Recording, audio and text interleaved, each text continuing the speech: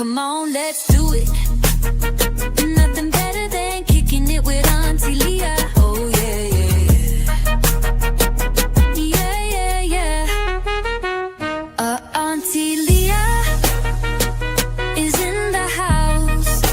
Yeah, yeah, yeah, yeah. We are kicking it with Auntie Leah. Yeah, let's get it, let's do it. Come on in. Come on in now. So Auntie Leah can do a thing. Yeah, yeah, yeah, yeah.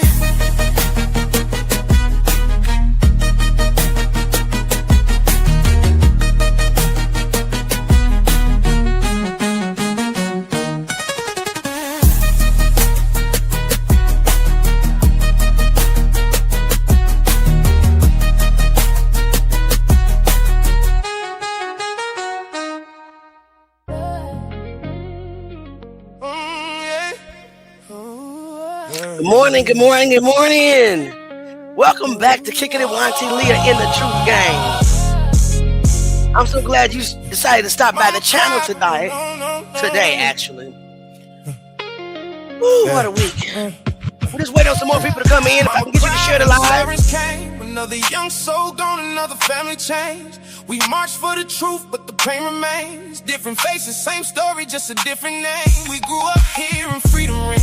Can I please get you to like the live, please? And share the live. I'm going to share the live. Can't pay the bills while the wealthy get richer from the top of the hill. Turn on the news and what do we see? More division, more hatred, less unity. They tell us be patient, wait our turn. But how many generations gotta live and learn? We've been knocked down, pushed aside.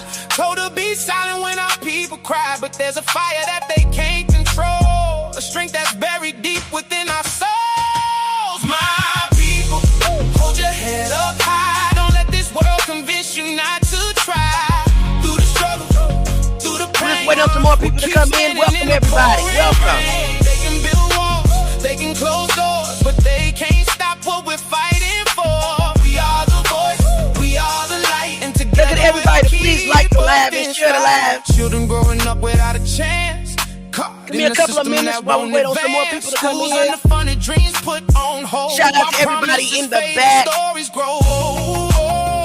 Grand Rising, Grand Rising. That babies make it home alright. We're gonna get right into the Nolan Wells case. Trying to give their families a better morning. Still we rise when they expect us to fall. Salute everybody. When our people call. Still we love when they give us aid. Still we believe it's not too late. They tell us history's in the past, but the scars of yesterday still last. Red lines drawn through neighborhoods. Everybody please drop justice for Nolan Wells in the comments as we wait. Streets get pushed aside. Watch too many mothers cry. Salute to everybody in the back. Too many Give me a couple more minutes. I'm just waiting on some more family members to come in. Turns, yet our ancestors paved the way through darker nights and harder days. They carried faith when hope was thin, and that's the reason we're still here. So teach salute to everybody in the bushes. We're gonna get started here in about 1 minute. I'm just waiting on some more people to come in. Born with dignity, to like the live and share the live. I see the pain, I see the tears, I see the battles fought for years. I see the names, we can't forget the family still demanding respect. I see the voices crying out. 2 more seconds, I'm just waiting on some more people to find us. But I also see strength, also see grace. I see survivors in every place. And no matter what they say, no matter what they do, salute to everybody in the house. Absolutely somebody. My people, hold your head up high. Don't let this world convince you not to try.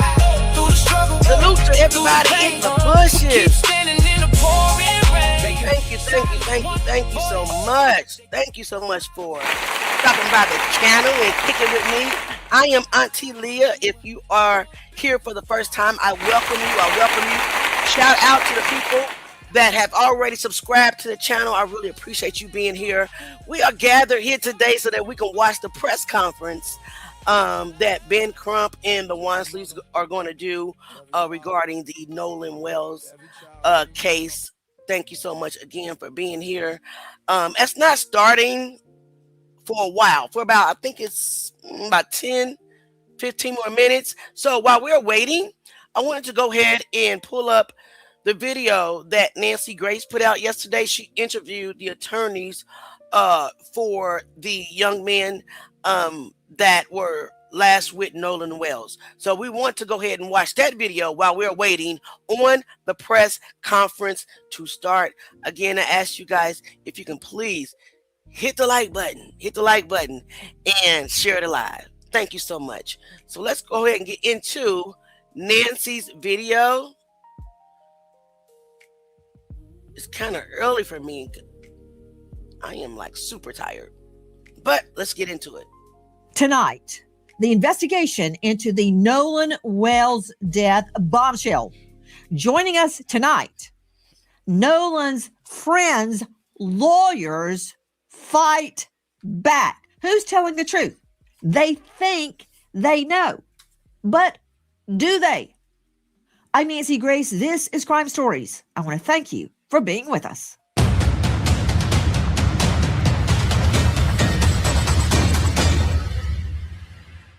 There's a big honking mark, subcutaneous, deep reddening tissue on his occipital. If I hit somebody in the back of the head, it'd be right there. There was no indication that there was any kind of contusions on the hand, the arm, no kind of defensive event. Back to Officer Tatum, star of The Officer Tatum on YouTube. Have the friends taken polygraphs? Well, from my understanding, all but I believe one took a polygraph. And from what was told to me, that they all passed. And all of the ones that took a polygraph took one without a lawyer. And they cooperated with law enforcement. So from my understanding, everybody took a polygraph test. Why do you say that's from what you understand? Did they tell you they took a poly and passed? Yes, ma'am. They told me that they did it. I wasn't there. So that's what I'm saying from my understanding. They told me that all the boys except one, which is Warren, I believe, took a polygraph test. All of them did not have lawyers and did it and cooperated with police. Warren also cooperated with police. I just believe he didn't take a lie detector test, but Warren is the young man that I interviewed. So according to what they told me, they all took a lie detector test and passed. And it's an equivalent of a lie detector test. It's not a traditional lie detector test, but it's the same theology of trying to get to if a person is lying. I don't know the name of it. It's an equivalent of a lie detector test. It's a different methodology. I don't believe it was a polygraph test. I believe they took other stressors in order to analyze if the people were telling the truth or not. Did they take a polygraph would be no. That is Officer Tatum from The Officer Tatum on YouTube. Joining us tonight are two very special guests. They are convinced of the friends. And when I say quoties, I don't mean they are or they're not friends, because I don't know. The young men on the Triton boat that took Nolan Wells to Horn Island. Many argue he was on the boat on the return when foul play occurred. Many argue he was not. In fact, the timeline has blown up because there are reports that Nolan Wells was seen on the island after the friend's boat left, which would exonerate them. Is that true? I don't know, and I'm trying to find out. For me, nobody's guilty and everybody's a suspect because we don't know the truth yet, but we will. Joining us tonight, Tyler Cox, the lawyer for several of the young men with the law firm Taylor and Cox, him being the Cox. Also with us, another veteran trial lawyer, Edward Pulsick, attorney for the boys as well. Actually, they're not boys. They're adults in the eyes of the law due to their age. Gentlemen, thank you for being with us tonight. My first question to clear up this matter: have your clients taken polygraphs? First to you, Tyler Cox.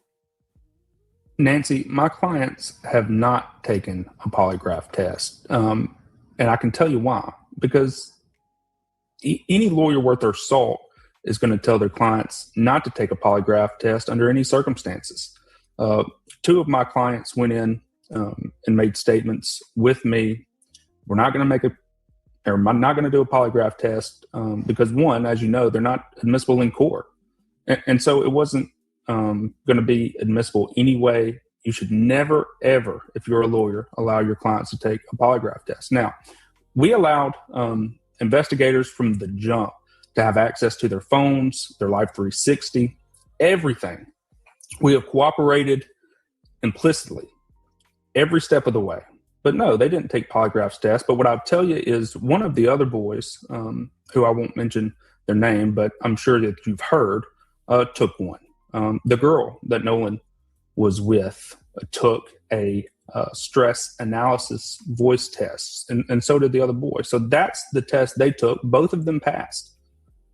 And so, again, no lawyer worth of salt is going to tell his clients to take a polygraph test or anything like that.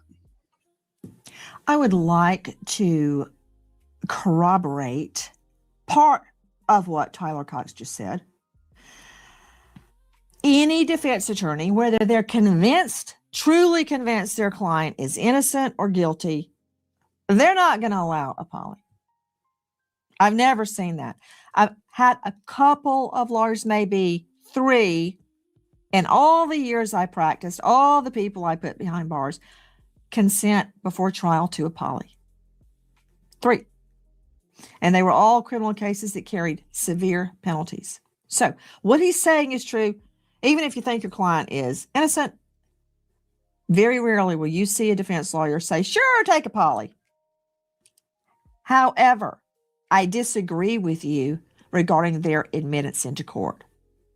Polygraphs are allowed in civil trials. O.J. Simpson flunked horribly.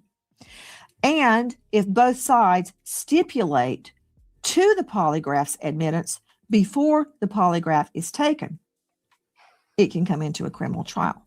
The reality is that never happens. That never happens. Right.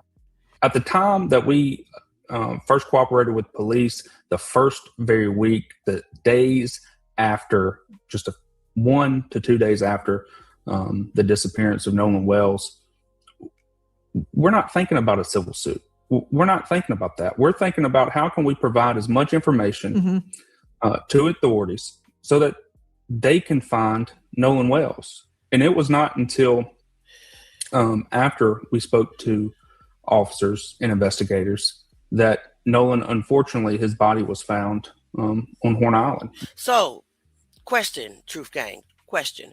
Why did the boys lawyer up even prior to Nolan Wells' body being found? If I'm hearing this attorney correctly, and this is Tyler Cox, why did they have an attorney prior to Nolan Wells even being found alive? That is my question this morning. Let me know in the comments what you think. Let's keep going.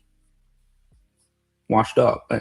And it's unfortunate. And I hate that for Nolan because by all accounts, he was an incredible person. He was just truly remarkable in almost every sense of the word. But I mean, we're not thinking about a civil suit at that point in time. We're trying to help authorities find our friend who we can't find either. Edward Polczyk joining us in addition to Tyler Cox, both of them veteran trial lawyers. He is with Taylor Dykema. Edward, how did you get involved in this case? Well, I'd rather not talk about that. I can just tell you this. I can tell you that it was through a friend of a friend. You're kidding, right? You're kidding me. Because when you tell me I'd rather not answer, well, I want to that's protect just the names that I igniting me to find out how you got involved in the case.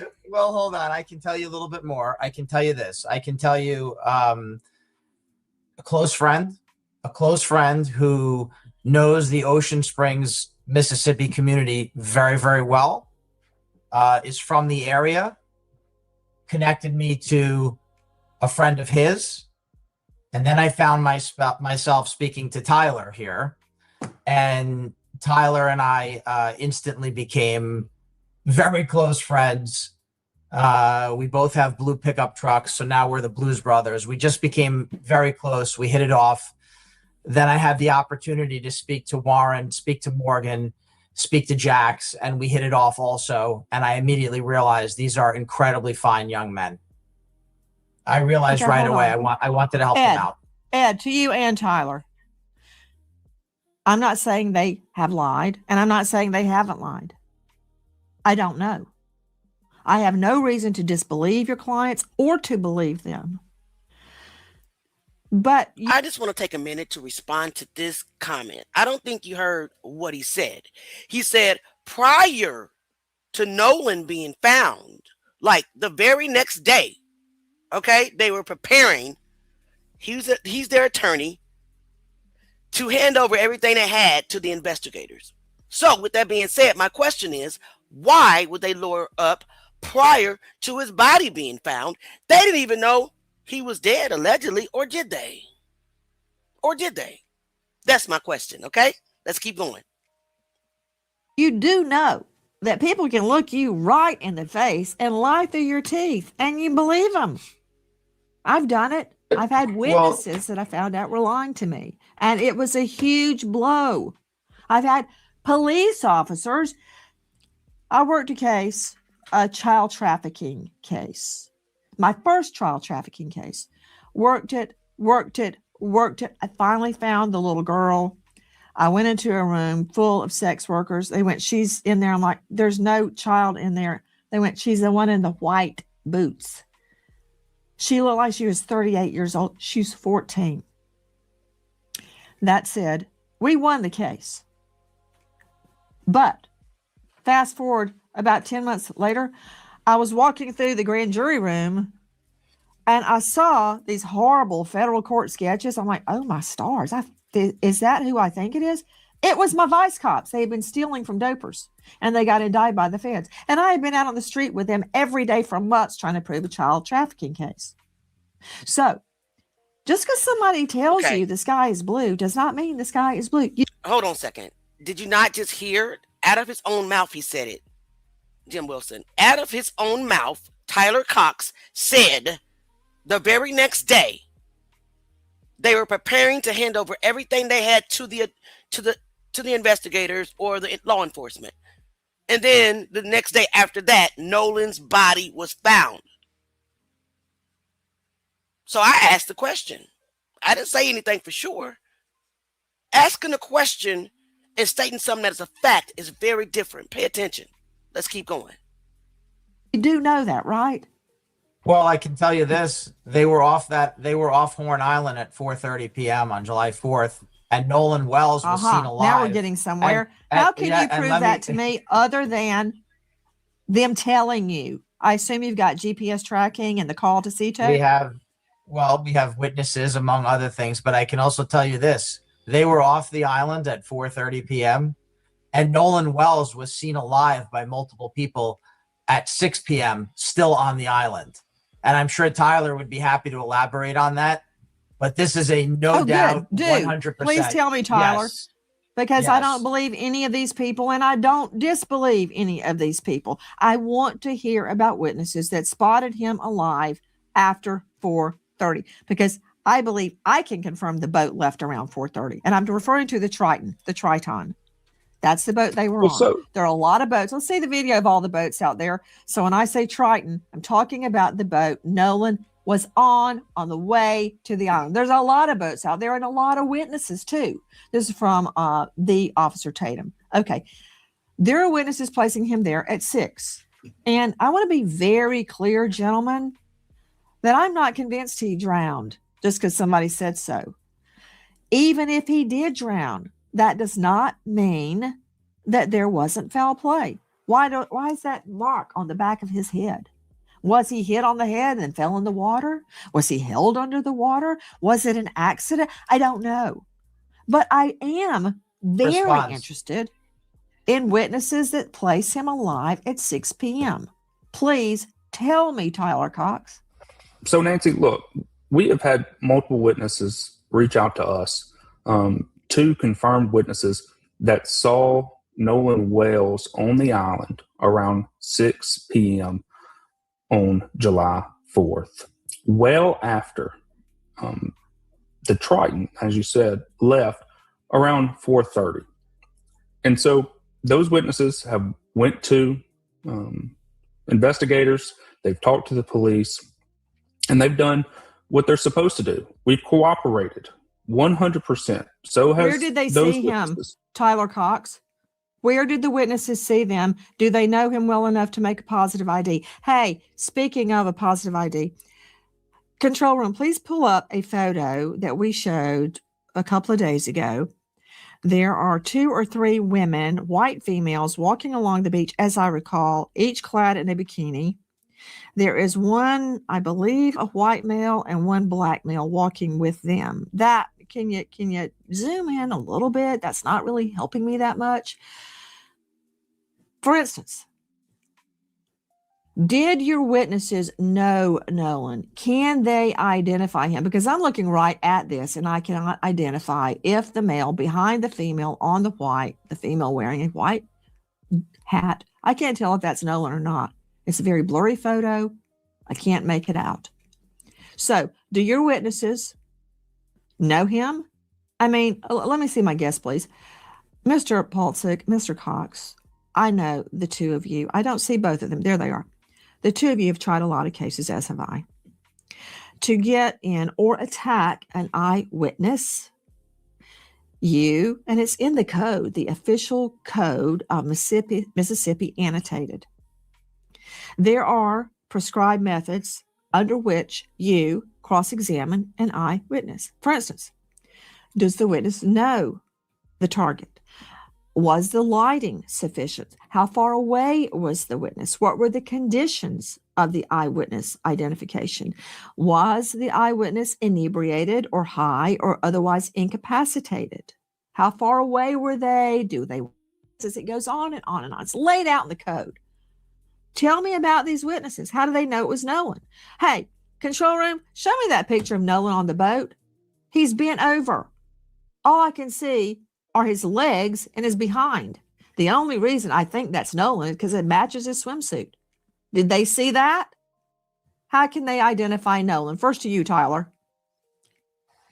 Well, I'm not sure if the witnesses saw that picture that you just put on screen, but I can confirm to you that these witnesses know Nolan.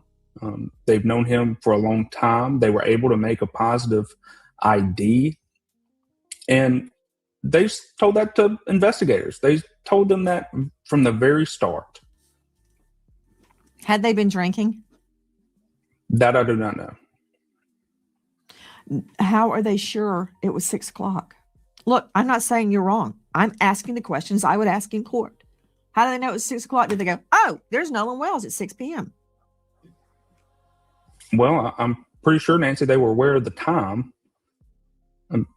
I'm not sure if they were drinking or not, but they're the ones. I'm not sure that they were drinking or not. Listen, your client, out of his own mouth, Warren Hudson, Tyler, he said they have been drinking all day. He said that they have been heavily drinking all day. So I'm not sure why you're on here fibbing, gaslighting, anything of that nature, but he's already said out of his own multiple times they were drinking. So you know they were drinking. Thank you. That came forward to police and investigators, and that's their story to tell. What I'm telling you is they made a positive ID on Nolan Wells around 6 o'clock, and they told that to investigators, all while our clients were off the island around 4:30. So we have positive identification on Nolan on the island an hour and a half after our clients left. So, as you know from your experience as a prosecutor, they can't do two things at once. They can't be on the island at 6 o'clock and be on the boat gone off the island at 4:30. So that's where we are. Our clients have nothing to do with the death of Nolan Wells. We don't know how he died. We want to know. Please tell us. Somebody. We want to know just as much as anyone else. Our clients loved Nolan Wells. They were brothers to Nolan Wells. I've still yet to hear one bad thing about Nolan Wells. He was a good Ocean Springs kid. Just as Chuck Bordy says all the time in the courtroom, these are good Ocean Springs people. So Nolan was a good Ocean Springs person too. They love Nolan. We want to know. Will someone please just stop right there, tell us? Tyler. Tyler, I've got 1 hour and nobody's running for miscongeniality. Let's just let it be noted, judicial notice. They were all good. Everybody's good. Okay. Tyler. Yes. The witnesses that came forward. Here's something that would tend to corroborate them is if multiple witnesses said the same thing. Witnesses separated in time and space, witnesses that are not all friends, witnesses that are not good friends with your clients, that may have a reason to be fuzzy on the time.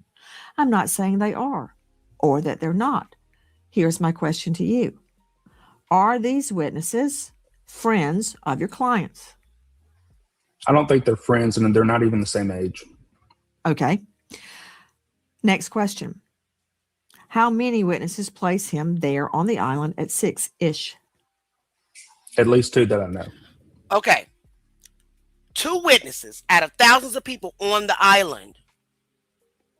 Sounds a little suspect to me. I'm just saying, 2 witnesses.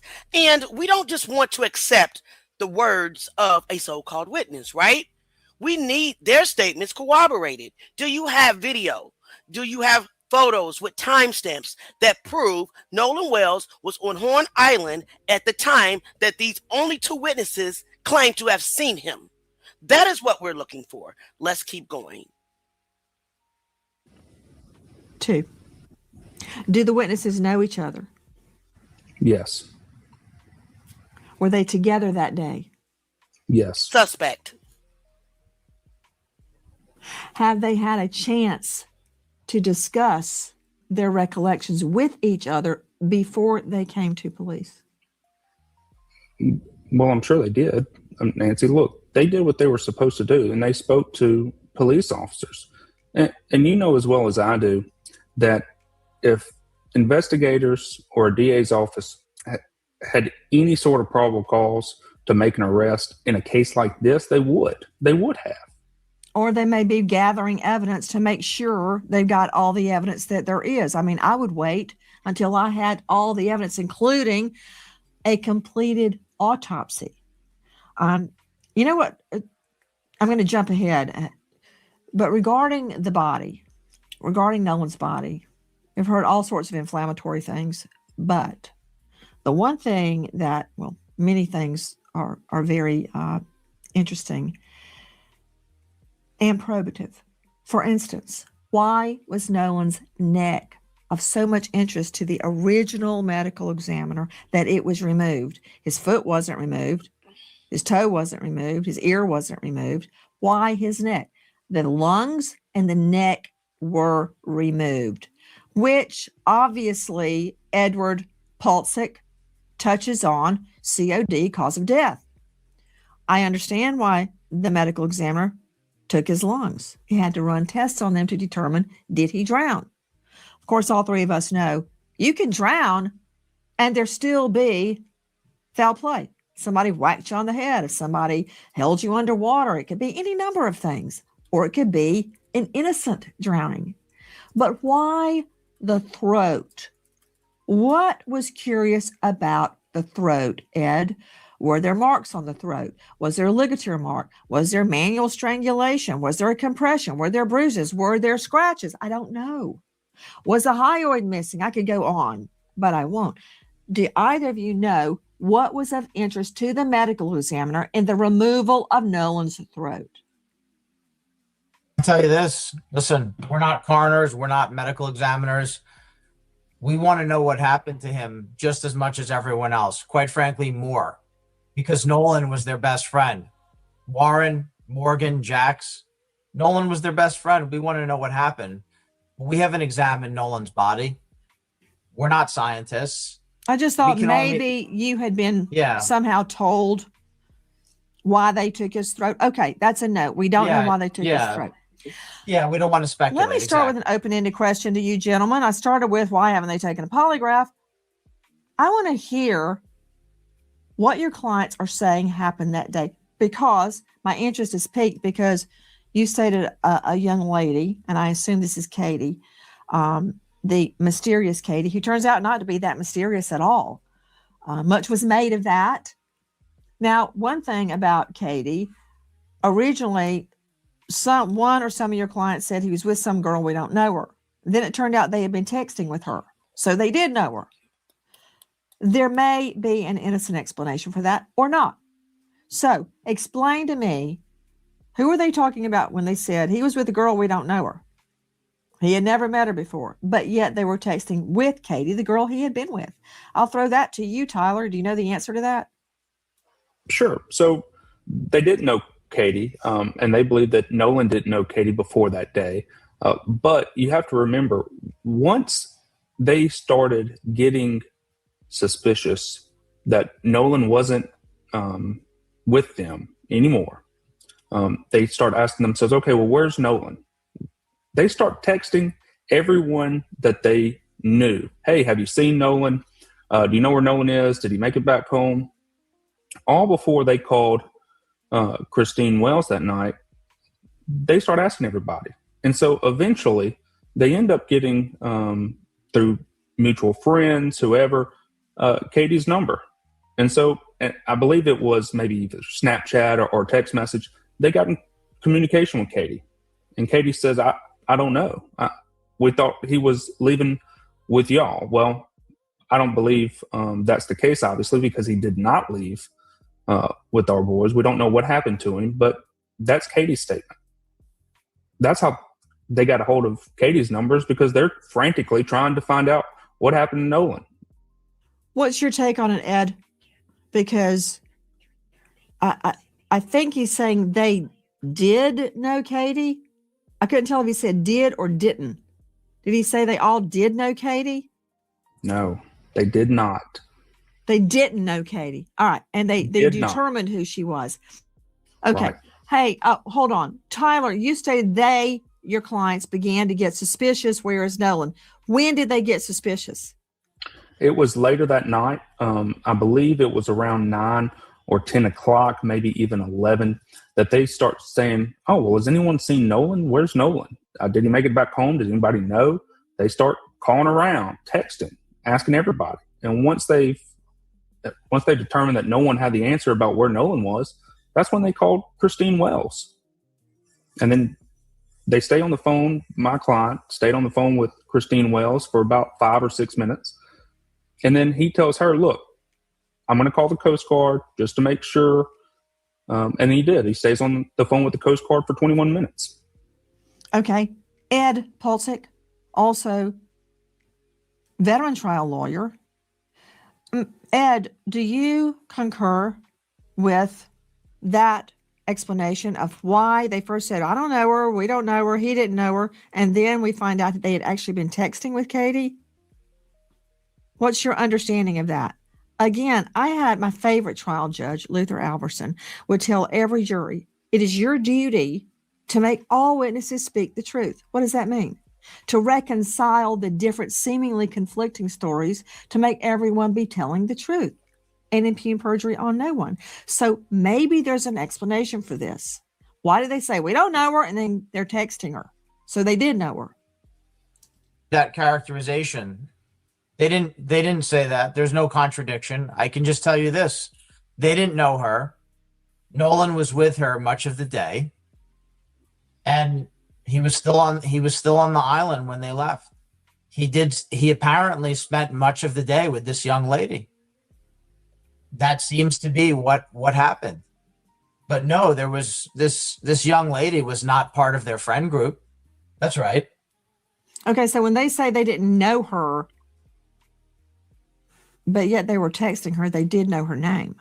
Well, I don't know if I agree with that characterization. Okay. How, if they don't know who this young lady is, how did they text her? If they did not know her name, did not know who she was, who had her number? How did they identify Katie? That doesn't make sense, Carl Cox. That's not his name, but I'm following you, Nancy. How did they get her number? How did they find her Snapchat, if that's how they communicated?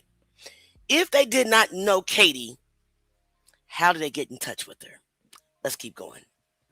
Yeah, the Well, premise, enlighten me. the I wanna premise know. is flawed. Yeah, the premise is flawed. She's not part of their friend group. They don't know her. I can tell you that it does appear, once again, it appears that Nolan was with this young lady for much of the day. That does seem to be confirmed by many witnesses. And I could tell you this, Nancy, one thing about this island, I did have the opportunity to go to Horn Island. And when you go to the island, everything starts to make sense. The first picture was maybe not so accurate. If you go to the part of Horn Island where, these events all occurred, you see that there are really no trees on that part of the island. It's flat, it's open. There are no visual obstructions. So there's no trees, there's no shelter, there's no nothing. And it was broad daylight with thousands of people there, meaning there was no opportunity for foul play during daylight hours. And that's where this whole thing starts to unravel. Ed, you have to go to the island. Please, you have to go there's to the island. opportunity for foul play. He could have been walked Not on in the this head on a environment. boat Not and pushed in- over. I'm telling you, not in this It doesn't have to environment. be I on the was there. beach. It could I'm be telling you. anywhere. You got to understand, it's a 10-mile long barrier island, but it's only a few hundred yards wide in most places. There's nowhere to hide. Let me see the video and show it to Ed and Tyler. The video of all those boats. Anything could have happened between those boats. Anything. Well, but Even but an Nancy, accident could happen between those boats. And but so Nancy- many people are drunk. I don't think they're paying attention. But here's the thing. Here's the thing, right? We could always say anything is possible. An asteroid could strike right now. But I am telling you that there are a lot of people who have talked about this case and have said things that are not true, and they haven't been to the island. They've got to go to the island. If you don't go to the island, you can't speak with authority about the case. And I won't name names, but a lot of people who have hurt these fine young men and have defamed them, they've never visited the island. And I'm willing to bet that they've never visited the islands. Look at it right there. That shot you have right there. Broad daylight with thousands of people there. The picture speaks for itself. I agree with what you're saying. I agree that it would be nearly impossible for foul play to take place on that beach. Again, I direct your attention to the gathering of boats with the boats closely together. Everybody's drinking. Nobody's paying attention. Like, I can't tell what's going on between the boats at a distance. I don't know. I don't know what's happening in the water. I don't know. That I can tell you said, this. I agree. I don't think anything Yes. happened out in the plain view on the beach. But there Yes. are other And- alternatives. I want to add, though, we have a difference of opinion. When I see that video of the boats in the water there, that also is not a good place to get away with murder. Now, we have been very careful. We have refrained from speculation. We have refrained from guessing, and we're going to continue to do that.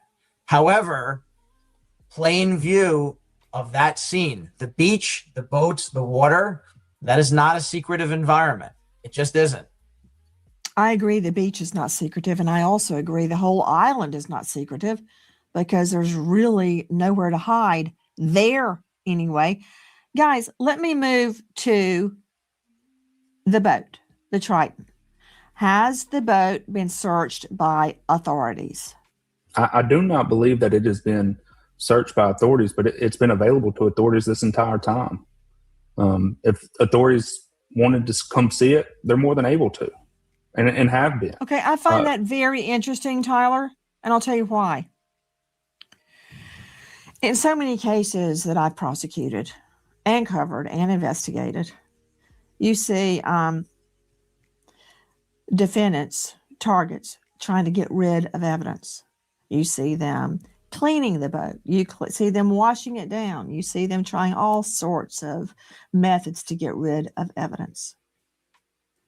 It's interesting to me and somewhat probative that your clients have offered the boat up to law enforcement to come and search it. I'm curious, has the boat not just been searched with the naked eye? Has luminol been used on the boat?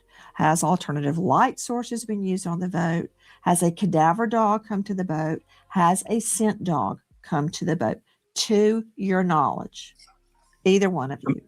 To my knowledge, Nancy, I do not believe that has happened. But again, my 3 clients, either one of them, none of them own that boat. So if it has, you would have to ask the owners. Tyler, do I look like I just fell off the turnip truck? Maybe I do, because we did sell turnips at the farmer's market when I was growing up. That said, you telling me my clients don't own the boat, so you'd have to ask the owner. Come on, you and Paulsick know if the boat has been searched. You know if cadaver dogs or scent dogs, luminol or alternative light has been used on the boat. Can you just tell me? Yes, no. It's not your client's fault. It's law enforcement's fault if they haven't done it. If authorities thought that there was something to find on that boat, don't you think this far out they would have already done it? I would think in the ordinary course of an investigation into potential foul play, I would have gone out there and done it. Just But if you believe there was potential foul play. just to say I searched it and it was clean. I didn't find any blood. Well, Nancy, Cadaver you're dog asking a didn't valid. hit. Hold on, you're asking a valid question. You're just asking the wrong people. That's a question for law enforcement. To your knowledge, has it been searched? Have you been told by anyone that it was searched? I don't have I have any not been told involvement that, with the no. law enforcement. I don't have any involvement in the investigation. I'm We're gonna take conducting that our as own a no. investigation. You can take it how you want. We're conducting our own investigation. Okay, so while Nancy To is doing steer. her They commercial, if I can get everybody please to hit the like button, I'm going to skip through the commercial because I hate commercials. So now we're back. also with us, Edward Paulsick, attorney for the boys as well. Tell me what you can about the CTO call. I've had renowned experts say this wasn't doctored. I've had renowned experts say this was totally doctored.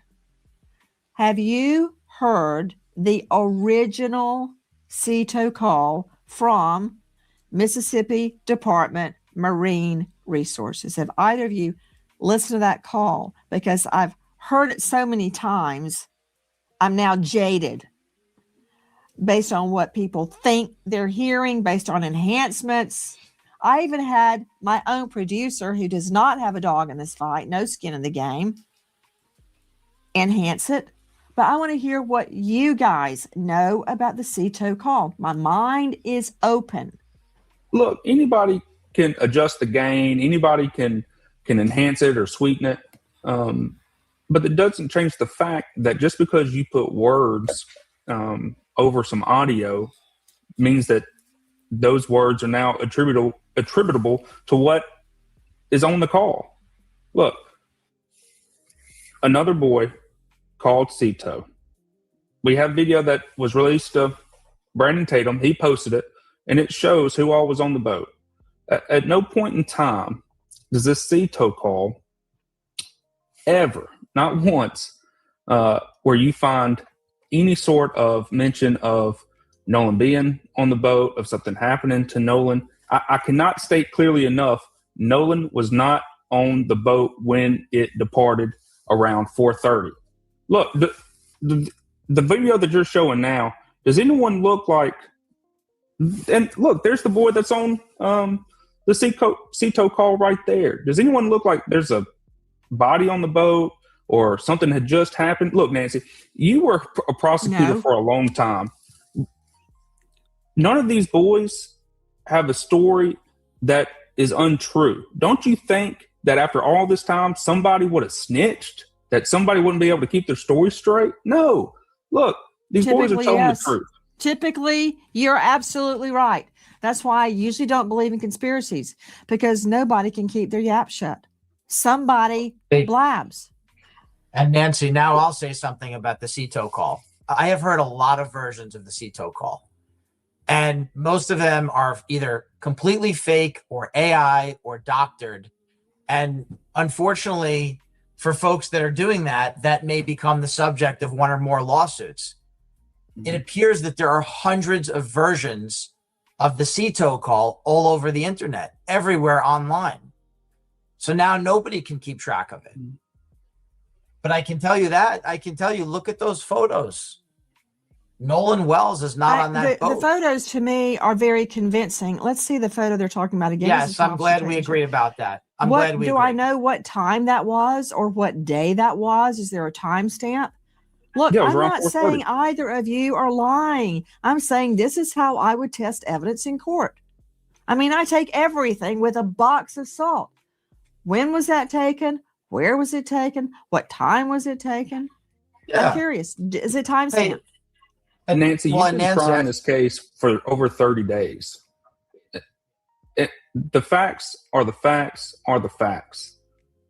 These boys had nothing to do with the death of Nolan Wells.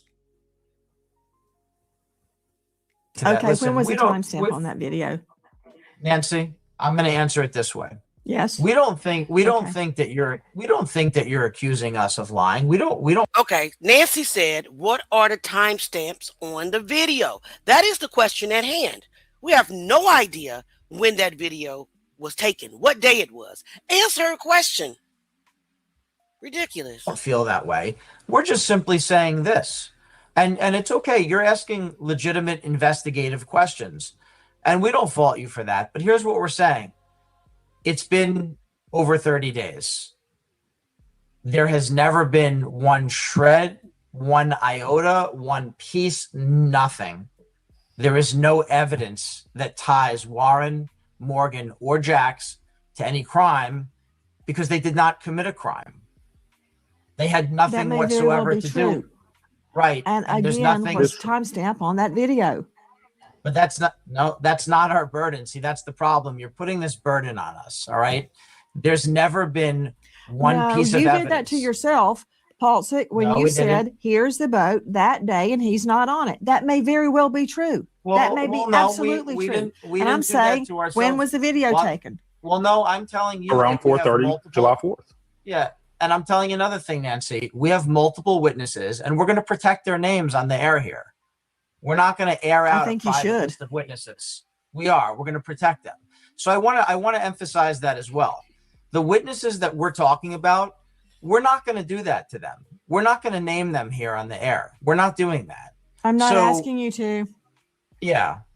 Well, it sounds like you are. I'm asking you again when the timestamp is on that video. But if you don't know, I'm not saying that that's wrong or right. Well, I'm saying I want to know to corroborate that video. I understand that, but that's not a relevant question for your present guest since we didn't make the video. But I can tell you this. Okay, well you showed me the video.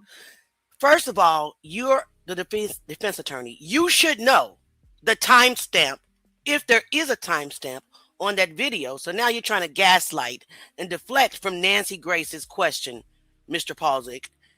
He looks like a smuck. I'm not even going to lie. Let's keep going. And that's why I'm asking. Okay, let me ask you something else. Yeah, we didn't show you. You state that your clients go ahead. Know of witnesses, or you know of witnesses that placed Nolan at Horn Island alive at 6 p.m. Yes. 100%. Now, all of this aside, has the boat been searched? Where is Nolan's phone? Where are your client's phone? All that is superseded by the fact that there may be witnesses placing him alive on the island at 6 p.m. And everything else disappears for me if that is true, because I know your clients will. Well, I disagree with Nancy on that. Everything else is not going to disagree with me, because I know what I heard on that CETO call. 2 witnesses that know each other, 2 people that know each other out of thousands of people is not enough. It's not enough. We got to have photos. We got to have video. It has to be more than two witnesses that know each other, that talk to each other, that were with each other that day. You know why? Two witnesses, they can be paid off. Let's keep going. I'm just saying. Gone at 4:30-ish. Yes. Have these witnesses been questioned by law enforcement? Do you know? Yes. Yes. Yes. You're sure? Yes. Yes. And I'll tell you another thing. One other thing. There's a corollary. Nancy, there's a corollary. So there are witnesses who can place Nolan Wells on the island at 6 p.m. There are also witnesses who can confirm that Warren, Morgan, and Jax left the island. Okay, around so 4:30. I got another question, chat. Answer me this. Why is it only 3 boys out of what? A group of 20 talking? Where's the rest of the kids? Why did they select these 3 boys out of the group to be the face of this case? That doesn't make sense. Where's the other ones? I'm tired of hearing about Warren and Jax and Morgan. What about Bart? What about the other ones? Are they going to come forward? Let's keep going. So both sides are covered. We've got it covered. Well, for me, it's not that simple because I still don't know what happened to Nolan Wells. However, Neither do we. I believe that the GPS, which really cannot be controverted, shows when the Triton left, witness or no witness. I've got that. Now, who's on the boat? I believe that video is going to tell me who's on the boat. But all that, the overarching issue was he alive at 6 p.m.? This is where I'm going. Right. And Nancy, I don't can I say care Nancy, who one thing. was with him last. I don't care if it exonerates or convicts of anybody. course. I just want to know the truth. And it's good to ask, Sir? and I want to say this, it's good to ask tough questions. These are all valid questions, but what we're trying to do for you is simplify it. 4:30 and 6 p.m. End of story. I not want to that simple. believe you. I want to believe you, Ed. But just because somebody says so, don't make it so. And I'm trying to prove it. That your clients were gone and that Nolan, more importantly, in my mind, was still alive. If that's true, your clients are in the clear. As far as I'm We concerned. are in the clear. And I- the CETO call and everything else falls away if I can place him alive at 6 p.m. And the people that want to hang your clients, I can't help their unrequited anger. Yes. I don't care because Yes. somebody in my mind was the last person to see Nolan Wells alive, whether it's your clients or somebody else. And I want to find that person that saw Yes. this. You say 6 o'clock. Who are they? Make yourselves known. Put us all out of our misery. Help me find out what happened to Nolan. Yes. Nancy, can I I ask can you this? understand. I'm just Why trying was- to find out. Yes, sir. Go ahead.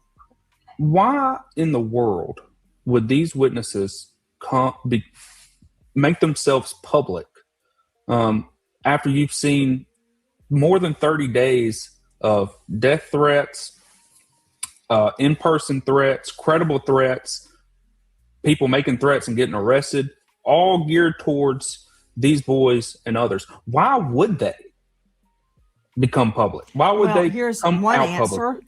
One answer is they're telling the truth and they want to put it out there. Another They told the possibility truth to is investigators. everybody already knew who they were, so they went out on Tatum to exonerate themselves. I mean, that could go either way. But I see what you're saying.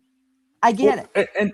And Nancy, still don't know the Nancy, have you ever Yes. seen any other people accused of the crimes that online internet trolls have accused these boys of go and do podcasts, do interviews, have their attorneys go and advocate for them like this on a national platform like this? If we weren't 100% sure and they weren't 100% sure that nothing they did was in connection to Nolan Wells' death. They left the island at 4:30. He was spotted on the island after that at 6, alive and well.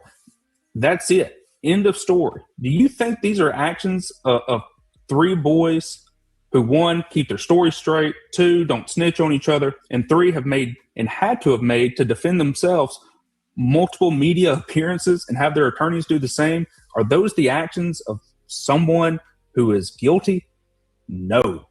Typically, no, I agree with you. But there are cases where killers go out in the front of it and make all sorts of pleas. Please bring my wife home. Please bring my little But babies Nancy, home. here's- So, yes, let me I give have you a seen really- that. I know that's not what you want to that. hear, but yes, I have seen it. Right. And Nancy, let me give you a really important point here. And by the way, I appreciate some of the things you're saying. And let me just say this. This might be the most important thing. Look, we have a lot of humility. Warren, Morgan, and Jax have a lot of humility. One of the things that we knew when we were going to come on with you is we know you're going to ask us tough questions. We know you're going to ask us tough questions. And we're happy to answer them as best we can. But one thing we've been very consistent about, there are so many things we don't know, right? We won't be able to answer all of your tough questions. And the reason we can't is because we just don't know the answer to a lot of them. But we do know what we know. We know they were off that island at 4:30. We know Nolan was on the island at 6. We just want to emphasize our... Sir, Mr. Palzik, we do not know that Nolan was on the island at 6. Only 2 people out of thousands of people came forth and said that they saw Nolan on the island at 6. That doesn't make sense. There was hundreds of boats and thousands of people. So why only 2? He's a smuck. I don't like this guy. Let's keep going. Humility in that regard, because we just don't know, and we would love to know. We want to know how this tragedy happened as much as anyone, more than anyone. I want both of you gentlemen to understand something. If I thought I had convicted the wrong person, I couldn't live with myself. Son. I personally investigated every case I ever tried and put before a jury. I do not want the wrong person, an innocent person, to suffer claims and allegations, much less go to jail. But I do want the right person, if there is a right person. Right. If there is. Which leads me to, I want to believe you and I want to believe your clients. But for me, everything is what can I prove? What can I prove? They say so, so what? Prove it to me. Let me ask you this. Do you know where Nolan's phone is? Anybody? Can Today? anybody tell me where Nolan's phone is? Good question. Right now, as we sit here today. Has it ever been turned over to authorities? No, it has not. You're sure? Yeah. I believe that Ben Crump, using local counsel, sent a letter out just last night, gave it to Don Lemon on his show, and Don Lemon on his show confirmed that they have not given the phone to investigators. Well, that's on investigators because they need to get the phone and they need to look at it. How are they going to get it if they don't give it to them?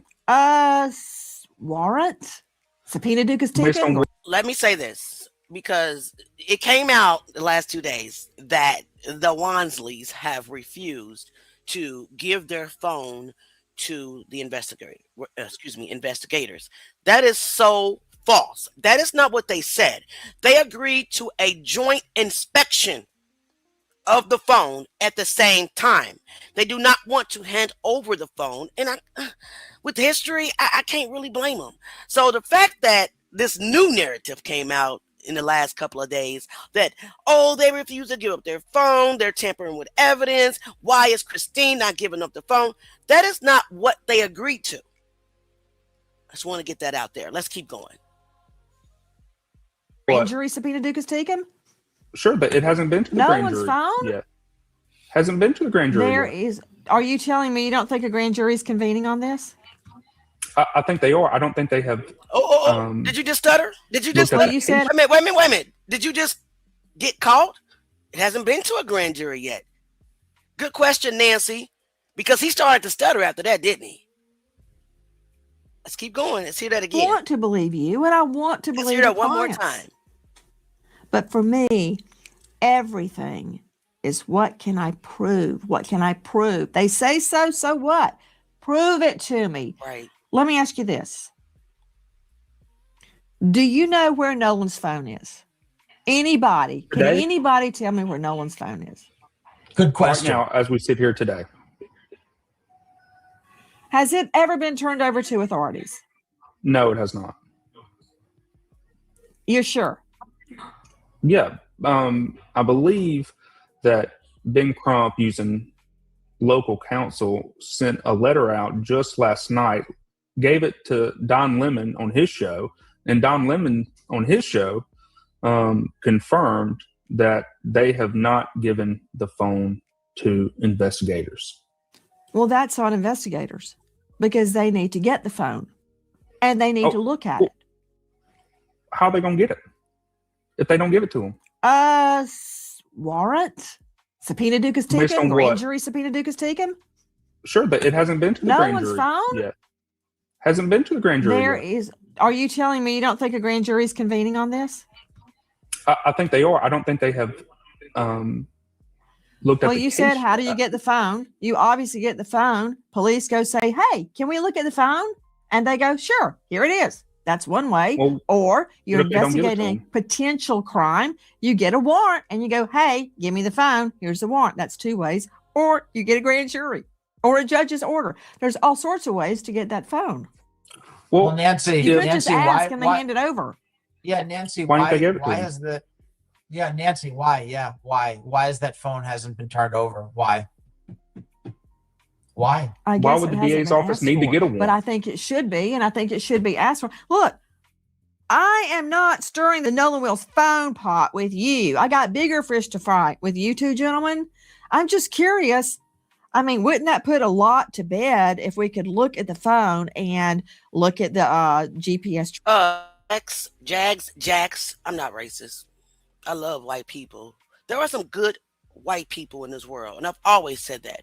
I don't like racist people. So stop gaslighting. Let's keep going. I'm going to put your ass out of here the next time you say something stupid. Tracker on it. Look at the route. I mean, look. Yeah, I know we where my want more twins are evidence. right now because they got Live 360. Yay. Nancy, Why can't we look more, at that? I mean, Nancy, we want more evidence. Let's get it all. That's the thing. That's the beauty of it. When you're telling the truth and you're representing three innocent young men, the beauty of it is you want more evidence. We gave our phones up. We let them do a Yeah. phone dump of our phones. which I find very, very interesting because a phone dump, everybody shows where the phone's been, what time it was there. It's not hard to do. It pings off phone cell towers and you can Yep. tell as it progresses along. Not hard, easy. And I find that probative because it will tell me when the boys went to Horn Island, the young men, and when they returned. It's better than an eyewitness to me. Tyler, what else do you have to add? Nancy, we have told you, we've told everyone we could, we've shouted it from the rooftops. The same story over and over again. There's no other way to say it. It's like banging our heads against the wall because nobody, at least in the online atmosphere. You guys, I just want to point out something real quick. You see this bottle of liquor, Verdict Bourbon? That is Officer Tatum's brand, by the way. That's very interesting to me that he has Officer Tatum's bottle of liquor that in his office. Work together? Yeah, I think so. All of this is just crazy. We'll listen to it. We've said the same thing over and over and over again. We can't say it any other different way. That's the truth. The truth is what it is. All right. So while we're skipping through Nancy's commercial, if I can get everybody to please hit the like button. I don't see where the press conference has started yet. So We will keep reviewing Nancy Grace and listening to these attorneys get caught in lies. And nobody is saying, hold on. Or having the boat keep searched by going. law enforcement with scent dogs and cadaver dogs and luminol would go a long way to stopping the speculation.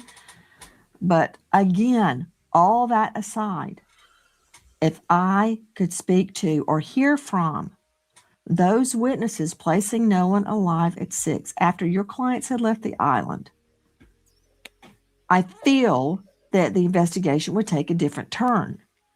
In any event, we do not want to pile on any individuals suffering if they are in fact innocent. That's not what I want. I want the truth, as I believe you do too. Well, of course I do. I'll be happy to reach out to them and at least ask them. Best I can do. That said, gentlemen, I appreciate you coming on with us, and I invite you back to answer even more questions. Thank you, Nancy. Cox and Pulsick have been in court today, throughout the day, on another matter and have joined us here and answered a lot of questions and didn't answer a lot of questions they say they don't know the answer to. And they could very well be telling the truth. So when will we know the truth?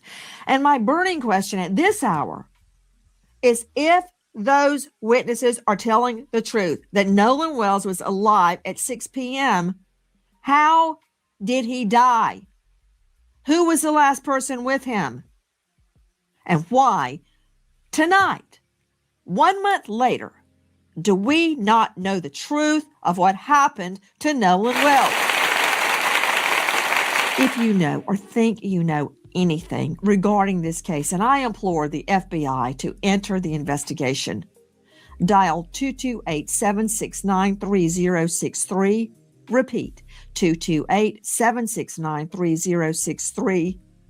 There is a $125,000 reward for information leading to the truth of what happened to Nolan Wells. I also implore you, please, we can take the trolling online, don't care, but the death threats, I agree. no. Stop death To threats. anybody. Let the law unfold as it should. We remember an American All right, hero, guys. Chief Okay. William Rosen. So we're going to stop right there. I don't see where the press conference has started yet. So let's talk about this. It's very interesting that, first of all, Mr. Pulsick, I don't like his attitude. Is he the Trump attorney? I think he's the one that represented Trump. He's a PR attorney. So that's why we have this PR campaign and this intimidation campaign going on as we speak. I don't believe a word that he says. And I'm sorry, 2 witnesses is not enough. Not enough. How did they know that that was Nolan?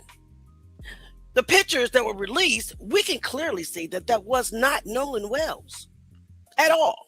Let's read some comments while we're waiting on the press conference. I don't know if you guys seen interview number 2 of the young men that's involved. Only 3, and 3 out of the group of 20 is also not making sense to me. It's like a gaslighting attempt. Could it be somebody else that's in the group that may know? We don't know because they're not talking. Let's take some comments and then we'll skip over to the interview that the boys gave, number 2. Part 3 comes out at 1:12 p.m. today. I don't know if we'll still be on live at that time because that's several hours away.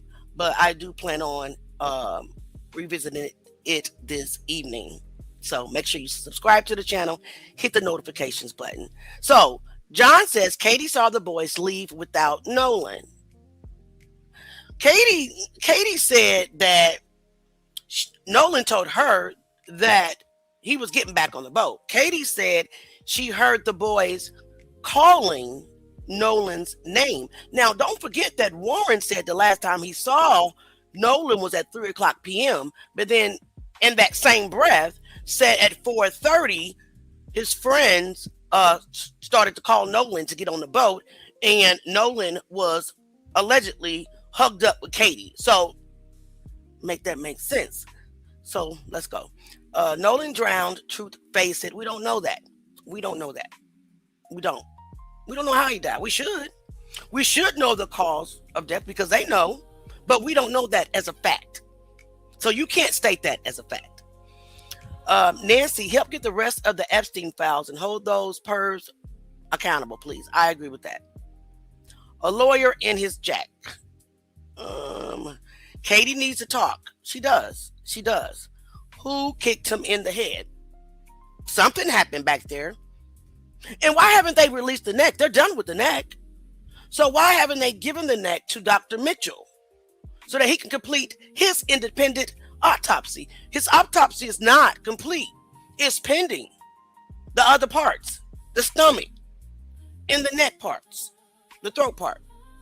Why haven't they released it? Make that make sense, right? All right, so while we're waiting for the press conference to start, let's go ahead and watch part 2 of the interview with Officer Tatum. Why would we call CETO if we have a dead body on the boat? I mean, why would we call the Coast Guard? You know, why would we do the things we did if we know we killed somebody? You don't hear about the pool party because it was on June 27th. You don't hear about anything else that was mentioned. Thousands of lies. And now, the audio comes back and all of a sudden we can hear Nolan yelling in the background, screaming, we're screaming about how he's dead. That's just a complete lie. If you just murdered your best friend on an island, the dumbest thing you could do would be to call the Coast Guard. What is your thoughts on that phone call to CETO? Some people have gone out and done enhancements to the audio, and in doing that, created a transcript manually. It doesn't appear that the transcript was derived from an automated system or have any, in my opinion, real integrity with it. What are your thoughts, first, you guys, on the audio, and then I'll get to you, Ed, on could that be a defamatory area the way it was produced? So what do you guys think about that audio? Well, I can go ahead and say that as you posted that clip of all of us on the boat, as it's not rolling, but right there sitting in the water, Wyatt's on the phone with CETO in that clip. I mean, he's on the phone. Wouldn't you think that you would have seen Nolan on the bottom on the floor or something, or scrambling around, or everybody in a small space on the boat looking at him or something? I mean, it's just so crazy to think that. Why would we call CETO if we have a dead body on the boat? I mean, why would we call the Coast Guard? Why would we do the things we did if we... Well, Jax or Morgan, I don't know which one he is. You called CETO, but you rejected help. You called CETO, but Grandpa, and I don't know why Wyatt's not talking. Where's he at? He's the one that called CETO. You see what I'm saying? Why are the key players... They're stayed behind, and these three were chosen to come forward. Something's not right.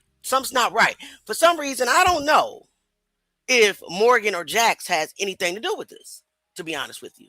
Where is Wyatt? Why did Wyatt's grandfather call the captain and tell him, do not go? Answer that. That's the question that we want answered. Okay? So the gaslighting attempt to say, why would we call CETO if we had a dead body on the boat? It's not working. All right, let's keep going. We killed somebody. And then another following up on that is, why aren't we in jail yet? I mean, we're not geniuses. There's no way we could have done a murder. I mean, there's no way we could have covered it up, especially out there with that many people. Go ahead.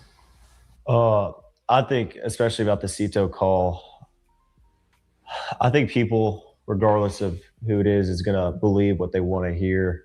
I think half these people, or not half these people, but some of these people you can't convince. Regardless, they're going to believe what they want to believe.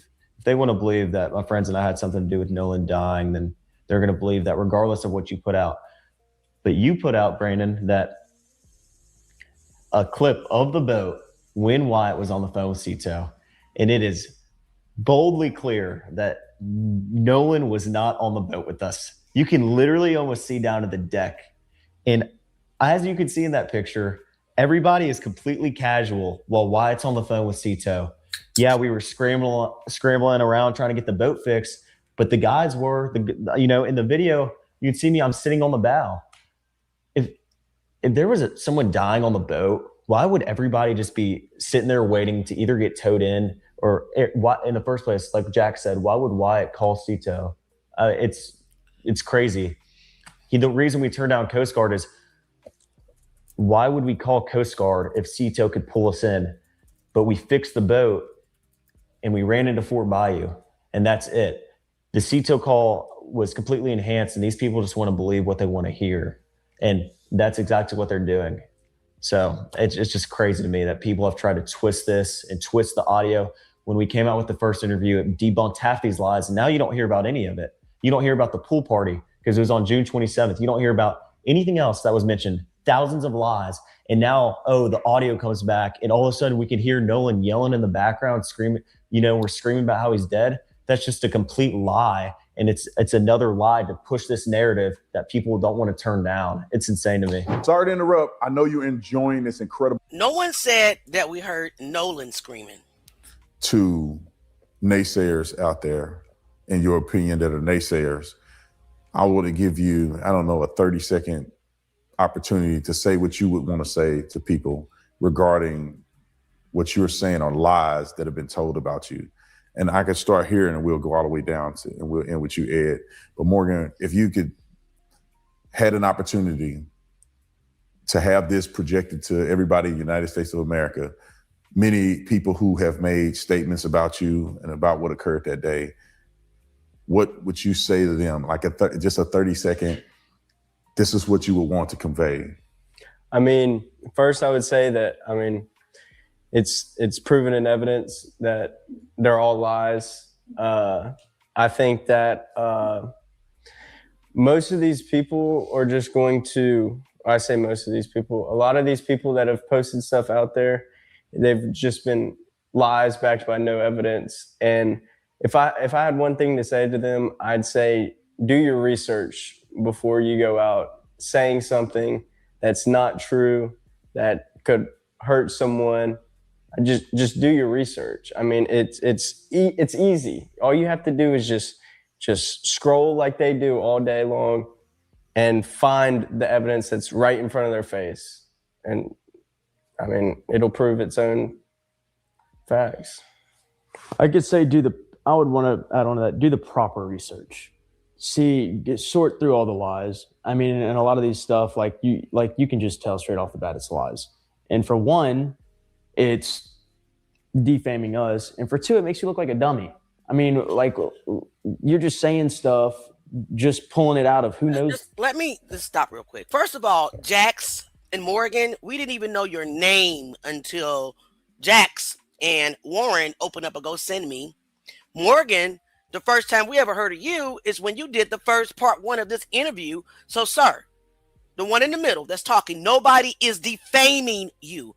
We are asking questions, and this is an intimidation campaign, a PR stunt to try to get in front of whatever may or may not be happening. Nobody defamed you. Didn't even know who you were. Stop the cat. Let's keep going. Where? And you just look like an idiot on your phone making this TikTok ever. Do your research, man. If you can't simply do that, don't get on your phone and start making a video. It's just kind of concerned me with how people have the time of day to just make up complete lies out of something that they have no evidence of and to post on social media to put other people down. It's insane to me, how just people push this and, want to make this a story that it's absolutely not. I don't know what happened to Nolan. My friends don't know what happened to Nolan. But for people to come around and say, oh, this happened for a fact, and I know this, and there's no telling me otherwise, then that's just stupid. You have no, like, half these people that are saying all these crazy things on the internet, those lies have already been debunked. There's evidence supporting this is a lie. Like, why are you still saying this? These people just have no idea what they're talking about. And it's very clear because a lot of these people just speak without thinking and post stuff without thinking. But at the end of the day, it just looks really stupid on their page and whatever they're posting on. But it's just sad. Like, people really take the time out of their day to post a bunch of BS lies on a bunch of 19 and 20-year-olds who have never done anything to hurt anyone and, loved their friend. Like, I love that man more than anybody. And like, so did all of my friends. And it's absolutely horrible that these people want to come on and push this narrative. We had something to do with this, or we killed our best friend. It's just sick to me, Brandon. That's it. Yeah. Well, this might be too long, but I have a few things I need to add. First of all, with respect to Warren, if you just murdered your best friend on an island, the dumbest thing you could do would be to call the Coast Guard, to call a federal law enforcement agency and tell them, hey, can you guys go out and check out this island and look for Nolan Wells? Well, that's exactly what Warren did. Warren called the Coast Guard. And that is one of many very compelling facts. He got back and he called the Coast Guard. Does that sound like a guilty man to you? Okay. All right. Now, these are all American. I'm going to stop right there, because what you're not going to do on this channel is diss the dead. You're not going to diss the dead. So you're not going to come in here talking about swim lessons or anything nefarious about Nolan Wells. Not on this channel. So I'm going to ask you to stay respectful in the comments, or I'm going to put your ass off my platform. I'm not playing with none of you today. None of you. Do not disrespect the dead on my channel. Thank you. Ridiculous. Heartless people. Young men, incredible young men. And they did a lot more than just that. I won't go through it now, but they did a lot of heroic things after the fact. And they did the best they could. And they tried for their dear friend. All of their actions are the actions of innocent men, not guilty men. And again, they are categorically, completely, and totally innocent. All right, but that's not the end of it.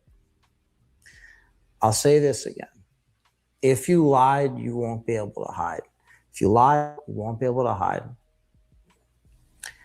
And you're going to be held accountable. And if you lied about these good Ocean Springs people, you're going to be held accountable. You're going to be sued. I tell you, there are going to be lawsuits because we have already identified some of the worst offenders. And it may have felt good for them in the moment, instant gratification, sugar high. They got their sugar high. But long after that sugar high wears off, they're going to find themselves in court, and it's going to be excruciatingly painful. The only thing I can say about that is it won't be quite as painful as what they did to Morgan, Jax, and Warren. So I'm confused, chat. I'm confused. Truth game. I'm so confused because what does he mean? What pain have they gone through? I didn't even know who Morgan and Jax were.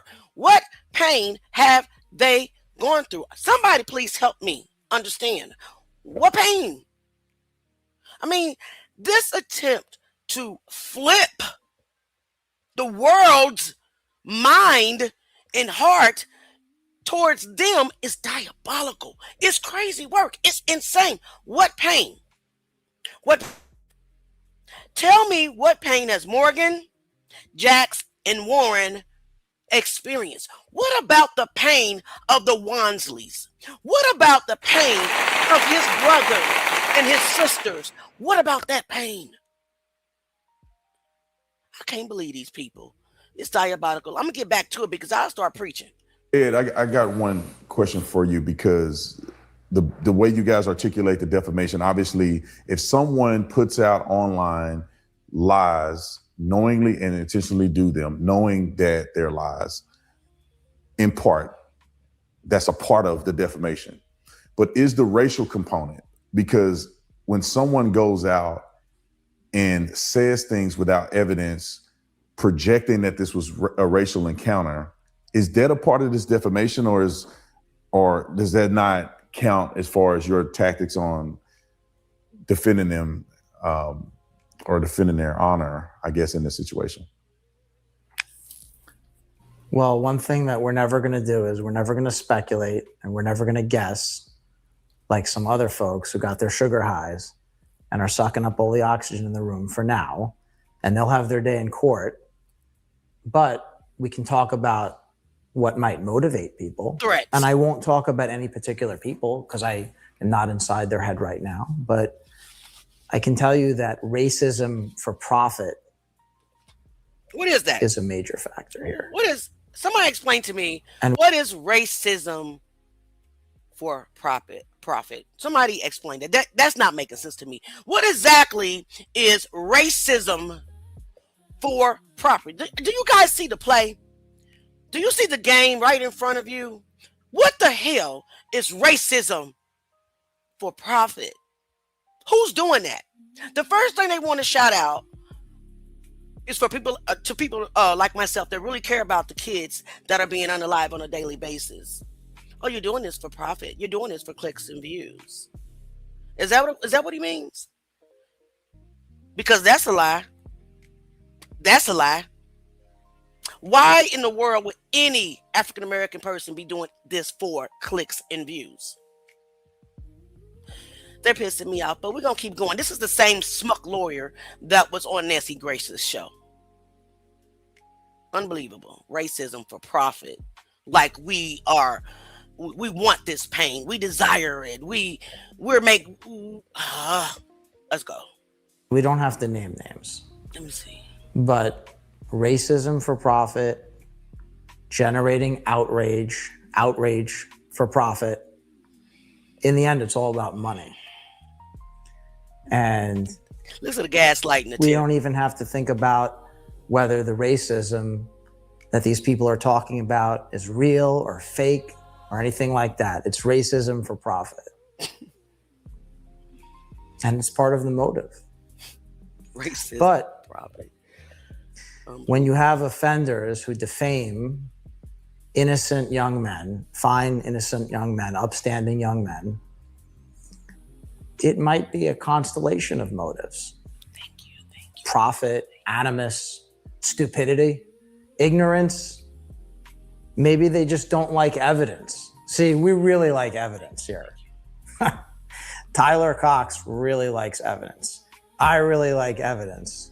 Morgan, Jax, Warren, we really like evidence. And that's the difference between the other guys and us.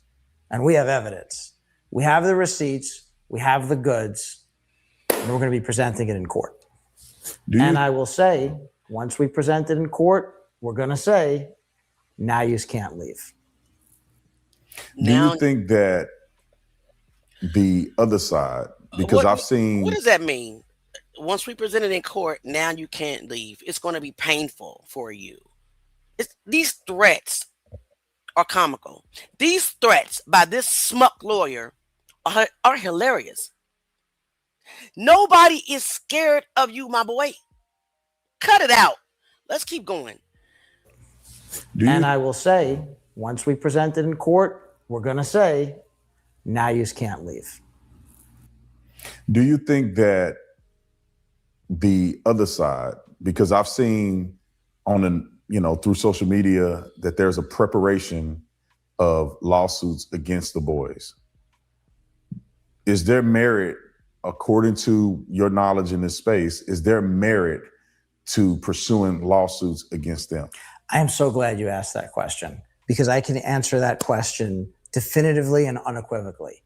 Anybody who sues Jax, Warren, or Morgan, they're going to end up paying our attorney's fees. Guaranteed.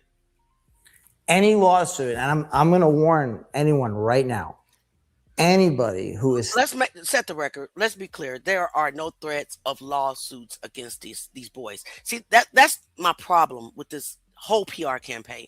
Nobody is threatening to sue these kids or young men. So I'm not understanding why Mr. Palzik is even asserting that. It's an attempt to make the Wonsleys be the bad guys when they're the actual true victims.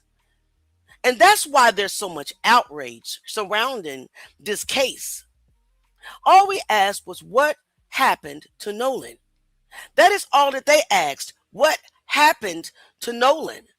Why is it a slew of bots and what you call paid actors online attacking people asking what happened to Nolan? Let's keep going. Thinking for 1 second about suing these fine young men, these good Ocean Springs people, you're going to pay their attorney's fees. You're going to lose. You're going to get annihilated. You're going to get crushed. You have nothing. And here's the beauty of it. We know you have nothing because we actually have the evidence. We know what happened. And I'll just say it like this. We have a pair of aces and you have 2-7 offsuit. So with all the negative that's going on, obviously there's been positive that I've seen that have come y'all's direction.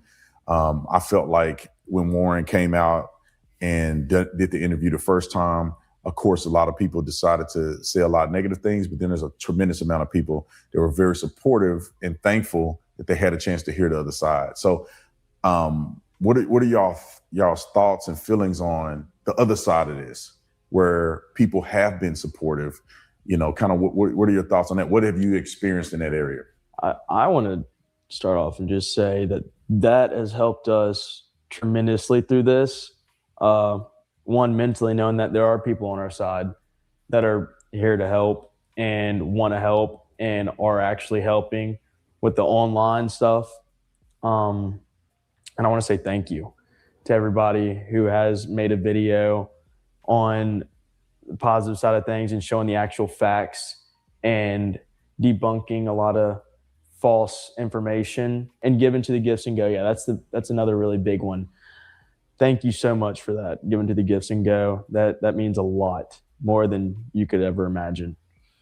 Yeah, Morgan? I just want to say thank you to all the people out there.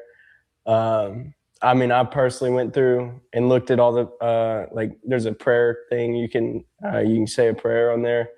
And I personally went through and looked at all the prayers, and I'm just really appreciative of all the people that I know that have our backs and have supported us through all of this. It's really helped us out. That's great. Obviously I want to give thanks. My friends and my family really appreciate it. I mean, it's hard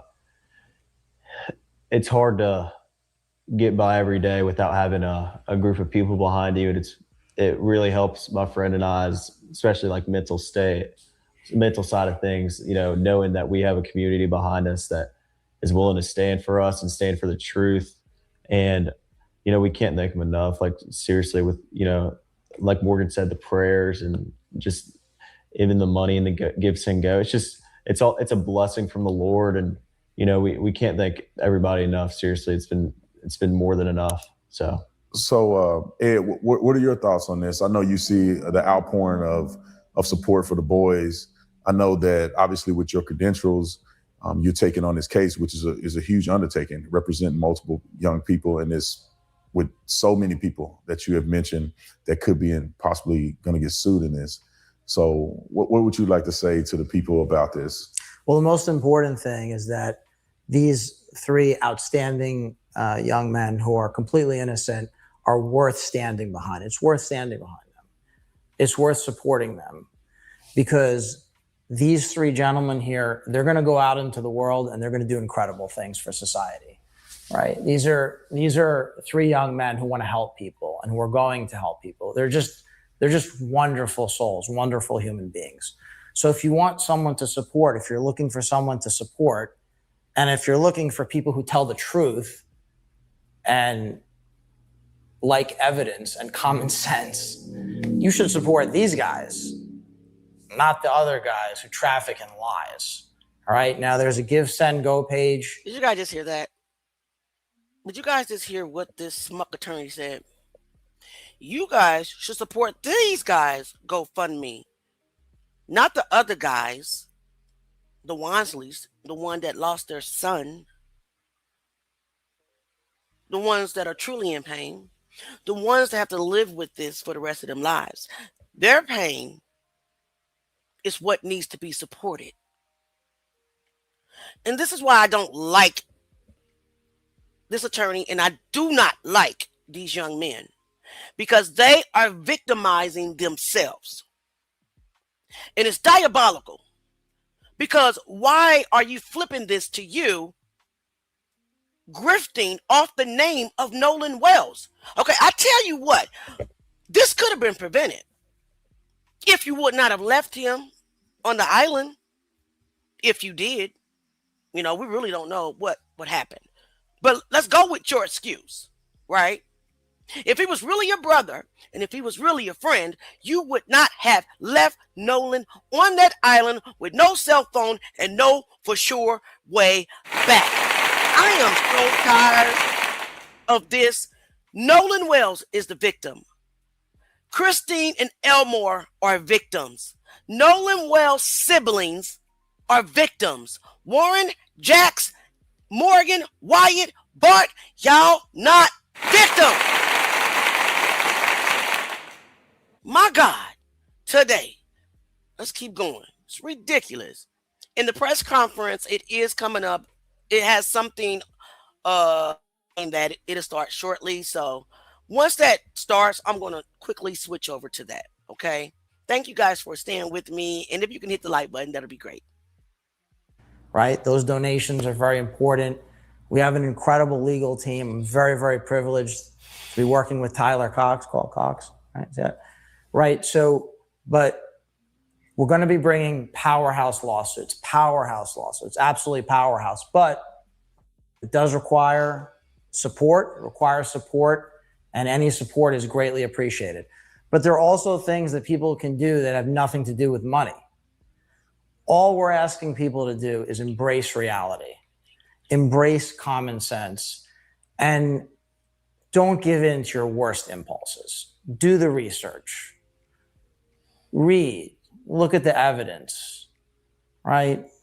Start judging credibility. And look at the respective motivations, the motives on both sides, right? On one side, you have some folks who maybe are not motivated by such great things. But what we have on our side and why you should support us, one word for you. My favorite word, which is virtue. We've got virtue, right? We've got the honesty. We've got the integrity, right?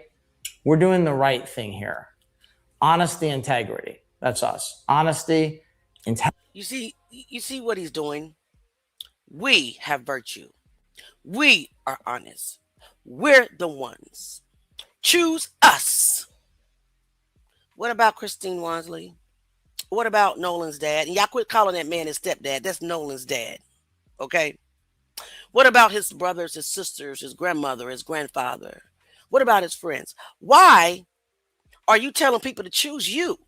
You have not been charged, and by out of your own mouth on Nancy Grace's interview, Tyler Scott said, and you agreed, Paulzik, that the boys are not even suspects. So what are we choosing you for?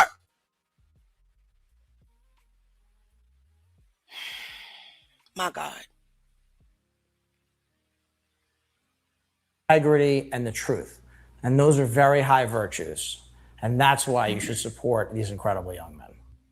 Well, thank you guys for agreeing to do an interview. I really, the purpose, and I think you guys can agree to this or lament to it, that the purpose is just to get the message out there. You know, I'm not an investigator in this case. I've done this for a living for a very long time. I know when people are lying and when they're not. And I want the world to know the reason I'm even willing to talk to you guys is because you've shown through evidence that you've shown me and also through your character that you guys are trustworthy and you're at least in good faith telling me your side of the story. And so I just want to say thank you guys for doing the interview and good luck. Thank you. All right, guys.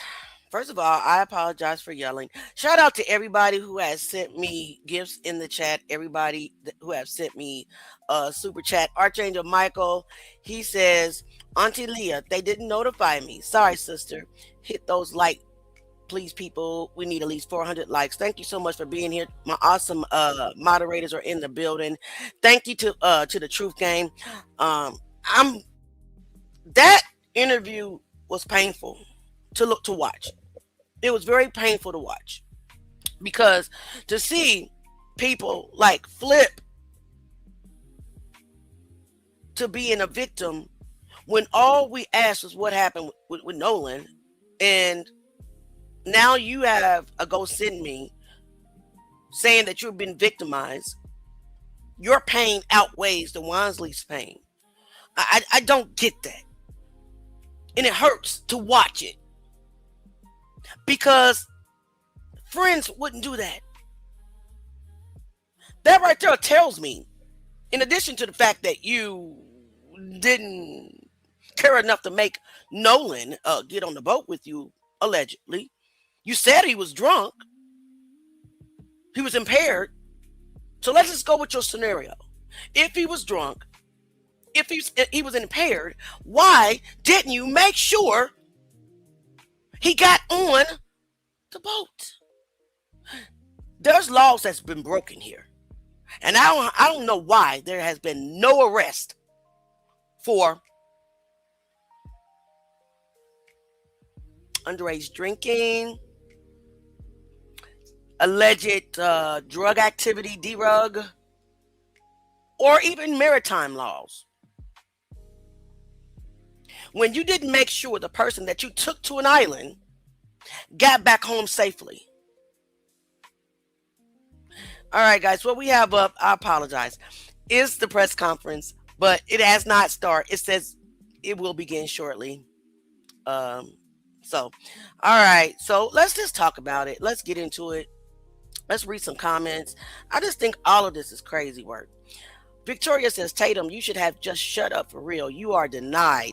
That you're dealing with now for the last several weeks around Nolan Wells is indicative of many cases around the country that have raised serious questions with racial overtones. Attorney Crump and I are going tomorrow, where I'm doing the eulogy for a young Black man in Madison, Wisconsin, homeless, and they say had a knife, and there's the tape of him being shot. 3 cops surrounding him, shot and killed, 4 shots. And these cases building up in a climate of an administration in Washington that we cannot feel objectively investigate. There was a time that we could say if state authorities tell us, we need the Justice Department. Even under George Bush, very bad Justice Department connection here. We, at this point, have to hope that one, we could deal with civil courts, or secondly, that there's a balance of power with the Democrats taking the House in November, and maybe the Judiciary Committee under that can at least put a check and balance on cases that need to be investigated. But we are right now where we have 2 parents, lovely parents, I've gotten to know them, that really don't have an answer to the question. Is it a civil rights violation or not? And we know, how do you trust the words of people that say immediately no foul play when you haven't even investigated if it was foul play? Do you trust people that come back from something that happened and never really give you a straight story of what happened, including you have the keys to the car? So when you have more questions than answers, you have to have people that will drive the answers out. That's what we do.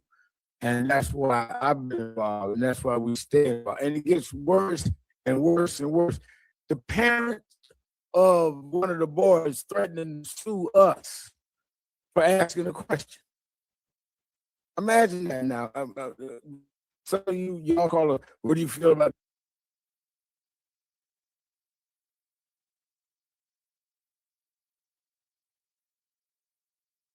Bad connection going on. Let me see if I can find this somewhere else, because that connection is awful. It really is. And it actually just went off. So give me a moment. I am trying to see if I can find the press conference on a different channel. It was supposed to be on WLOX. I do not see it here either. Let me see. I'm not sure. Watch line.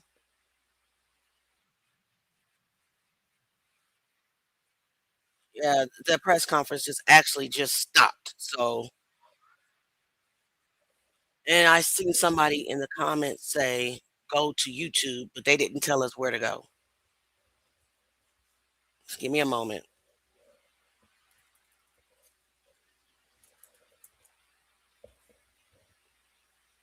All right. I think I found another stream. All right, let me switch it up. I found it. Another stream. That was awful. All the way. In light of that, before attorney, and I call him the Attorney General of Black America, gives us the legal basis, and then we hear from the parents. Congresswoman who lived herself through dealing with the whole tragedy of her own son. That's how we met. On a plane. She was a flight attendant at the time. And she stopped me on the plane and said, well, man, why ain't you dealing with my son's case? And we started a relationship. She ended up being elected right here in Georgia and reelected. They redrew her lines and she was reelected anyhow. The lines couldn't reduce the favor of the people. Congresswoman Lucy McBath. Good afternoon, everyone. First, I want to say thank you to Reverend Al Sharpton, and also thank you to Attorney Crump for being the armor bearers for this family, the Nolan's family. It's a really, really sad occasion that we're here again. I was just saying to my staff on the way in, it's like this brings back so many vivid memories for me and my own family, having lost Jordan to unnecessary gun violence in November 2012, Black Friday, simply because he was Black and playing loud music in his car. And so here we are again today, here for the loss of another Black young man in our community. And we find ourselves asking the same questions. How did it happen? Why did it happen?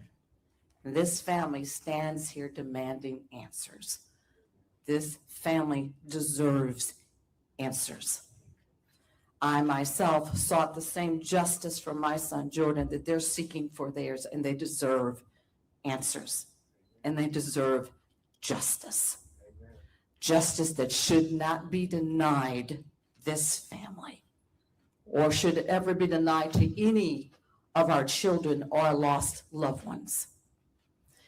As of the Congressional Black Caucus, I'm the second vice chair of the Congressional Black Caucus. We are demanding a full federal investigation. Kash Patel, we're demanding a full federal investigation as to what has actually happened to Nolan Wells. We want to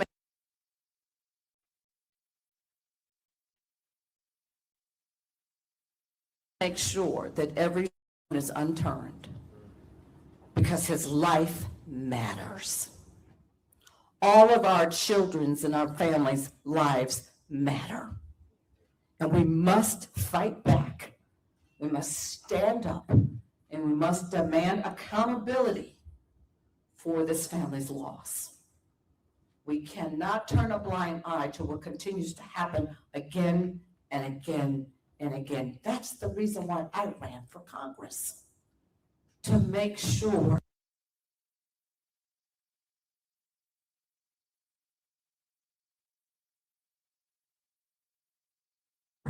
that we continue to put a face on what's happening to our families. Horrible connection. And our communities every single day. We must say Nolan's name. Say his name. Say his name. Lift his name. And as the national Black journalists of this country, you have the ability to be able to lift this story and not let it die. We see over and over again these kinds of tragedies in our communities that continue to happen. And they make it to CNN. They make it to MSN Now. They make it to our local news for maybe 30 days, if that. And then the stories are gone. And the carnage is left with the families and the communities that have lost someone that they love. So I thank the National Black Journalists. Thank you for lifting this family story. Do not let it die. Continue to say his name. Continue to tell his story, because they deserve justice, and it matters. It mattered for me. It mattered for Trayvon. It mattered for Eric Brown. It matters for all of our loved ones that we have lost. As Attorney Crump comes, let me say, as Congressman McBath has said, the caucus has asked the federal government to look into it. For those of us that are worried about the politicalization of the present administration, that is why January becomes important, that we have a judiciary committee that can also monitor when investigation happens now or does not happen. So it won't end there. They may come out with any announcement they want in the next month or so. We having a big march August 28th in Washington we must deal with voting rights. So we have the right people in so we can check and balance. I want to say to people in Mississippi, whatever investigation you come with, once we have a fair and balanced government, your investigation will be investigated. It will not end with what they say in Mississippi. Attorney General of Black America, Benjamin. Thank you so much, Mentor.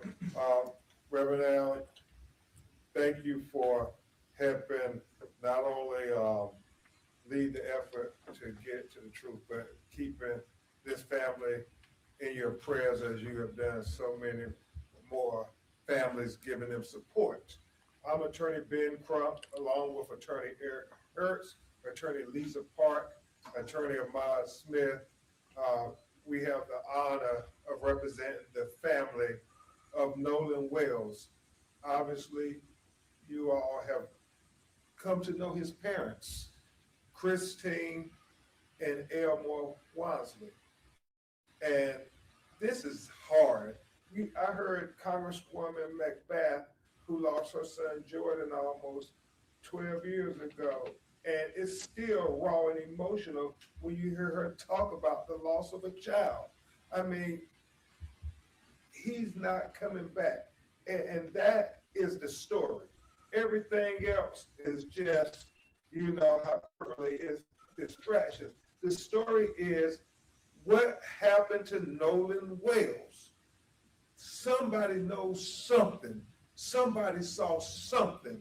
I'm thankful to Reverend Al Sharpton and Mr. Tyler Perry and Terrell Owens and Byron Allen putting up these rewards. I understand others have now put up rewards, and that's good because that means we all have the same objective. We want the truth about what happened to Nolan Wells, and it is urgent. It is urgent because each day that goes by, you worry, will we ever get to the truth? And so that's why we want to thank CBC for calling on the federal authorities and anybody else who has resources to help this family get to the truth of what happened to their son. I know I was talking to Kristen Clark, and she said, no, let's make sure that all taxpayers' money that goes to support federal resources apply to our children too. Right. I mean, I agree. that nobody should say, oh, it doesn't matter that much because it's a black child. No, it matters. All of our children matter.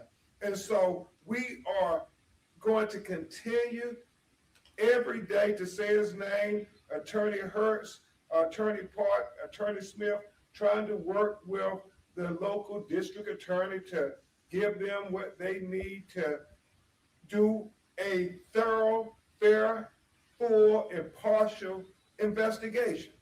That's what we're asking for. Everything else is just a distraction because Nolan's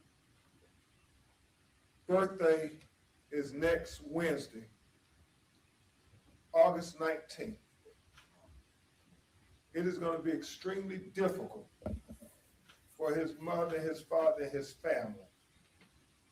Because this August 19th will be like no other that they've ever had for the last 19 years. I mean, it's a milestone when your child gets to be 18 years old. You try to breathe a little easier, Reverend. Now you say, man, we almost got them there. They're at the cusp of being an adult, cusp of manhood. And you heard how Elmore was working so hard, him and Nolan, his football career. I mean, he had a good start, but this was really going to be his year.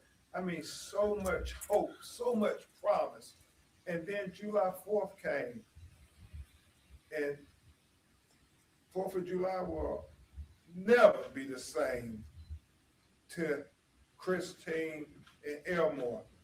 And on the 19th, next Wednesday, his family, we're all asking for prayer for Nolan. I know there's going to be a prayer visual in Ocean Springs. I know Reverend Al is going to work to make sure we're all praying all across the nation. But y'all, let's pray. Can we pray together in unity to say, let's get to the truth of what happened to Nolan Wells? Can we do that, America? Can we at least come together in unity on his birthday? Everybody who claimed to ever be a friend of his, can we come together in unity and pray for the truth and try to have love in our hearts for this family, for this brokenhearted mother and father, his sisters and brothers? Can we try to give them grace and give them love and pray for their humanity? Who was lost on 4th of July and is never coming back. Right. That's so much to ask.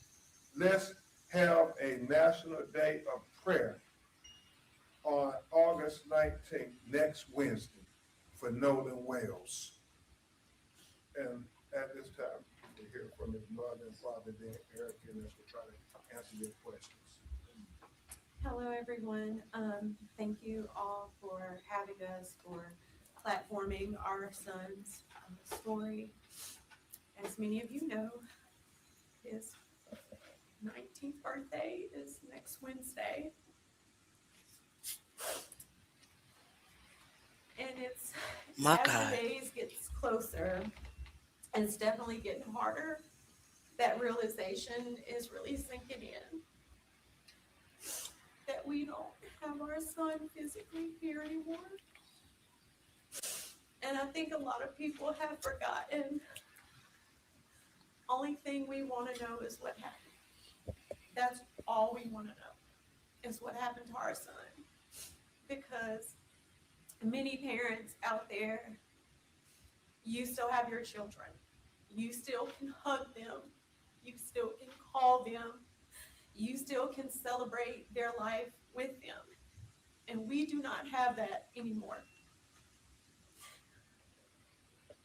Our lives have forever changed. This new normal is something I would never wish on anyone, not even my worst enemy. the hurt that we feel daily, the conversations that we have to have, not just with each other, but also with our other children as they are grieving as well. So we ask that everyone, please, next Wednesday, join us in prayer. As for us as a family, but also too for everyone out there, but especially for Nolan and the process that we're going through. And again, we thank you so much.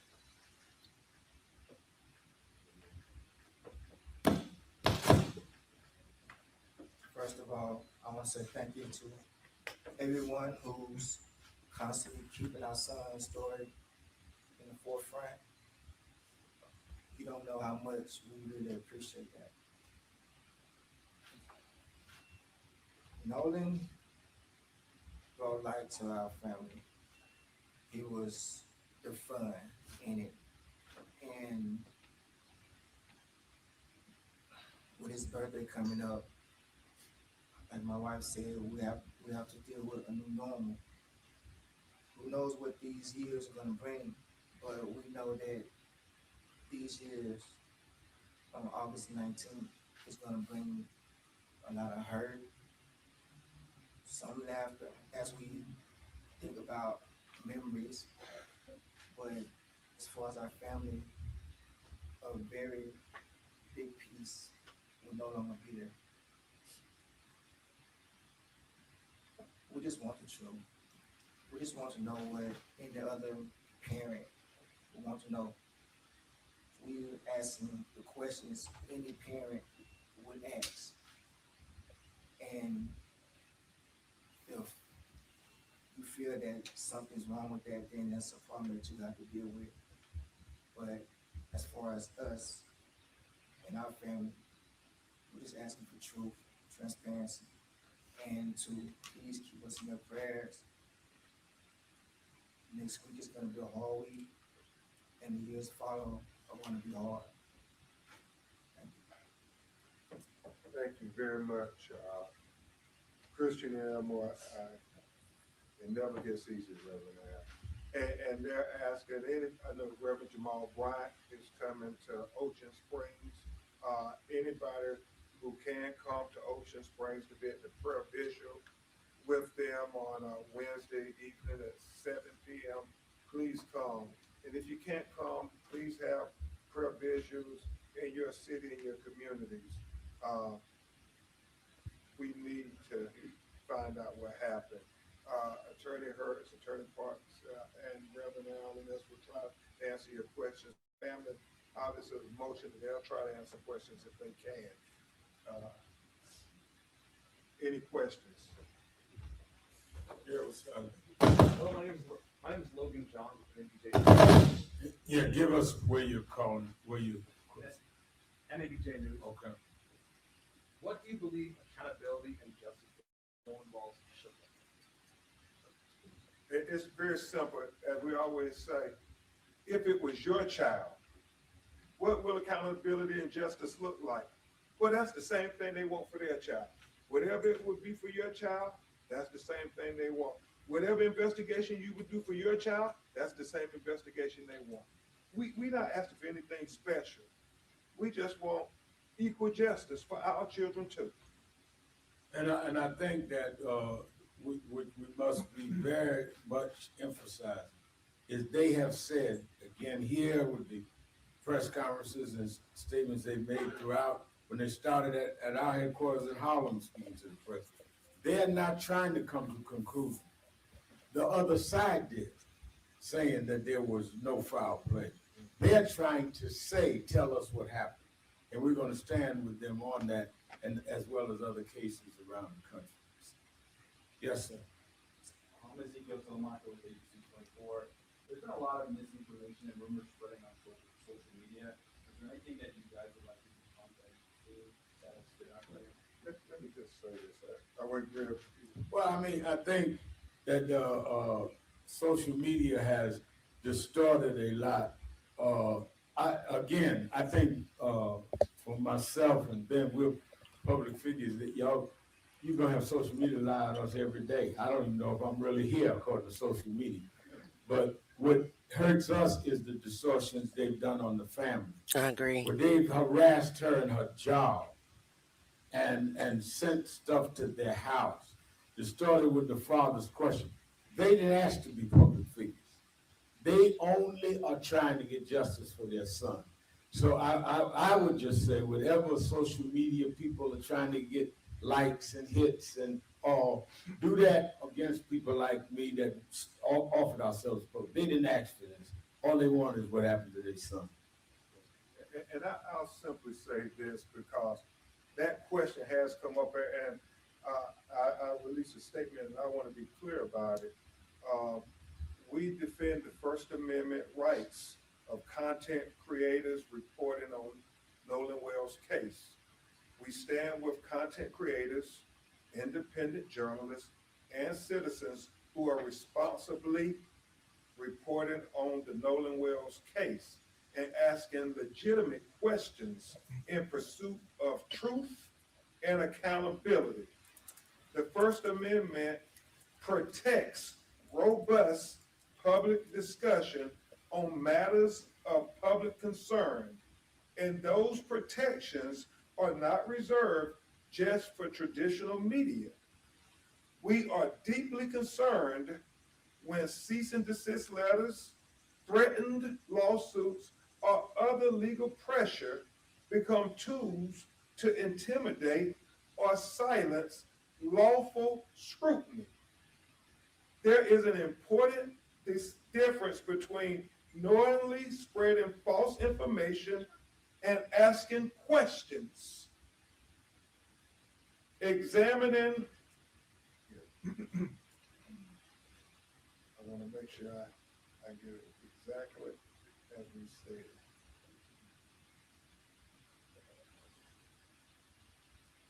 Okay.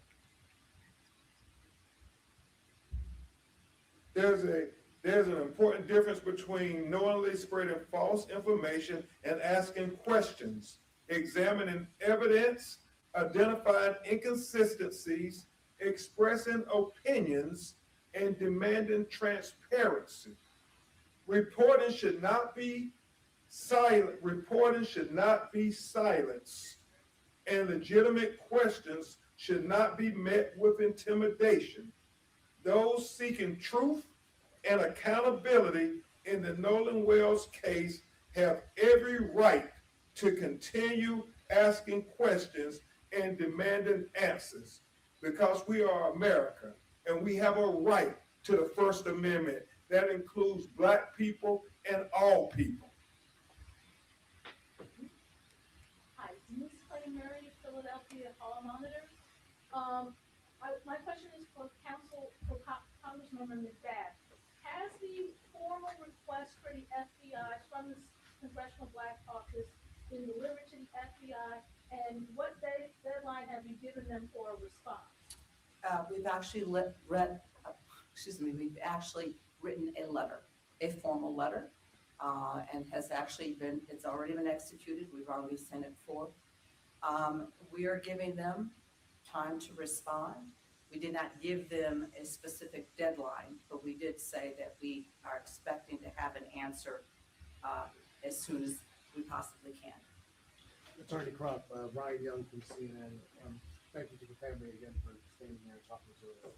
There's been a lot about the meeting that you were supposed to have with the DA's office and the cooperation that they were supposed to be giving. Can you update us and tell us whether or not the family has had any contact with the DA's office? Have they talked to you? Have the investigators put their arms around you at all? Attorney Eric Kurtz and Attorney Parker. Very hard to hear.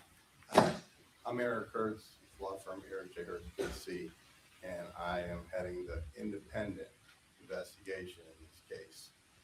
I think the first thing, before I get to the exact question, is what's worse than losing a child? Probably nothing. But what makes it horrible is not knowing, and transparency is the key.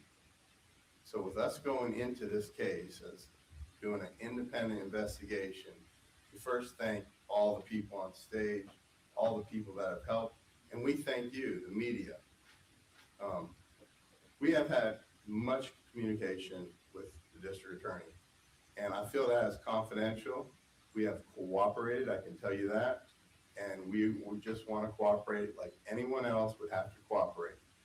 And we're continuing to do that. It's a duty to our clients.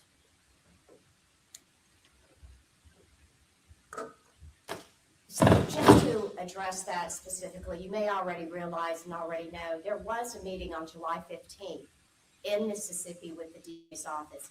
At that meeting, there were several things discussed about the investigation regarding Nolan Wells and what happened to him. In that meeting, there were several things that were set out and agreed to, and we expect the DA, as well as our own team, to follow those agreements. Yes, sir. I'm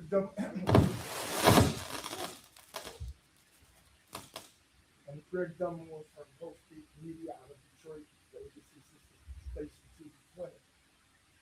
Evil prevails when good men and women remain silent when the facts come out, and they will come out. If it indicates. Okay, two things, guys. Two things. All right. Two things before we continue. This live is not about Tasia Fortune. May she rest in peace. Number two. That's number one. In addition to that, someone is trying to deflect and change the narrative in the comments. Is it Damian Davis? Interesting name, Damian. Okay.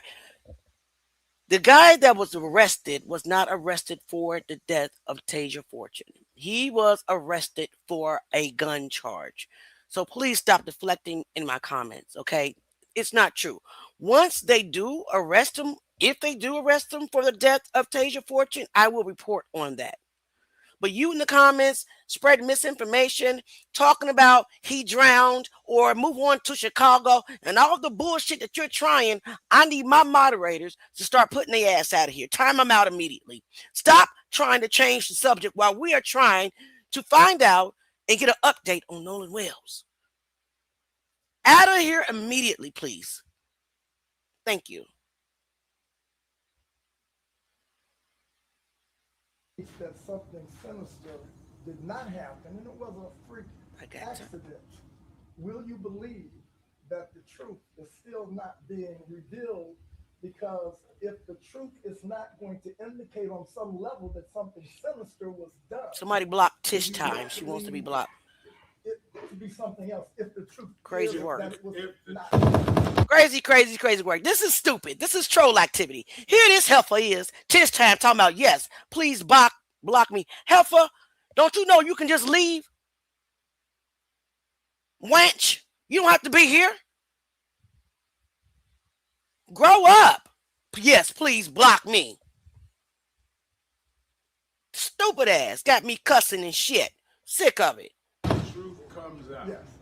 And it's clear that we will accept the truth. That's all we're asking for. And we only have said that the people that are attacking them for raising the question of the truth say the same thing.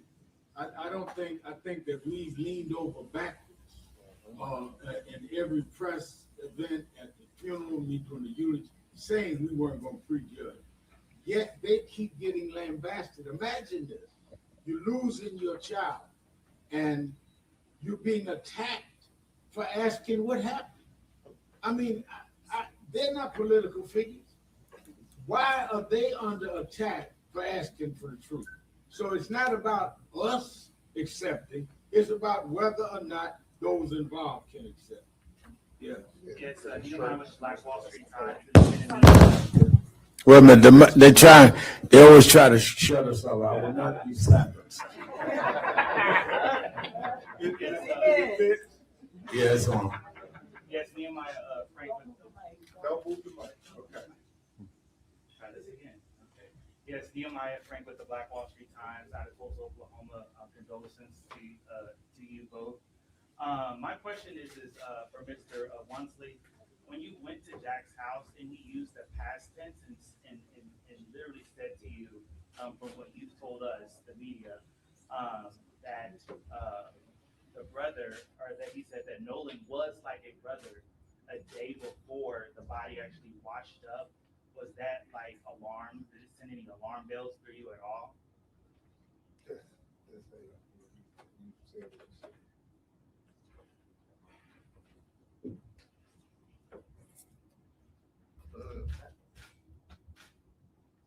put yourself in a father's shoes and you just found out that your child is missing. The only thing you want to know is where he is. Trying to go back and think about specific words at that moment, I wasn't thinking about that. My mind and my focus was finding my whereabouts of my son. Hey, Tom Jones, reporter for WSB TV here in Atlanta. I keep hearing about this young lady that Nolan left with. Has anybody managed to talk to her, talk to her? I think that what we're trying to carefully do is not impugn the investigation. So what may not have happened in terms of the dialogue with the lawyers and the family would not be prudent to testify on WSB Atlanta. Hi, my name is Jahara Wilson with Gravity. You're calling on the Department of Justice to open an independent federal review of Nolan's death. What do you believe federal investigators could uncover that local and state authorities? Let me clarify also, the Congresswoman want to get some clarity. Also, I do want to clarify that we've given them 7 days to respond. It was 7 days. So I'm sorry about that. Your question was, what do we hope to get from them, the federal investigation? What anybody will hope. We are taxpayers too. It's the federal resources that can offer resources to help investigate the matter thoroughly. And so Nolan was not only Christine and Elmore's child, but when you think about it in a philosophical way, he was all of our children. But by the grace of God, it could be our child next. And as American citizens, we have the absolute right to say our federal government should extend resources for our children like they will extend to everybody else. I would never forget when President Obama, with Reverend Al and I, when Trayvon Martin was unalive. And he said that it's important that we extend all of the resources of the federal government to help this family get to answers of the truth. And that's all you would want if it was your child. That's all they want if their child. Every resource available, help us get to the truth. And let me say that and answer that. It's important that you understand that when we raise these issues, that's all what we wanted. We raised the issue, I was out front, Ben was the attorney with Trayvon Martin, and we finally got George Zimmerman in court. When the jury said not guilty, we said we disagreed, but we didn't go and attack his parents. We didn't go and chase him down. We accepted that. When we had the killing in Missouri with Michael Brown, and President Obama was president, we asked for the federal government to come in there. Eric Holder and them investigated the case and said there was no federal case that they could bring. We accepted that. So don't act like we don't accept it. We accept it when Michael Brown's case didn't go federal. We accept things when they're fair, but we want them to be fair. That's why I said, as the Congressman said, they're giving them 7 days. The FBI come back either way, but we want it reviewed by the Congress at some point. I'm on my way tomorrow to Madison, Wisconsin, to deal with Ruiz shot on camera. While there's a company trying to get a contract that is in business with ICE. I'm going to talk about that tomorrow. We look at it from a civil rights point of view. They're dealing with it from their son. This is fresh blood. Yes, ma'am.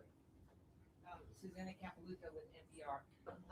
Has the DA said anything to your attorneys regarding the joint investigation of the cell phone? I'm sorry. Can you repeat that, please? Oh, sorry. Has the DA said anything, given any guidance on the joint investigation of the cell phone? We are in constant communication, and just like anything, like to address the gentleman sitting next to you. What was your name again? Greg. Yeah, you get 2 shots. Yeah. This is Greg Dunmore. Okay. Just to address Greg's question, the truth has to be proven and shown with the methodology, the way they came about. Someone just can't come out and say, hey, I have a Ferrari, and then you believe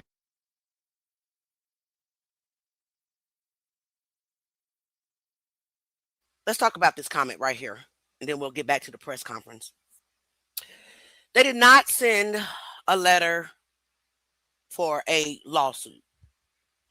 They sent a letter asking for them to preserve information. If you guys do not know what you're talking about, please shut the hell up. Just shut the hell up, please. That's all I needed to say. Let's get back to the press conference. This is ridiculous. These trolls are just crazy. They have a Ferrari. I don't have a Ferrari. The truth has to be shown. You got to bring them to your garage, show them the title. That's the truth. And yes, we will accept the truth. So the same way with what the young lady sitting next to you is saying, which is we have procedures that the courts require that we as lawyers ethically have to follow in order to turn over evidence. There's chains of custody. There's protected private information. And we are willing, in fact, today, I'm not doing anything the rest of the day, to meet with the FBI and our person, our expert, to go over that phone. And we've made that clear. So we're ready to do that at any moment. We just want to say one last point on that. I'm going to back up a little bit. So just to clarify, what the agreement was that the DA's office, and this is the Jackson County DA's office, as well as our forensic team, and possibly the FBI, were going to together download and examine the phone. So it's done one time with everybody together, right? This is very common in the law. I mean, what you all may be more used to is when there's a terrible car accident, and then there's an examination of that car, and everybody comes together one time. They don't move that car around, and everybody does their own thing. This is what is supposed to happen. We are waiting for the DA to determine the time, the place, the date. Let us know, and we are going to be there with our forensics team and anybody else, but it's done one time, one examination. We're ready for it to happen. Julie Walker, Associated Press. Can you give us a sort of a timeline of what's next going forward, including any possible lawsuits that would be filed, not against you, as you had mentioned before, but that you would be filing? And then the completion of the independent autopsy and how that's moving along, and anything else that would be moving forward. And I know you had mentioned you wanted that national day. Other than that, anything in the future? Well, we want to make sure people understand we're going to follow the truth wherever it leads us. There's been a lot made about we want to come and bring some lawsuit. When Christine and Elmore called me, we weren't thinking about bringing a lawsuit. We were thinking about just helping them get to the truth. That is a vehicle that we can use to get to the truth if the facts tell us that. We send out preservation letters, and everybody said, oh, they're going to sue them. No. We send out preservation letters to preserve the evidence. And in those standard letters, you say litigation is reasonably anticipated to say, don't get rid of the evidence. We're on record that we want the truth, the whole truth, and nothing but the truth. And that's what's going to lead us in what we do. It's about the evidence, nothing else. And this family has always said from day one, even when I called Reverend Allen, we talked to him, they have been consistent. We want to know what happened to our child. Everything else is just, it's just clickbait and everything. It's about what happened to our child. Black Press, NABJ, we need you now more than ever to keep everybody focused. What happened to this 18-year-old Black teenager in Mississippi? Because there have been questions when you look at the history of the Deep South where young Black people are unalive and nobody ever gets any answers. Well, we want Nolan Wells not to be like many others that came before him. And that is why, as I said earlier, August 28th, the anniversary of Dr. King's March, Martin III and I we were doing a huge march in Washington, Lincoln Memorial. This will be highlighting other cases because these things keep happening, and to protect the right to vote. So we intend to stay out on the battlefield as long as necessary.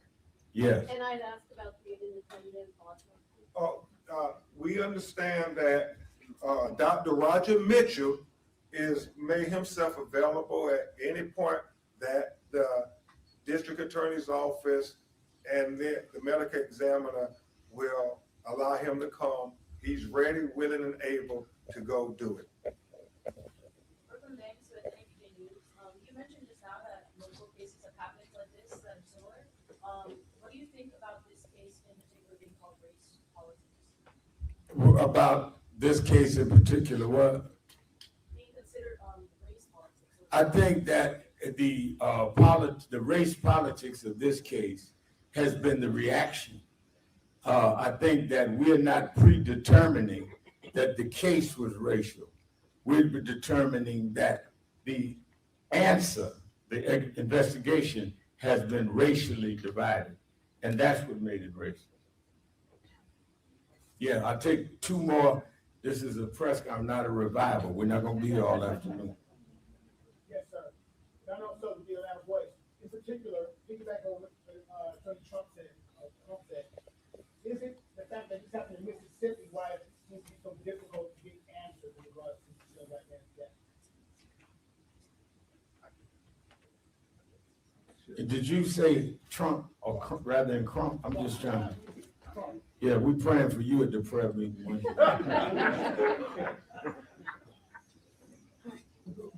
I want to keep an open mind. I know there have been several attacks on us just for asking questions, and it's okay. I mean, when you think about Mississippi, they attacked all my heroes. The governor's predecessors, they attacked, Ida B. Wells, Medgar Evers, my personal hero, Thurgood Marshall, Dr. Martin Luther King, for saying that we're going to stand up for Black life and Black humanity and the right to Black people to have the Constitution applied to them as American citizens. So I'm unapologetic in my defense of Black life, Black liberty, and Black humanity. God has a calling on all our lives. And when you figure out what that calling is, you don't second guess it. You say, God, I know why I put on this earth, to be there, to stand up for our people in times when they have nobody else to stand up for them. And so whether it's Mississippi or anywhere else in the deep South, or as Malcolm X said, I heard they discriminate against Black people in the South. He said, I guess my definition of the South would be anything beneath the Canadian border, because last time I checked, they discriminate against Black people all across America. Yeah. And so what we're saying is we are open-minded. We want to trust them, but we can't be naive. We have to verify everything, as Attorney Hurt said. Whatever conclusions you come to, we want the methodology. Whatever investigation you're doing, we want to know that it's the same investigation that you would do with your child, not treat Nolan any differently. That's what we're trying to do. That's all we're asking. All right, we're going to take one more, and then we have to take the family out. Jesse Jackson Jr., who has his own radio show. I represent KBLA today. Let me ask a question, Reverend Sharpton, Reverend Crump, and even the Congresswoman. Nolan Wells's body was found on federal territory, Horn Island, run by the National Park Service. Are you aware of any death investigation opened up by the National Park Service into his death on federal land? First question, actually two parts. There have been 7 arrests made for the swimming pool, also run by the National Park Service. Why the disparity between arrests over the reflecting pool in front of the Lincoln Memorial and 0 arrests, subpoenas regarding the National Park Service in the case of Nolan? The answer, and I have the lawyer's answer, is that is why we raised it, thanks to the CBC and Congresswoman, to a federal level, because the federal government has to answer those questions of involvement, because Horn Island is federal property. And while they can have a grand jury indict around the reflection pool, then announce they're pulling back the charges, now have with a new special grand jury. They done went to a pool twice and haven't come to Horn Island one time, and it was federal property. So I think that the contradiction there is why we keep raising the question. And also too, as a matter of record, you know, being in Congress, Okay, there is so federal oversight. please do not use any curse words in the chat. If you're going to use curse words, you have to spell them wrong or spell them backwards or use symbols. Please do not do that. Thank you. And I sit on Judiciary Committee in Congress. We also have the Senate Judiciary Committee. And oftentimes there are a lot of these kinds of investigations that come before us because we have the authority for oversight. So since this is considered, at this point, would be considered something of national federal interest, that is the reason why we're asking for the accountability to make sure that this is not just swept under the rug. And I'll say in conclusion, thank you to the media. Now more than ever, the fourth branch of government, we need you. NABJ, we need you now more than ever.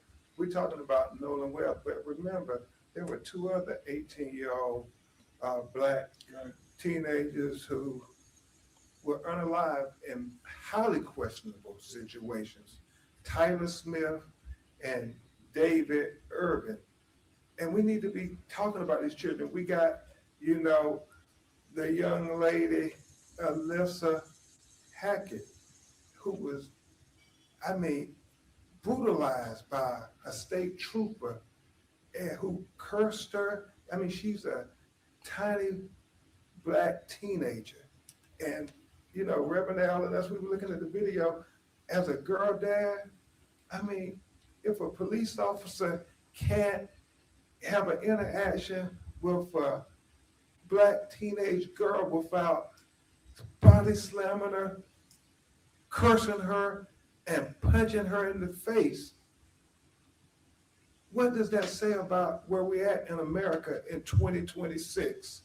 This is about covering those stories, even when people who may run your news out don't want you to cover the stories. We need you to give us a voice in the tradition of Ida B. Wells. We can't have the police just writing the narratives and the reports. We need you all writing those narrative reports. And you got to challenge your white counterpart and say it. Ida B. Wells said famously, Reverend Al, the killers write the police reports. No, we need NABJ to write the reports and the narratives. Thank you. Amen. Amen. All right, so that is the end of the press conference. Now, as I previously stated, part 3 of the boys' interview with Officer Tatum will start at 1:12 p.m. What is going on with these odd times? That what are they code? Is it numerology? He picks like very odd times to basically go live or air the interview. Like it starts at 1:12 p.m. What does that mean? What does 1:12 p.m. mean? So I thought that I would end the live and then we would just come back. But since it's so close, I'm not going to end the live. Just hang out with me. We're going to watch a few more clips. I really appreciate everybody in the chat. Thank you so much for being here. Thank you so much for being here. I really appreciate you. I'm going to ask that you please hit the like button. So while we're waiting on part 3 of the boys' interview, I want to, it's a lot of questions surrounding the phone. So Don Lemon, he actually went into detail yesterday, along with some other people that were on his panel with him about the phone. So let's go ahead, and I want to go ahead and pull that up and watch that while we are waiting on part 3 of the interview for Nolan Wells.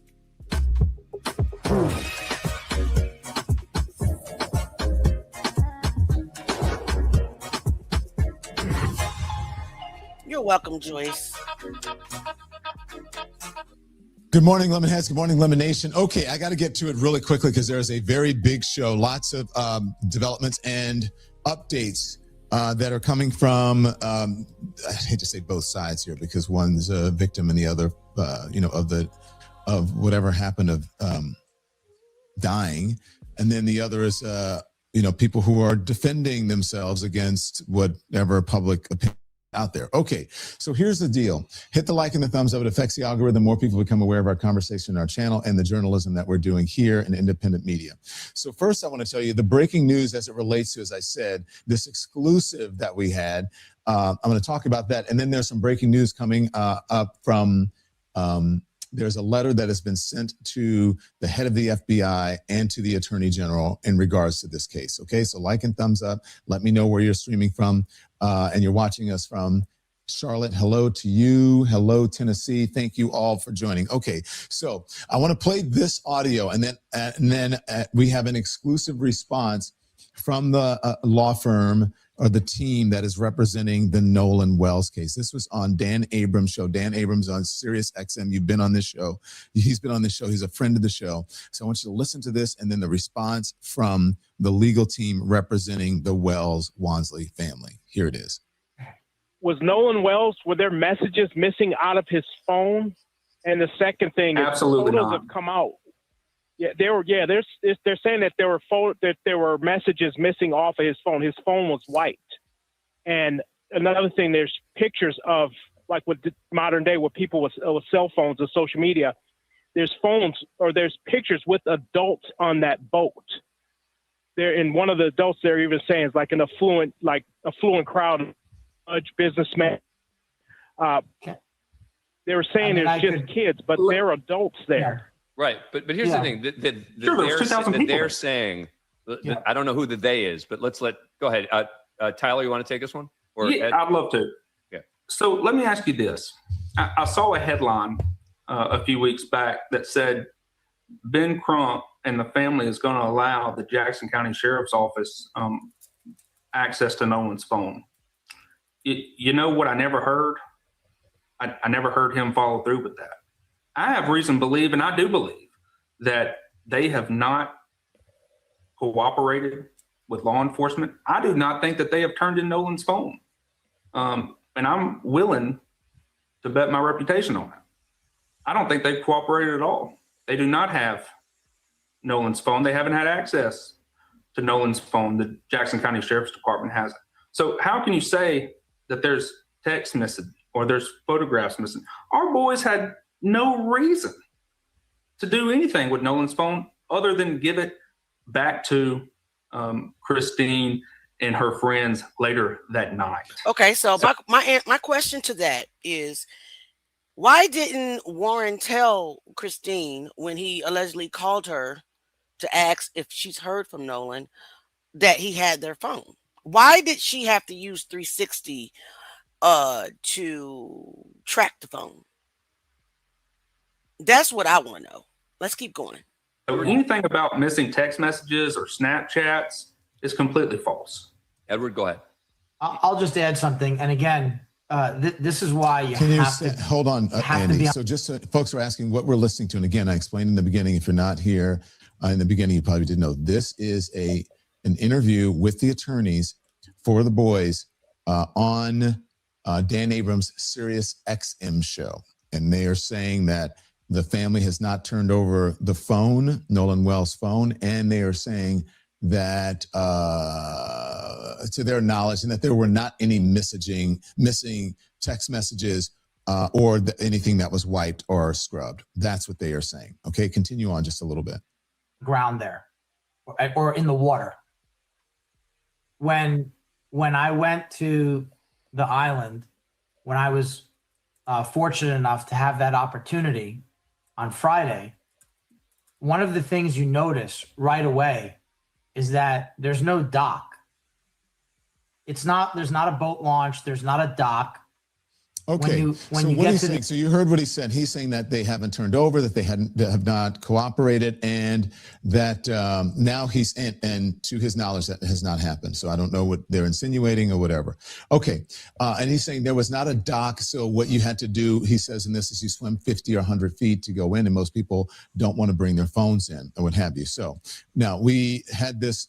I don't think we explained this yesterday enough, and I didn't realize it was an exclusive when I got it, to be quite honest with you. And then the team reached out and said, you know, you're the only one who has this, and we're going to release it later on this afternoon. And so this is the letter from the attorneys who are representing the family. And as we do this, I want to tell you, we're going to bring in Charles from TMZ in just moments, and he's going to discuss this and other updates. But it says, please be advised that A.R. Smith Law PLLC has been retained to serve as a local counsel for the estate and family of Nolan Wells. Moving forward, I will be working alongside the legal team at the Ben Crump, and he goes on to say that. And it says, as the legal team has stated previously, including during our in-person meeting with Wells family and counsel, we have been and remain ready and willing to cooperate, arranging a joint forensics inspection of Nolan Wells' personal cell phone.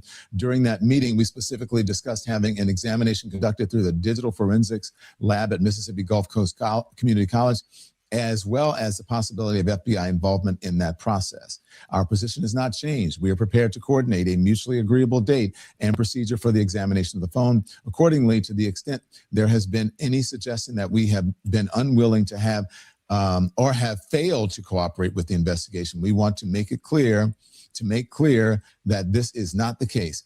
You also previously indicated that Dr. Mitchell would be provided an opportunity to review the materials necessary for him to complete an autopsy review. We remain prepared to facilitate that process. Please provide us with available dates and times for Dr. Mitchell to review those materials, along with any instructions necessary to arrange his access. We would like to move both on these matters forward. We'd like to move both of these matters forward promptly and remain available to coordinate with your office. Very truly yours, Ahmed R. Smith, which is A.R. Smith, Attorneys LLC. Okay. Okay. So you guys heard what he just read, the letter that he sent to the, not the attorney, the DA. All right. So they're asking, can Dr. Mitchell, the one who did the independent autopsy for the family, review the body parts that were missing to complete his autopsy, to finalize it? And they also asked for dates where they can come down there with Nolan's phone and do a corroborated, both of them, inspect the phone data. That's what they said in the beginning. I mean, when it comes to this case, I don't know if I would trust them either, especially the fact that when the sheriff came out and just flat out said there is no foul play. Shout out to TB. Thank you so much for becoming a panel member. Welcome to the green team. But guys, pay attention. Pay attention. They are really implanting false information every single day. They never said they was going to give up Nolan's phone. They agreed to a joint inspection of the data. Let's keep going.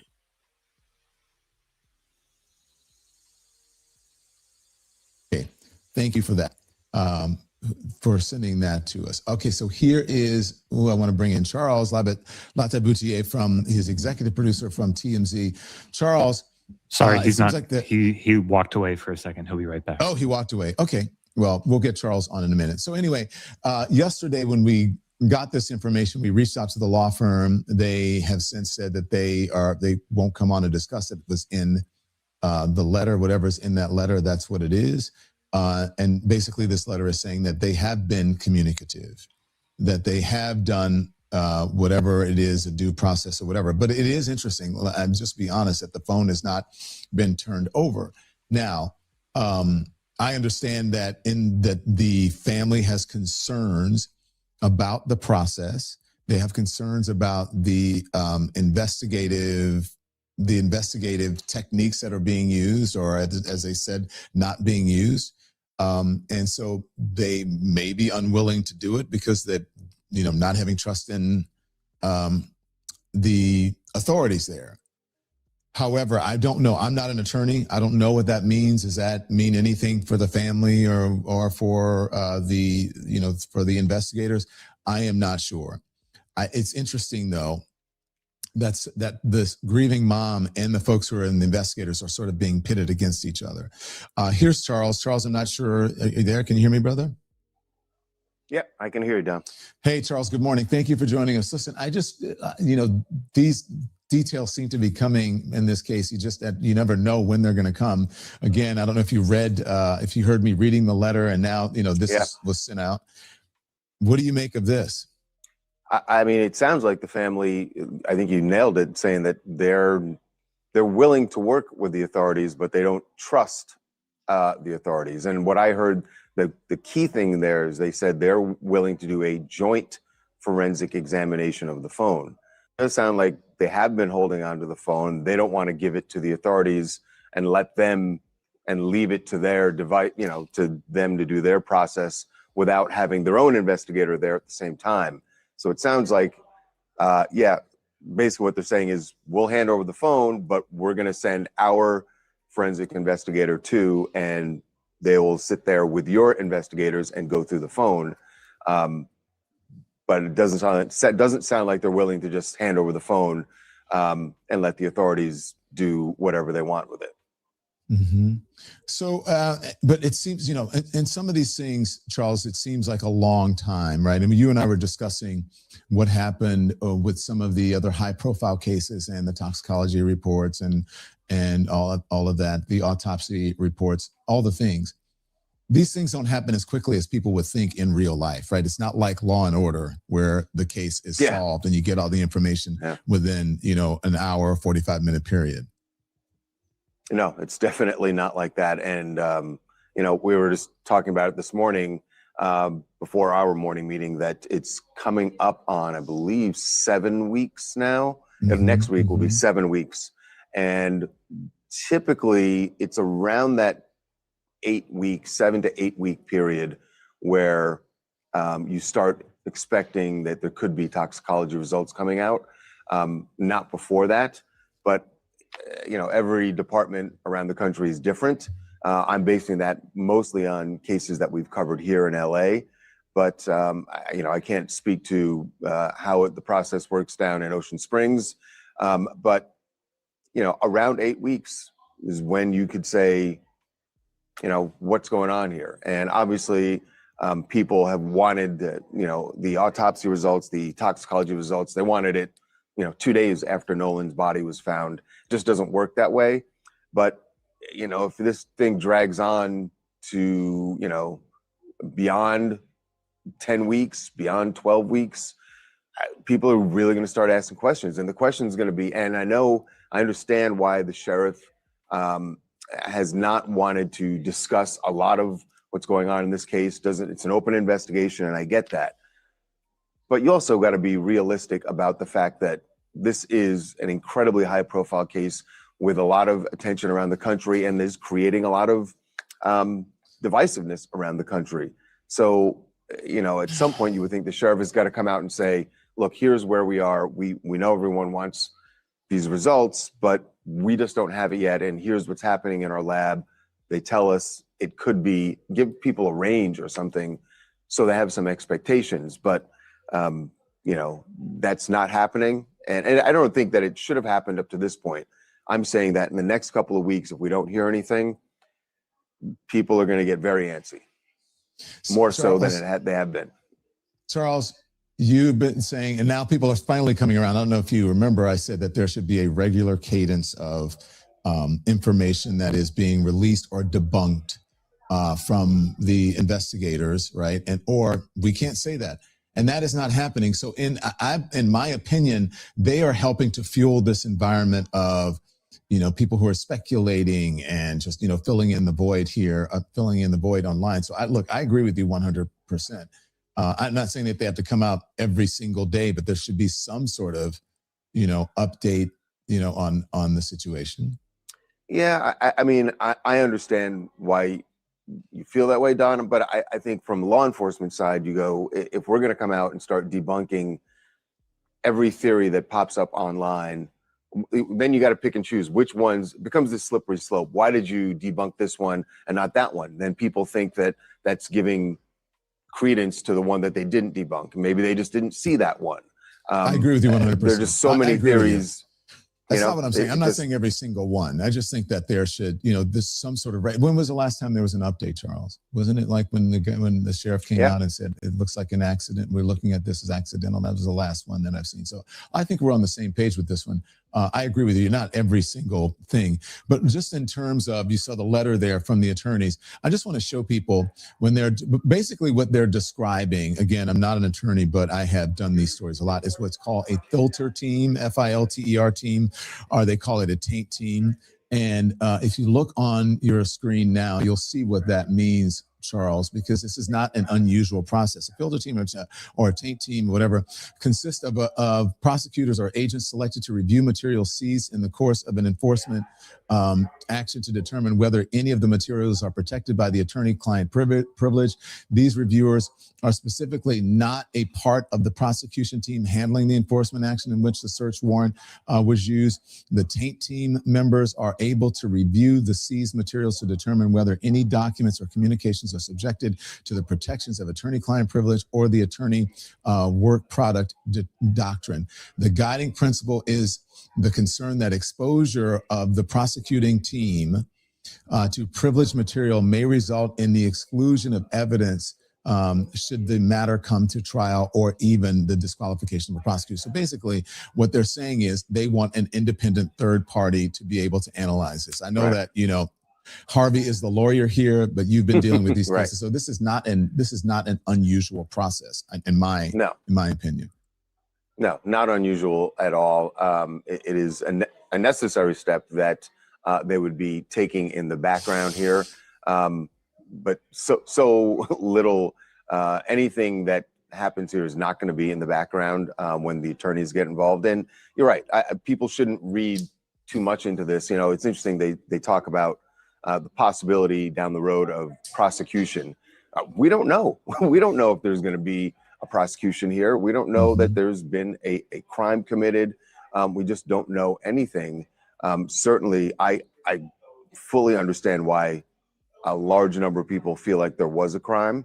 But the reality is we just don't know at this point. So don't read too much into the fact that you see in this letter them talking about prosecution and talking about potential evidence. We just don't know yet. And this all comes back to getting the toxicology, the autopsy results. And, you're right, Don, that the sheriff seems to be ignoring the fact. And you could say from one viewpoint that this is commendable on his part, that he's not caving to public pressure.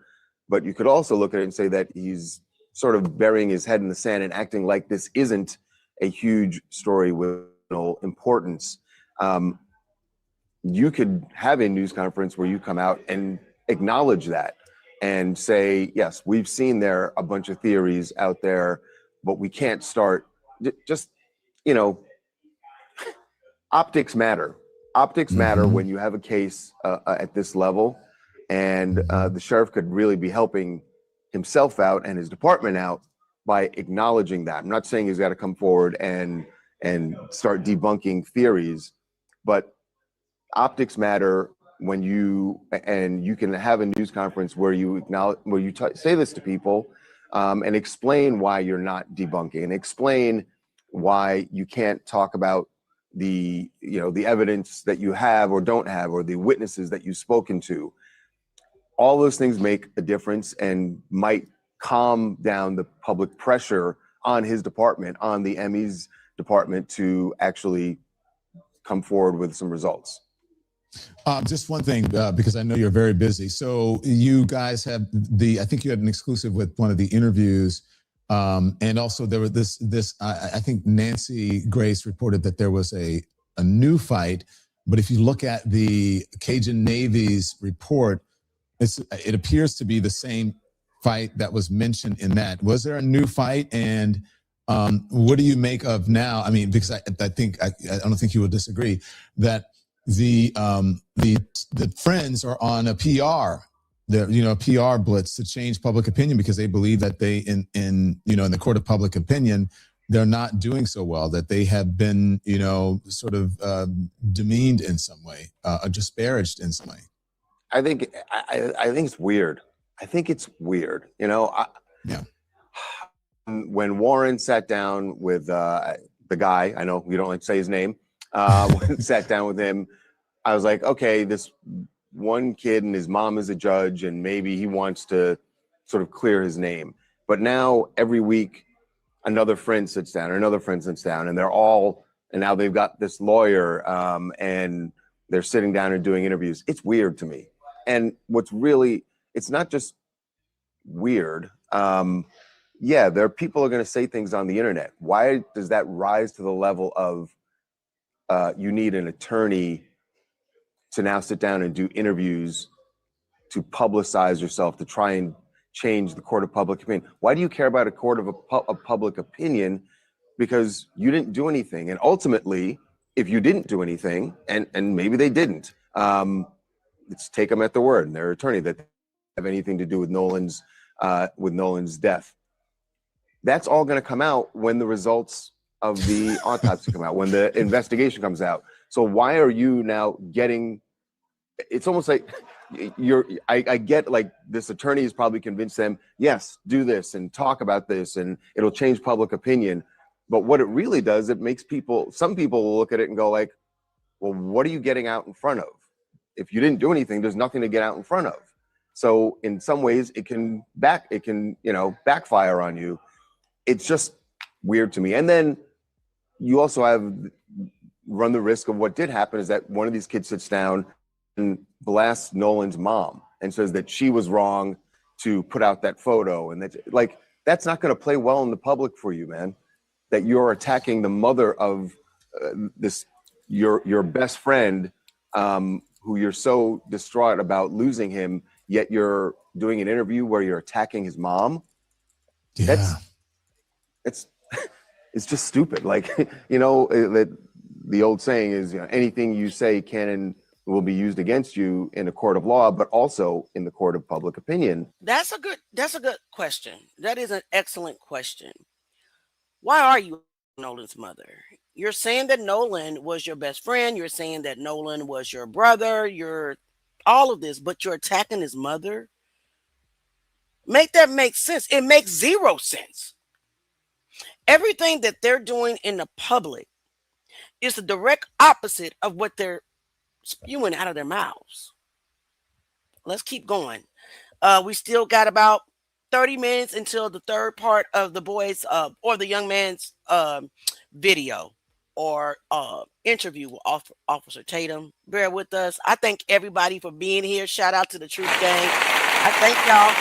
Thank you for becoming a new member. Thank you for all the gifts in the super chat. I really appreciate you and justice for Nolan Wells. Let's keep going. And so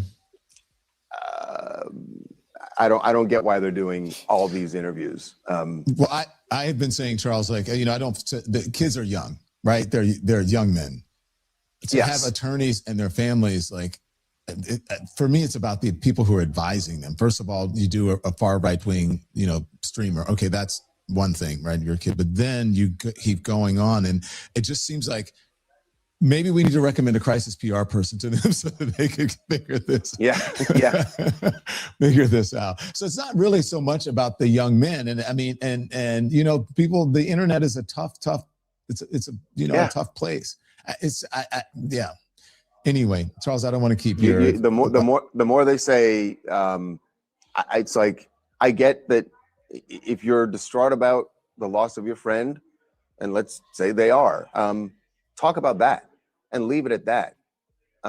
If you feel like you must say something, but too much of it seemed like they're just defending themselves, and if they've done nothing, why are you so vociferously defending yourself? Yeah, there's a doth protest too much kind of feeling here again. And you're right. We do have to remember, like you said, I think that's so true. These are kids, and I was thinking as I was watching the interview yesterday, they're 19 years old, even if some of them might be 20, they don't really know. And they're taking advice from their parents, they're taking advice from lawyers who get in their ears and say, this is a good idea to do this. I just don't know that it necessarily is. Yeah. Let the evidence that police find, let that speak. Yeah. And look, again, we don't know what happened. Not saying that they did anything, but we are going to analyze the interviews and the media strategy and what the attorneys, if you hire an attorney and you put it out there and we're going to analyze it and talk about it. So that's just going to keep bringing it up back into the media. Exactly. Yeah. Exactly. I agree. Thank you, Charles. All right. We appreciate you joining us. Say hello to everyone over at TMZ. We appreciate the work that you're doing. Don. Okay. Thank you. We'll see you. Charles Lataboutier from TMZ. Okay. We have three great thought leaders and minds who are going to join us right in a bit. Reese Colbert is here. Clay Kane is here. Teslin Figaro is here as well. And we're going to talk about the breaking news that we have. More breaking news coming, this one out of Washington, D.C. regarding this case, that it may now get some national attention from the powers that be in our government. We're going to bring them on in a minute. First, a word from our sponsors. Hey, can I ask you a question? Let me skip through. Have you ever made a decision? I'm going to skip through the commercials. I don't like commercials. So I skip through them. Please hit the like button while we are trying to get back to the actual important part of the show. Thank you so much for being here, everybody. Woo, you're in. Okay, we're back. We're back. Lemon. Okay, thank you everybody for joining us. Appreciate that. We love our sponsors. They keep us powered. Okay, Reese Colbert is a friend of the show and the host of the Reese Colbert Show. She joins us. Clay Kane, also a friend of the show, journalist, author, and a Sirius XM host. He joins us. We're going to talk about the show that they had. We'll talk about that later. Very successful. I heard it was amazing. And then Teslin Figaro is a founder of Teslin Figaro Communications Group and a Florida Supreme Court certified civil circuit and appellate conflict resolution mediator and trainer. She delivers communication strategies, political consulting, crisis management, and training. She's also a friend of the show. Thank you all for joining us. Teslin, we got this information. I must be honest here. I saw your post on it. I had not gotten the information yet. But Teslin, Congressional Black Caucus urges Attorney General Todd Blanche and the FBI Director Kash Patel to launch federal review of Nolan Wells' death. Talk to me about that. Absolutely, Don. Thank you for having me on. Good morning. So yes, the Congressional Black Caucus is now asking the feds, if you will, the FBI, to get involved, to launch an investigation. They are asking that 7 days, that they give a written response within 7 days. This is major news. Want to also just bring, just for clarity, and you know this, Don, and I think Reese knows as well. I've worked with Attorney Crump as a senior public policy advisor since 2012. So every major case that Attorney Crump has been on, I've been affiliated with in one way or the other. So this is important that we talk about what needs to happen from the legislative side. And I'm a little bit on 10, so pardon me, but when we put it out this morning and folks were in the comments saying, you know, well, we can't trust, you know, this FBI, you know, well, why would we be bringing it to the FBI? Let me just do a little bit of straightening, if you don't mind, Don. Can I just have about 2 minutes just to straighten? I don't think I can stop you, Teslin. Go ahead. Yeah. I'm trying to give our other panelists time to talk, but go on. Yes, I will. No, go ahead, Teslin. You got it. I just want to say this quickly. And all due respect, you know, to Dr. Umar Johnson. I saw his interview the other day on, you know, one of the platforms, The Art of Dialogue, where he was saying, you know, why is Ben Crump not taking this to the feds? You know, why are congressional leaders not taking this to the feds? And then immediately when this was put out, folks in the comments said, well, why are y'all taking it to the feds? So this is where I'm confused, Reese, because some of these content creators also say we don't need to be involved in the political process. So if we're not involved in the political process, which has everything to do with who is in charge of the DOJ, and then you say take it to the feds, and then we take it to the feds, and then y'all in the comments saying, why did y'all take it to the feds? Then y'all say don't vote. I'm just confused. If anybody out there can get us a new Department of Justice by close in a business 5 o'clock, please post it. The Congressional Black Caucus, Attorney Ben Crump, is doing everything possible in order to put it on the record. Nobody is saying that we're putting all of our hopes in the DOJ. I'm saying the same thing that I said in the civil documentary on Netflix, which is over 100 cities have changed policy as a result of these cases. People don't want to talk about that, Reese, but that's just a fact. So we have to put it on the record. That's what FAMU College of Law taught me, to put it on the record so that if the feds don't do anything, if the state does not do anything to bring charges against whoever is guilty, now we have it on the record. And since the feds love doing hearings, let's do a hearing. I'm down. Y'all down? Because I'm down. Let's do a hearing. Let's do an open hearing. And let's bring in everybody, including these so-called attorneys who are now representing these so-called friends. And let's also be careful on keep saying friends. The family has said over and over, these are not the friends of Nolan Wells. I noticed the media keeps saying friends, friends. I listened in a moment ago, but the family said they are not friends. So let's just put it all on record. So let's do it wide open. Let's what everybody see. I'm gonna give the other panelists, but I do want to clarify some lies that have been going around on social media that I think is critically important. I know Attorney Crump wants to get out as well. I'll turn it over. Okay, just real quickly, and we'll come back to that because we were talking about the interviews, but I want the other panelists to get in. Reese, you have been invoked because you said Reese, just you said Reese knows. So Reese, what's your response? You know, we got the interviews, we got this from the Congressional Black Caucus, and also this is the letter, if we can put it up, actually the actual letter to the Attorney General and to the head of the FBI. And it says, Dear Attorney General Blanche and Director Patel, more than a month has passed since disappearance and death of 18-year-old Nolan Xavier Wells, and his family is still without fundamental answers about what happened to their son. The Congressional Black Caucus stands with the Wells family and joins their call for a full, transparent, independent, and timely investigation into the circumstances surrounding Nolan's disappearance and death. It is unacceptable that so many questions remain unanswered as the Wells family continues to suffer what is already an unimaginable loss. And then they go on and they talk about other things here, which we can get into later. But go ahead, Reese. Good morning to you too. Oh, good morning, everybody.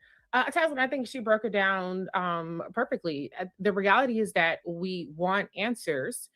And the way that you get answers is by getting people to advocate on behalf of the family. It's no different than we would want people to advocate for all these Black people who mysteriously turn up hanging from trees all of a sudden in Mississippi, and we don't get answers. And so when you have people understand the mechanisms with which that we can get answers from the DOJ, from the FBI, and to be clear, there are still career prosecutors, there are still career investigators that have not been politicized. We see prosecutors who have, quit the DOJ because of their discomfort with some of the things. And Don, I think you can attest to that in your case. But I think that what I hear is that there are a lot of people coming from different angles who are putting out information, who are encouraging the release of information. The guys, I don't want to call them boys and I don't want to call them friends. If you were to believe what they're saying, they have a vested interest in the truth coming out. They have a vested interest in the investigation moving forward and their names being cleared if their name should be cleared. And the family does as well. I'm encouraged by any kind of step that moves forward with getting more hands on deck to understand what happened. What we do know is that foul play has not been ruled out because the independent autopsy has not ruled out that something may have happened. It has not definitively declared that it was an accidental drowning or anything like that. We don't have the state's results. And so until we know definitively what happened, if that's possible through an autopsy, these questions have to be asked, and as many people as we can to sound the drum, the better. Mm-hmm. Clay, good morning, sir. Good morning. There's something on my mind. If I could just take a minute, like Tina Turner, something on my mind. And I wanted to come on last week, but I couldn't. I just want to say this really quick, and it ties into what y'all are saying. I saw the interview that you did with the alleged friend, Emmanuel. And I was so pissed off. I was so outraged by what he was saying about the state of Mississippi. Just a couple of key things. One of the things he said was that Emmett Till whistled at Carolyn Bryant. That's a Jim Crow lie. We don't know that. We know that's what she said. Then he went on to argue that because all these Black folks are allegedly having children with white people or people who are non-Black, that's proof that racism and the Magnolia State has changed or evolved, or it's not like what people think it is from looking on the outside. Strom Thurmond, the racist Dixiecrat, had a child with a black woman. Still racist. You know, Don, I have a black father and a white mother. My white mother's family was racist as hell, to the point where they stopped speaking to her altogether. To see that man, I know he's not a politician, I know he's not a celebrity, but to see him come on here and tap dance like that, considering what's happening right now and the justice that the family is asking for is crazy. And then when you look at the data in Mississippi, black folks in Mississippi, I think the median household income is $37,000. For white folks, it's $68,000. All the data is there. So, and furthermore, Benjamin Crump never went to the state and said, this state is racist. He never did that. He didn't scream that. And so, as what you were saying before, when people go in certain spaces and asking for justice, you're suddenly screaming racism. So, Mr. Emmanuel, if you're listening, brother, I don't know who you're dating. I don't know who you're with that makes you feel more warm and fuzzy inside. But that was and to bring up Emmett Till, and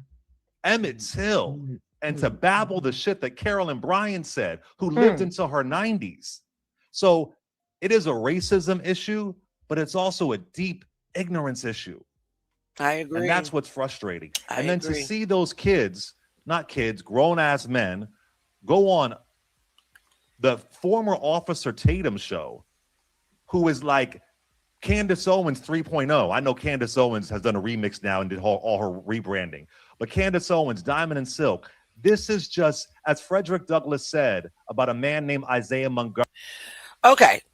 All right. I need everybody that is not here for Nolan Wells to please leave my platform. Okay? Because what you're doing is disrupting us while we're trying to learn and get updates about the Nolan Wells case. This is not about Trey Reed, and this is not about Tasia Fortune. On top of that, you're lying. Okay? The man was not arrested for her death. He was arrested for a gun charge. Stop spreading misinformation. Somebody else will come in here and say anything about Chicago, Trey Reed, Tasia, or anybody other than Nolan Wells. You're going to have to get out of here. I'm going to put you out of here. Thank you so much for the gifts. Let's get back to it. We got about 15 minutes before the grown-ass man, like he just said, interview with the former Officer Tatum starts. Bear with me. We're almost there. I just want to hear what they got to say. Guys, stay respectful. Stop trying to change and stop cussing. Who you talking to?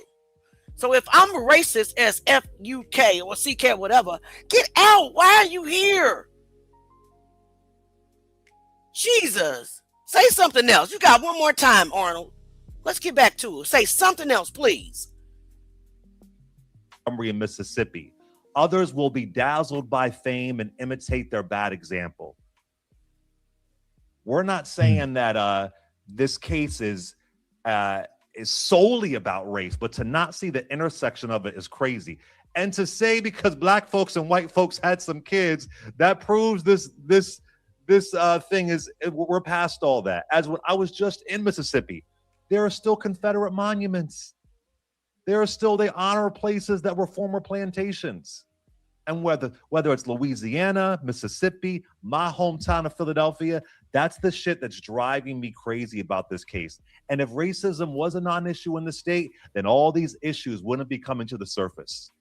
And can I just say one thing?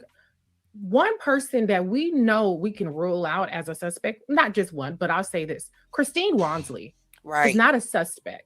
She was nowhere near Horn Island. She was nowhere near that boat. So she doesn't have to defend herself for shit. Anything that she does as a mother trying to find answers to what happened to her child is completely fucking justified.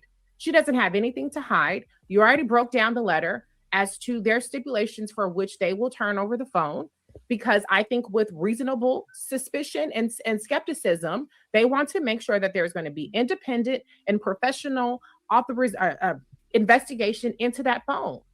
So what they're stipulating to and what they're requesting is 100% reasonable. So for anybody to go on TV and go on these stupid ass fucking interviews and sit up there and make her out to be villain or make her out to be the suspect, this woman has been terrorized. She's had false complaints against her livelihood, the work that she does, in addition to losing her child. And so, you know, regardless of what comes out, even if these, I'm going to say, I don't know what's going to happen in terms of the ruling or who's a suspect or not a suspect, but shame on anybody, especially these guys, for trying to cast aspersions on a mother who has lost her child. Amen. Well, I agree. and Don, I want to put this out here because I have told Tatum, who I was on News Nation with the first week, let's just have it live. Since you guys want clicks so bad, let's do it live. Let's call versus up.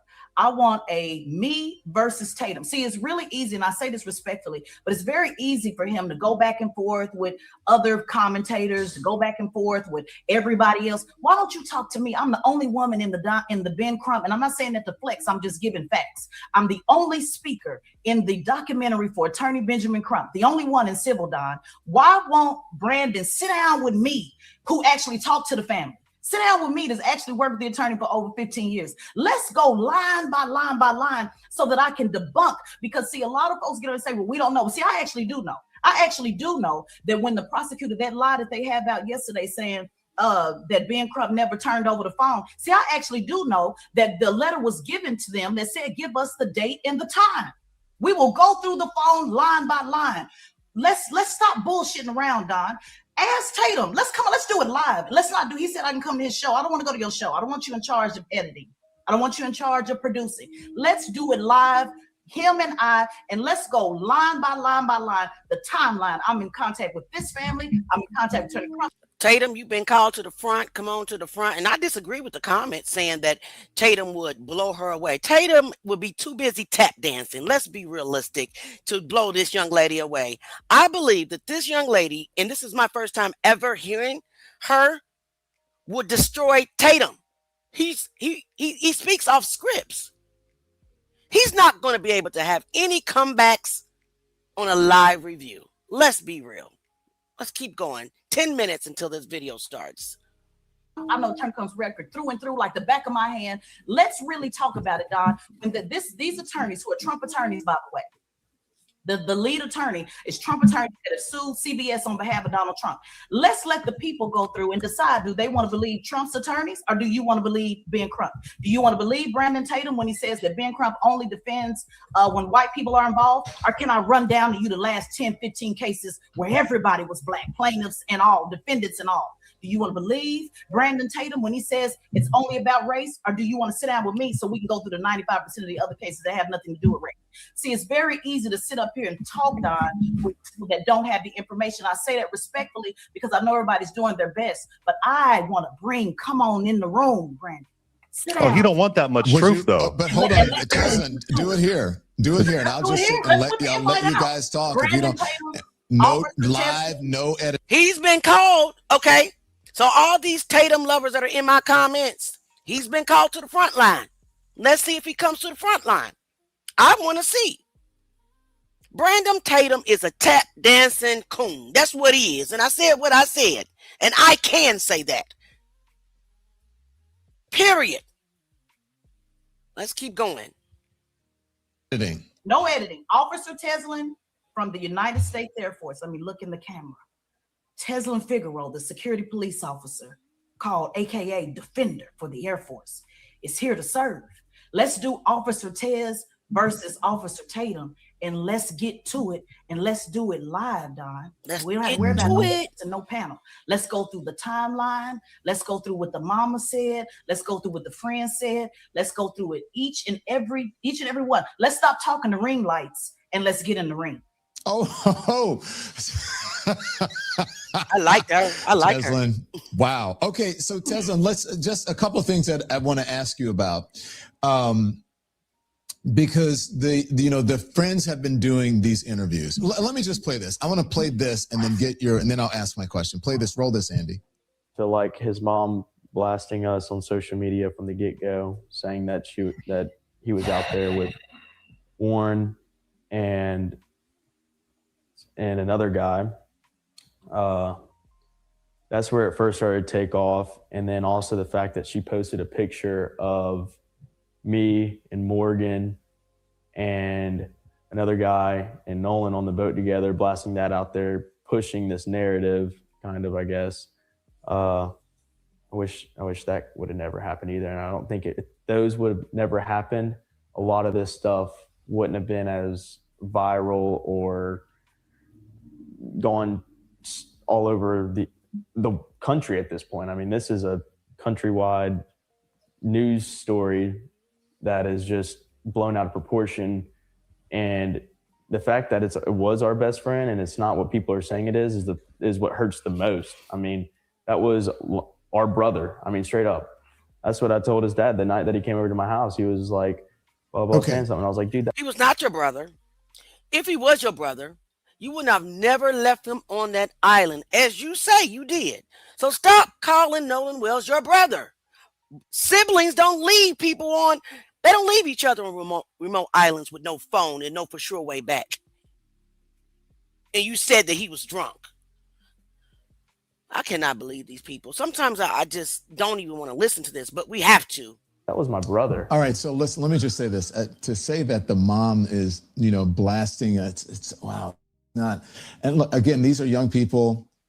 You guys, how you feel. I'm just saying that this is not a good idea for them to do these interviews. Well, if actually, they're I want trying them to keep talking. Yeah, objection. But as I was saying that, I was thinking, I was saying maybe it's a good idea for the family. Yeah, go on. What do you think? Well, also, they were dealing with a missing child at this point. Yeah. Right, and wasn't there something you guys can? Did she put this picture out? If she's looking for her child, she's going to put a picture out of the people that they were with. But didn't they get the bathing suit color wrong or something? She was like trying. I don't know. I can't remember. Well, I'll be happy to correct it. To actually talk to the family. Number one, she literally said, like you would do with anybody else, this is the last time I saw my child. This is who he is with. Any investigation would say, well, who were they with last? Describe who the people they were with last. This is the last time I saw my child. So there was never on Christine, for him to sit there and say, I just wish she would have never did it. That's what hurt the most. Well, how the hell do you think she's hurting? How do you think she's feeling? And again, dude, when he said, well, I told his dad, dude, that was my best friend. If you was the best friend, you wouldn't have never had to introduce yourself as the best friend. So let's stop this narrative on this friend. And let's I say this respectfully, Don, these are not boys. These are grown men who are sitting there next to an attorney who is literally allowing, encouraging them to make these statements. And on behalf of FAMU College of Law, I want you to continue talking. Y'all not talking enough. Keep the podcast mics on. Keep on talking about it. Because there's something called discovery. And the same way that they are also trying to intimidate content creators, by saying that content, including you, Don, who's also on the list, by saying content creators can't talk, jeopardizing. By the way, I'm on the list as well. I'm on the list too.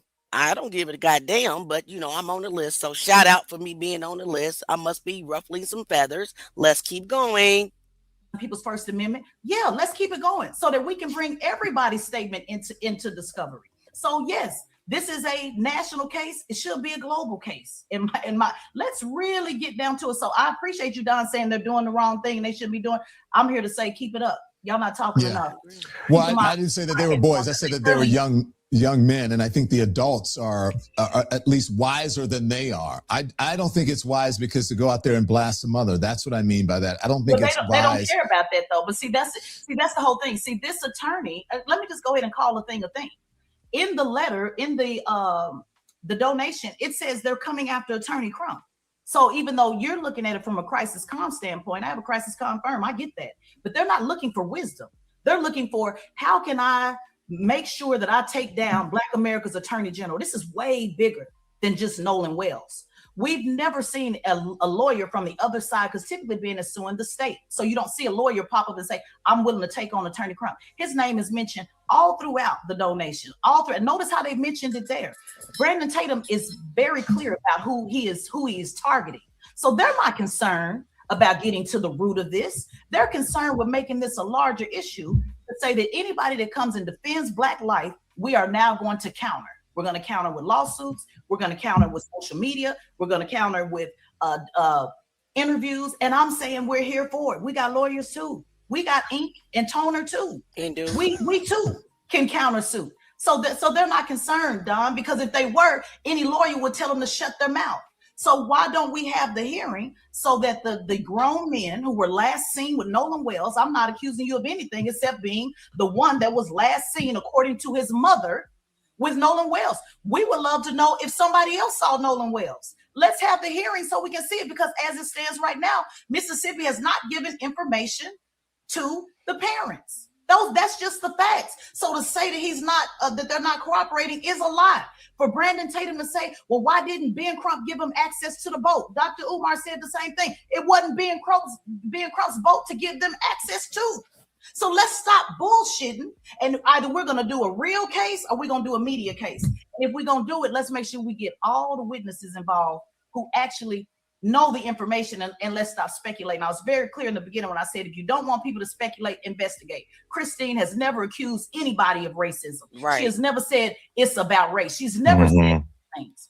What we are arguing here is this is not about you and your good white friends and good white folks that you work with. We are talking about a system, Larry Elder. I just threw he just called it straight. A system that Fannie Lou Hamer said about Mississippi. She said they don't just bring you out, they do it in a subtle way. So people can either believe Fannie Lou Hamer or you can believe this attorney and Trump's lead attorney. The people, it's truly up to the people. Reese, can we, Reese, because I think Reese has a time crunch. Go ahead, Reese. No, I think, look, I don't know if I'm needed here. Y'all got y'all hold it down. But Reese, I will say something. If you can add to. Look, I think Teslin's right, and I think that what I have been saying is that it's not a good look attacking a mom, and also to. All right, fam. The interview with the boys is about to start, so let's just we'll stop right here. We'll return to this because I really like Teslin. She's really giving it to him. Sorry for the delay, but let me go ahead and pull up the other interview, the part 3 of the interview with Brandon Tatum. Hey, all you Tatum lovers, get on over there, Tatum's channel. You know, you don't have to be in my comments. This is going, premiering on his channel. Go over there. All right? All right. Thank you for your patience. Thank you for your support, everybody. I love y'all. And justice for Nolan Wells. Justice for Nolan Wells. Like I said, this is Tatum. It's streaming live. Get on over there to his channel. Leave us alone, please. And thank you. Thank you very much.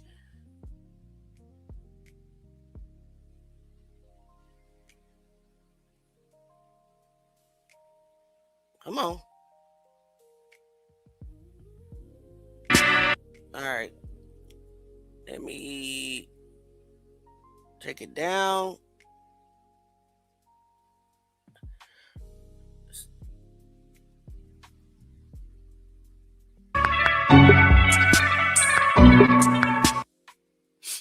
All right, 59 seconds.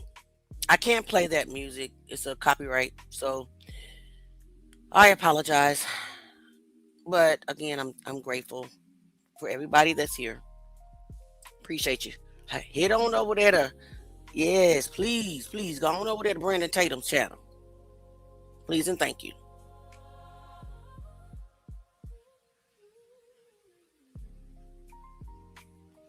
"30 seconds until the interview starts.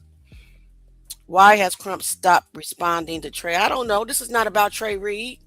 I might talk about him one day. Come back when I talk about Trey Reed. Who are you calling ignorant?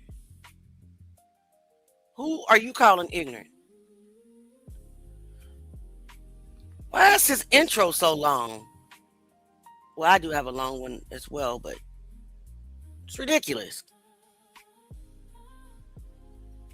Like I said, like lights up a room when he walks in it, but like no, I'm not No joking. jokes. It's like an understatement. No jokes. I mean, he's great, dude. Like most genuine guy I've ever met in my life. Nolan would always be at our house to stay at our houses, and for his parents to come out and say, "Oh, well, we don't know these boys."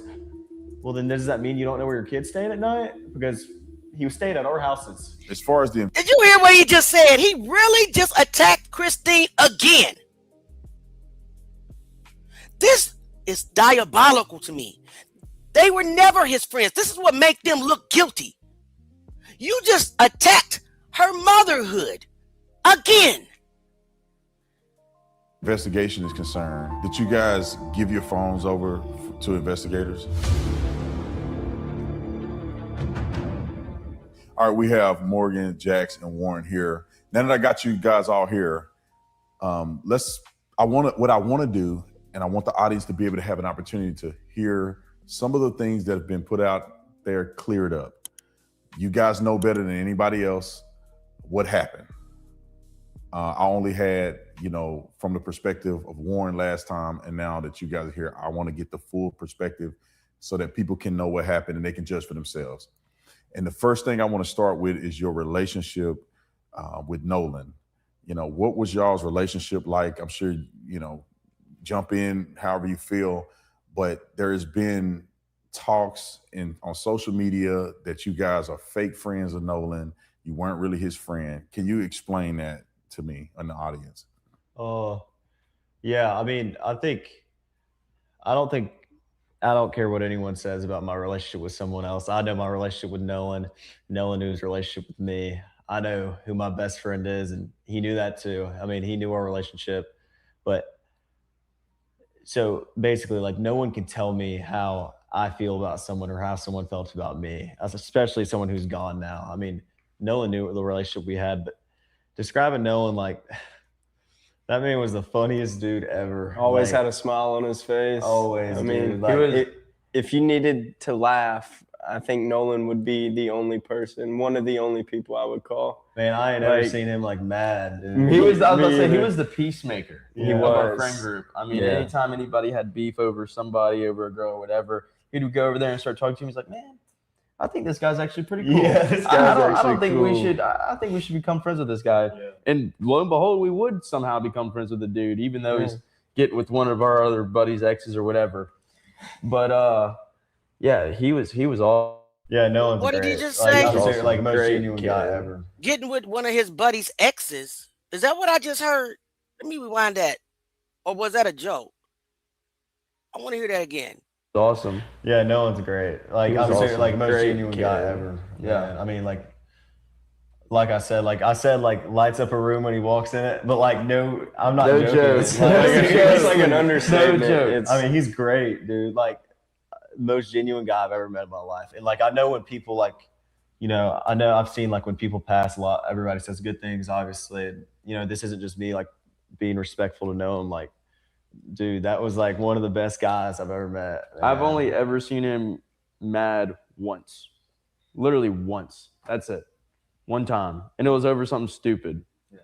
But that was the only time I've ever seen him mad. Other than that, he was always smiling or trying to figure out what we're doing that night or whatever. And then again, like, our relationship really started around, would you say, like, freshman year high school? Like, Well, I was like a little closer with him before y'all because, like, obviously, like I told Brandon last time, like 8th grade COVID year is when Nolan and I like really started hanging out, and then we all started hanging out going into high school. But man, that dude's funny. Life of the party. Like, had so much fun. Like, we had so much fun together. Like, even going up to like Starkville where Morgan goes to school, and like just every freshman Oxford, Destin.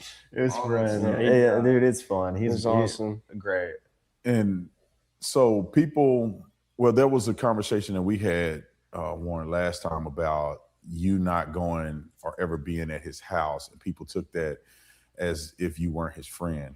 Can you guys describe what engagement did you have with Nolan at his house, with his parents, him with your parents? Like, how did all that circulate? Well, like Jack said, like, he used to pick up Nolan every day. I used to pick up Nolan every day. My buddy Wyatt used to pick up Nolan. Like, literally would pick.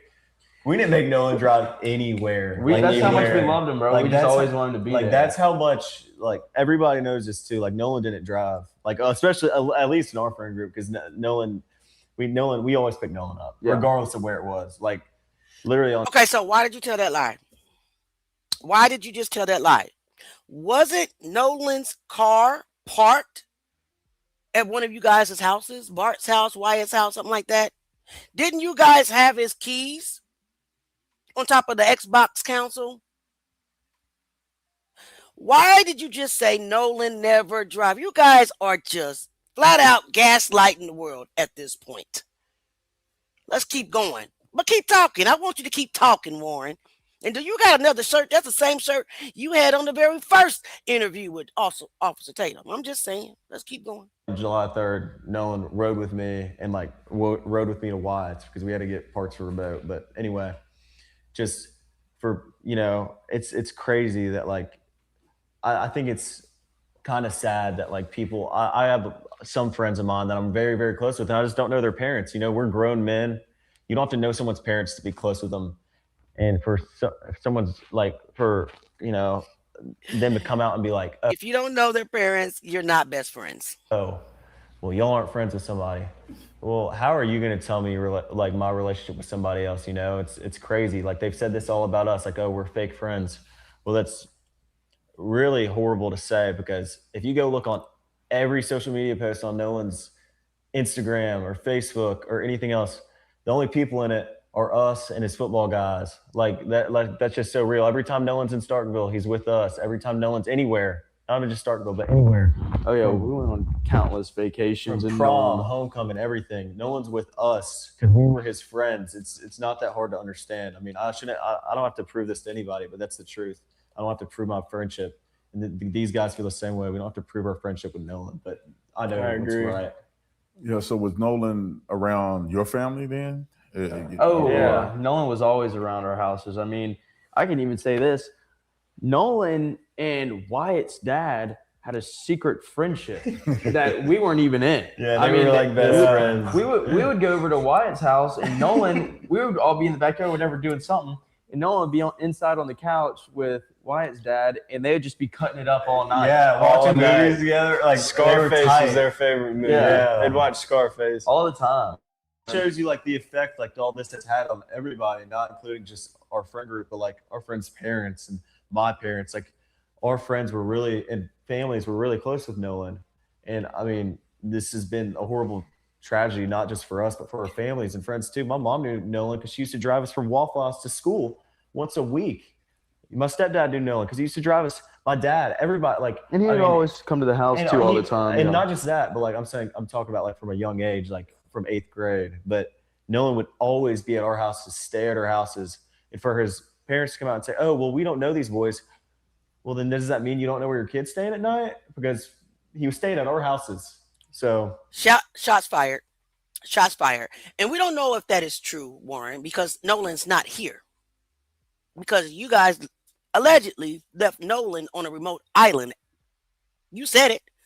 You said he was drinking, drunk, and he wanted to stay on a remote island. And you're throwing shots at his mother. Shame on all these. I want to say some things, but I'm not. I'm going to keep going. Sorry to interrupt. I know you're enjoying this incredible interview. Make sure you hit the like and subscribe button, and also join our membership program. Let's get back to the interview. Take me to that day on the 4th. Based on what I know from the interview we had and some of the things that Nolan had spent the night and then at your house, and then you guys got up, you went out. Was this the first time you guys went to Horn Island, or you guys just do this every year? Or so we've probably been to Horn Island this year alone 3 times with Nolan. And then the previous year we went to Horn Island. Nolan was with us out there then. And every time we go out to Horn Island, usually Nolan's with us. And every single year for the 4th of July when we go out there, Nolan's with us. I mean, this is a tradition. I mean, everybody waits all year for Horn Island, 4th of July. Like, that is the place to be. That is a party all day, and it is literally right up all of our alleys. Like, that's what we want to do all day. Like, perfect. I'm glad you said that. Is that Jax or is that Morgan? I'm glad you said that. All day. It is a party all day on July 4th. So tell me why you left at 4:31 p.m. on this July the 4th. I'm glad you said that. Thank you. Keep talking. Because why did you leave so early? Because that's not all day. Let's keep going. It's the funnest day of the year. And yeah, I mean, Nolan was with us 2 weeks prior to the 4th of July at Horn Island with no one out there. If we had any intention to hurt Nolan at the island, why would we do it on the 4th of July with thousands of people out there. I mean, it's pretty clear. We literally all went out there for my buddy's birthday, and Nolan was with a whole group of people like we were with on the 4th. So, I mean, that's. Yeah, and it was on like a Wednesday. It's not like Nobody this is. was out It's there, not like yeah. this is just like a random like occasion. No, We've got we do there this all the time. yeah. And not even just Horn Island, but Nolan's on the boat with us all the time. We all go on the boat. We all do things together like this. So I want to get to some pointed questions about the phone situation, because I think last time, Warren, when you and I talked or spoke, you weren't at the house when the phone was recovered. So I want to figure this out. Explain to me, because a lot of people are still online saying that they find it to be incredibly suspicious that Nolan left his phone. Can you explain, did Nolan ask you for his phone back when you guys were leaving? Was it not a part of the conversation? Was Nolan the only person that left his phone on the boat? Can you guys walk me through that idea? So I would first and say, nobody has their phone in the water. Even when you jump in a pool, do you have your phone? Like, no, you don't. You're not going to bring your electronic in the water. So what everybody does is they stick their phones on the dash of the boat and they forget about it because you don't have good service. You can't even send a picture through from Horn Island to like somebody else. And so they put it on the phone. And even as teenagers, we don't really get on them. We go out there and we conversate and we see a bunch of people that we usually don't see on a day-to-day basis that we graduated high school with, guys that graduated before us. You know, it's a big meeting, like seeing all your friends that you haven't seen in a while. And so whenever we were coming back in. This comment is a lie. This comment is a lie, Lulu. They didn't take a lie detector test. Go watch Nancy Grace. The attorney said that they didn't take a polygraph. It was some other type of stress test, and no one took one. Just Katie and one other guy. So no, they didn't. Officer Tatum lied. Go watch Nancy Grace episode from last night. You will hear the attorney say they didn't take a polygraph. Stop spreading misinformation, ma'am. Let's keep going. He didn't even think about grabbing his phone. He never asked about his phone, along with 5 other people that also left their phones on the boat, and we had to wait at the boat launch for them to come and pick them up, including Javon. I mean, Javon left his phone on our boat. Yeah, Javon is one of the guys in the friend group. Yeah. If I'm not mistaken. Javon's a friend of mine, friend of ours, like not as tight as Nolan. Javon's in the class under me in school, and he's a friend of mine. But just like a lot of our other friends, Javon's our friend. He left the phone on the boat because we're trustworthy people. We're not going to steal something. We're not going to delete pictures off of someone's phone. We're not going to delete text messages. We're not going to get on anyone's phone because we have no reason to. But Javon left his phone. And we gave Javon his phone back along with everybody else who left their phone on the boat. So yeah, we'll get to that because I think I have the timeline in my mind. So you guys, the boat is taking in water. You had already left, Morgan, right? You had already left on a boat. So there's 3 boats. You had already left about 5 minutes before this situation happened. The last 2 boats was Bart's boat and Wyatt's boat. And those are the 2 boats that left out because Bart was kind of towing Wyatt's boat out. Hold on. Wait a minute. The guys in the friend group. Yeah. If I'm not mistaken. Javon's a friend of mine, friend of ours, like not as tight as Nolan. Javon's in the class under me in school, and he's a friend of mine. But just like a lot of our other friends, Javon's our friend. He left the phone on the boat because we're trustworthy people. We're not going to steal something. We're not going to delete pictures off of someone's phone. We're not going to delete text messages. We're not going to get on anyone's phone because we have no reason to. But Javon left his phone. And we gave Javon his phone back along with everybody else who left their phone on the boat. So yeah, we'll get to that because I think I have the timeline in my mind. So you guys, the boat is taking in water. You had already left, Morgan, right? Okay. So the people that are in the chat saying that they left early because their boat was taking on water, Morgan left before them. Even though they said this is an all-day event on July 4th, Morgan left prior to the boat that had the bilge pump problem. So that's a lie, what you just said. Stop deflecting. Let's keep going. You had already left on a boat. So there's 3 boats. You had already left about 5 minutes before this situation happened. The last 2 boats was Bart's boat and Wyatt's boat. And those are the 2 boats that left out because Bart was kind of towing Wyatt's boat out. So you guys are on the boat. What was the conversation with Nolan? Because Nolan obviously had come in on Wyatt's boat. You guys are all getting ready to leave. So what was the communication like with Nolan? So actually Wyatt was saying, told Nolan, because Nolan's with this girl at this point. They're together. Wyatt looked at Nolan. He was like, dude, come on. Boat's taking on water. We got to go, like right now. And Nolan didn't want to go. He said he wanted to stay with the girl. And Wyatt started yelling at me. He's like, Nolan, get on the boat now. And Nolan's like, no. And then finally, Wyatt's like, Nolan, get on the effing boat right now. We are leaving right now. And Nolan said he had another ride back, and we had no more time to waste. We got to get the boat out of there before it goes under. And it was that, and when Nolan said, if your boat was sinking, keep talking, y'all. And you were so in a hurry to get the boat out of there before it goes under, Wyatt called Cito. Grandpa called the captain prior to Wyatt calling Cito. When Cito asked, do you need the Coast Guard? No. No. Prior to that, Wyatt's grandpa called the captain per the Cito call and said, no, don't go to the boat. They don't need your help. But you're telling us it was an emergency. And you needed to hurry up and get out of there because the boat was sinking. None of this makes sense. Let's keep going.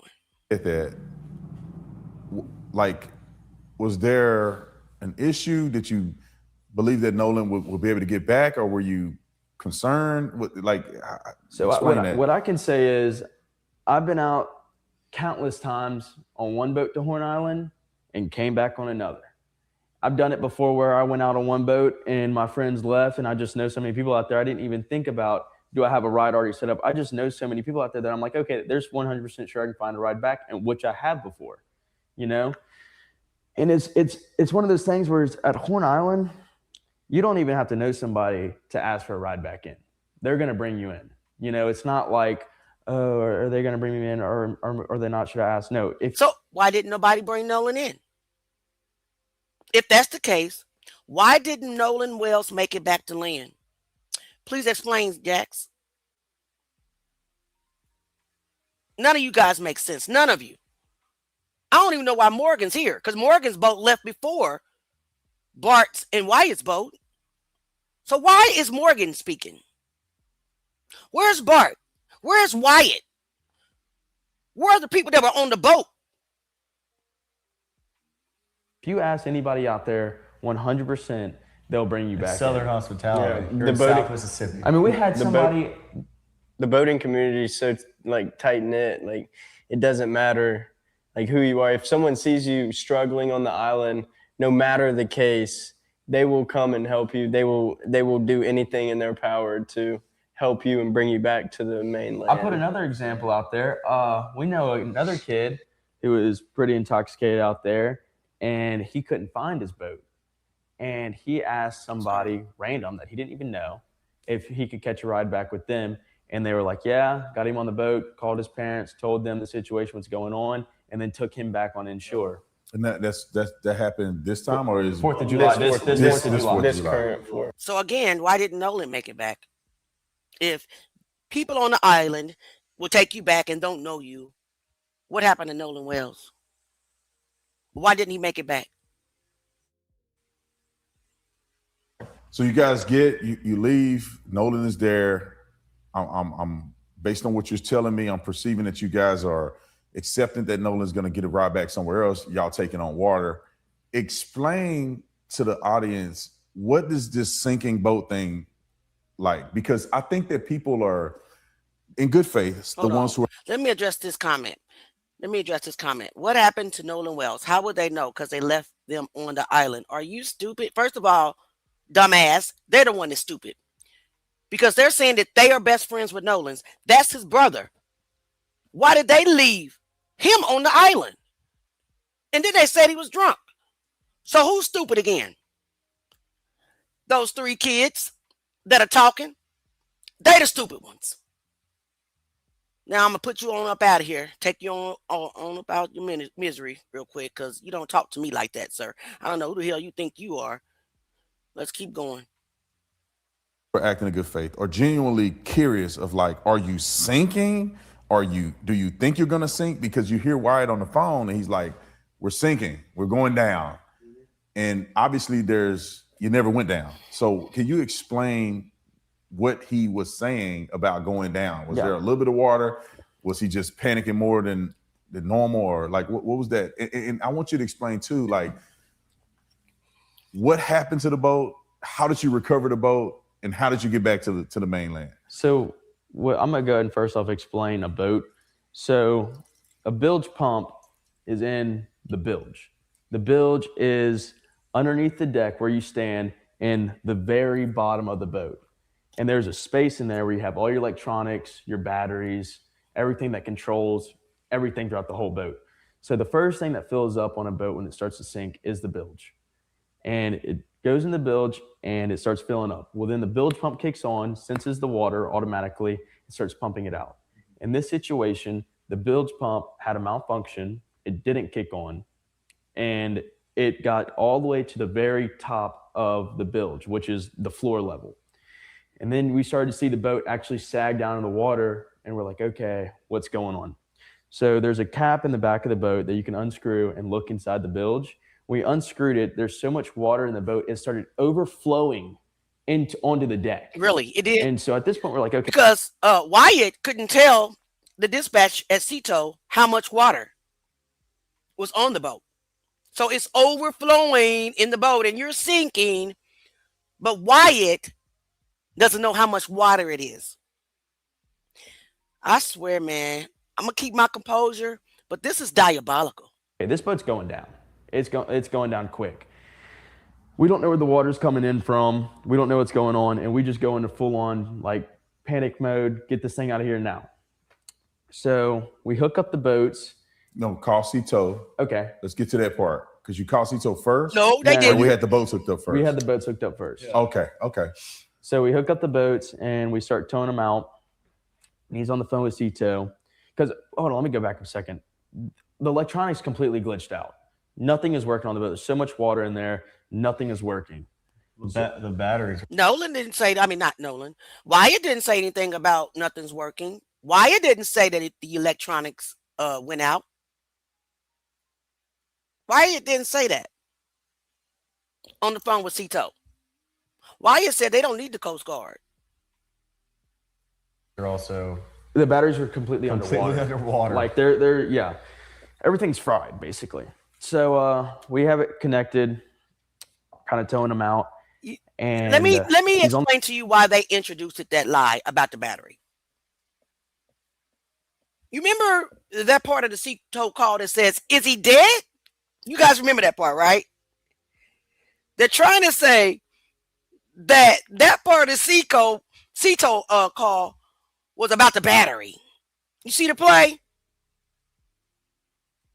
They're going to say that the Cito call said, is it dead? Not, is he dead? We see you. Let's keep going. The phone with Cito, and he's trying to get them on the phone. And as he stated in the moment, he's like, Cito's just asking all these dumb questions. I can't figure out what's going on. And so finally hangs up. And after the trim to the motor started to work again. So they manually trim it down by the buttons on the motor, trimmed it down, and some electronics started to come back on. And they got the boat to crank over. And they're like, all right, untie us, because if you can get a boat on plane, the suction of the water going underneath it will actually pull all the water out of the bilge if you have the plug out. So like say you have the plug out and it's sitting, the boat will sink. If you have the plug out and you're running, all the water will rush out the back of the boat. When you say on plane, you mean like it has to be going fast enough to be up on top of the water? Yep. Or so on plane is you're up, you're running, you're out of the water basically. There's your bows on plane. Yeah, so you're up out of the water running. So where are you guys at when this happens? As far as from Horn Island to the mainland, where are you guys at in between there? So we're probably a mile and a half off of Horn, I'd say, a mile off Horn. From the start where the CETO call was, we were probably about a quarter mile off the island.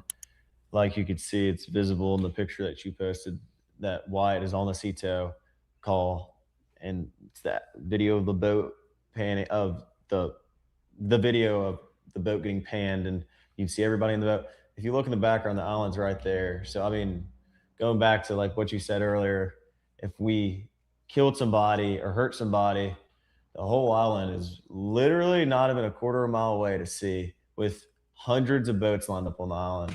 So that's really all I had to say about that. Yeah. So we were about a quarter mile out. So we were about a quarter mile out, whatever. So they pull the plug out the back of the boat.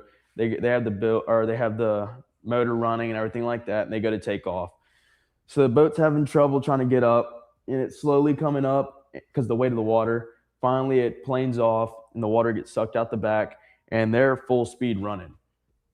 And then after that, I didn't see them anymore. I think you were on the boat. You start from there. Yeah. So after we planed off, Wyatt kept the boat pinned the whole way in. We ran into the mouth of Fort Bayou, where we came from originally, and we turned into Fort Bayou, went in the channel, ran probably 500, 600 yards into Fort Bayou. Wyatt had jumped out of the boat, put the plug back in the boat, so access water. So water didn't keep pushing and filling the boat up. So then we turned around, and Wyatt brought the boat to the dock, and that's when I had gotten out and got back in the car. And I didn't drive. A buddy of mine drove me, and we went back to Jax's house. Okay, so I just want to make this very clear and abundantly clear for the audience. Are you saying that the video that I posted, which is like a 3-second loop, now I have a lot more of the video, but to not expose people that have nothing to do with this, I only posted the smaller part, the 3-second part. Are you saying during that time? Let me stop real quick. A portion of that. First of all, everybody, you're talking about exposing people that have nothing to do with this. Everybody on those boats should be interviewed and talking and telling what happened. They should be able to corroborate the stories of Morgan and Jack. Not Morgan. What is that? Warren and Jack. Morgan was gone. I don't even know why he's here. Why are you even on here? Morgan, you said you left 5 minutes before that boat left. Even though y'all supposed to be there all day, right? All day party, but you left it, 5 minutes. So you left at 4:25. Why are you even here? You haven't got nothing to say. We need Wyatt, we need Bart, and people that were on those two boats to come and corroborate the story. Let's keep going. Wyatt was on the phone with CETO, so a portion of that is the CETO call, and that Nolan is not on that boat. Correct. And that video that's out there is a representation of who was on the boat during that CETO call. Correct. So I want to jump back to something real quick, because I was on the island and the reception was bad. I left my phone on the boat when I got out and went in the water. But people are saying online that how can you make a CETO call if the reception is so bad on the island? Because before you said the reception wasn't really good enough to even send a picture message to somebody else. So how is this call being made if the reception is not as good? I mean, if you listen to the call back, I mean, there's areas in the call where it's splotchy. It's not. Why are you talking, Morgan? You wasn't there, sir. Why are you talking? And that call was perfectly fine. We heard wind and we heard the background chaos. Why are you talking? It's not direct. Like, it's not like you're sitting from me to you talking to the person on the phone. I mean, you're obviously out on the water. I mean, you can hear it in the the CETO call. And so when it comes to the reception, because I didn't look at my phone one time on the way out to Horn Island. I mean, it was a beautiful ride. Of course, because you're not thinking about it. Yeah, I'm not even thinking. I'm looking at how beautiful this water is. Right. We were having fun on the boat. We were playing music, some of Nolan's favorite songs. Yeah. So I wasn't thinking about my phone. So I wasn't checking reception. Now, is the reception recover at some point between Horn and the mainland? Or is it terrible reception while you're over the water until you get to the mainland? I mean, as soon as you get off the island coming in shore. Yeah, you but there's start really picking like up reception no again. definite way to tell where the reception comes in because I mean it's all satellite. I mean, yeah, it's different I've gotten service 80 miles offshore, like off of a satellite coming to a oil rig. Yeah, and I connected to it from the rig, but like it just depends. I could go to a Horn Island, not have any service. I could go there and have service. I mean, I think it's truly different, like every time. So is it fair to say the service on Horn Island is super spotty? Yes. Yeah. And it was just almost by chance, in part, that the call was successful to call Cito. Okay. Yeah, partly, yeah. And I want to get to that picture because I think a lot of people are confused about the picture. You guys cleared this up for me last time I came, but I want the world to kind of hear this because I don't think I addressed it last time me and you, Warren, was on the interview. People are saying, and this is how the picture went viral, that the people pictured in the photo were the ones that went on a boat with Nolan and came back. Can you explain that? Because I don't think everybody that was in that picture even went to Horn Island on the same boat as Nolan. So I can say whenever we all got out there. Hold on. Before you get there, because I think this will address another issue that people have of saying, well, why are they taking pictures if the reception is bad? Can you point out where this picture took place? What is going on with this infamous picture now? Yep. So whenever we got there, like I said, I wasn't even on the same boat as Nolan. We pull our boat in. Nolan, their boat pulls in, whatever. I get out in the water. I walk over to Nolan's boat, and I'm talking to Nolan for a little bit, whatever. And I put my phone up on the dash. Nolan puts his up there. As Nolan's putting his phone on the dash, he sees an actual little camera that one of the girls that came on the boat brought. And his first words was, he picks up the camera and he goes, "We got to take a picture." Just like that. And in my mind, I'm like, heck yeah, like let's take this picture. So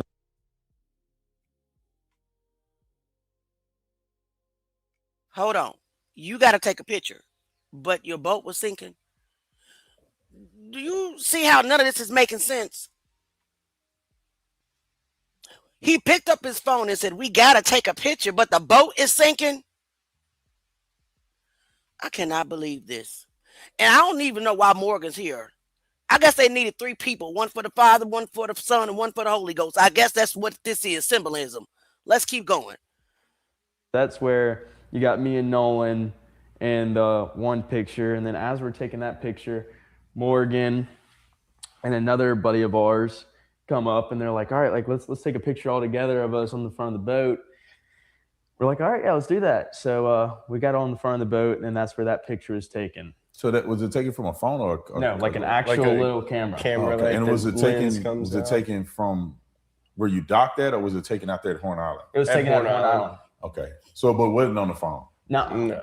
Hey, I want to clear this up too, because I'm not aware of this. You guys may obviously have more information. Were people uploading? I know we talked about the service issue, but were people uploading onto social media? I mean, you could. Not really. No. You could be realistically. You could. You could if you want to sit. If you're motivated enough to do it, yeah. Like I made a phone call to my mom, and I had to call her like 8 times before she picked up because either her service was bad, she was on the back side of the aisle. On the Why south you call side, your mom, Warren? My service was bad. And Why you call? It was just hard to get through. But like if I went and posted a video, Why'd you call Judge Ashley Cole 8 times? What was the emergency, Warren? We know what it was, but I want you to. You just said out your mouth you called your mom 8 times. Why did you call Judge Ashley Cole 8 times? Why did Wyatt call Grandpa, and then Grandpa called the captain? Answer that, Warren. None of this is making sense. Why did you call Judge Ashley Ashy-ass Cole 8 times? Let's keep going. On Snapchat, like honestly, I don't think it would like either post or send to somebody. I think, I sent my buddy where we were at, a buddy of mine. I was like, hey, come meet us. And I sent him a video and he was like, dude, I couldn't get a hold of you all day. And like, that explains the point. Like I sent him a video where we were at and it never sent until I got insured because I had no service. Would it shock you? Because Christine Wells, Nolan's mother, is online. She was very shocked that she said Nolan didn't have any Snapchats or something. I'm assuming that whole day. Is that shocking to you if he did or did not have photos or videos or stuff uploaded to social? Not at all. Not at all. Because I mean, like we said, we've been out there many times before, and nobody's on their phone out there. First off, and then second off, if you want to take Snapchats and stuff like that, you can, but you're just really going to have to save them to your camera roll and upload them back whenever you get insured, because when you go to send it, it's just going to have an error. And most guys, when they're out on the island all day, they're really not thinking about posting something on their Snapchat story. So the phone was taken on like a camera that's not a phone. Yeah. Now, how did that get to you guys, and how did that ended up getting to the internet? So whenever we first realized that Nolan didn't, I'm not gonna say he didn't. When we first realized we don't know where Nolan's at, the first thing we were trying to figure out, or his mom was, what was he wearing?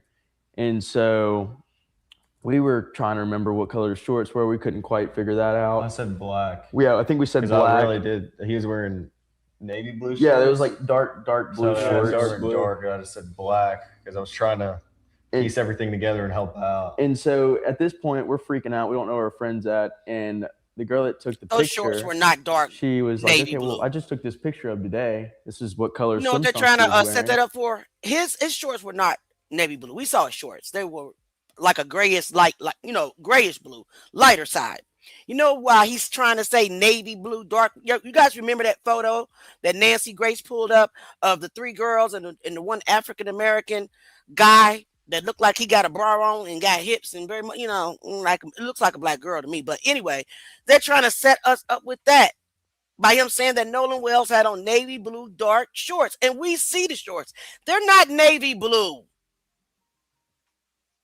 Lord have mercy, Jesus.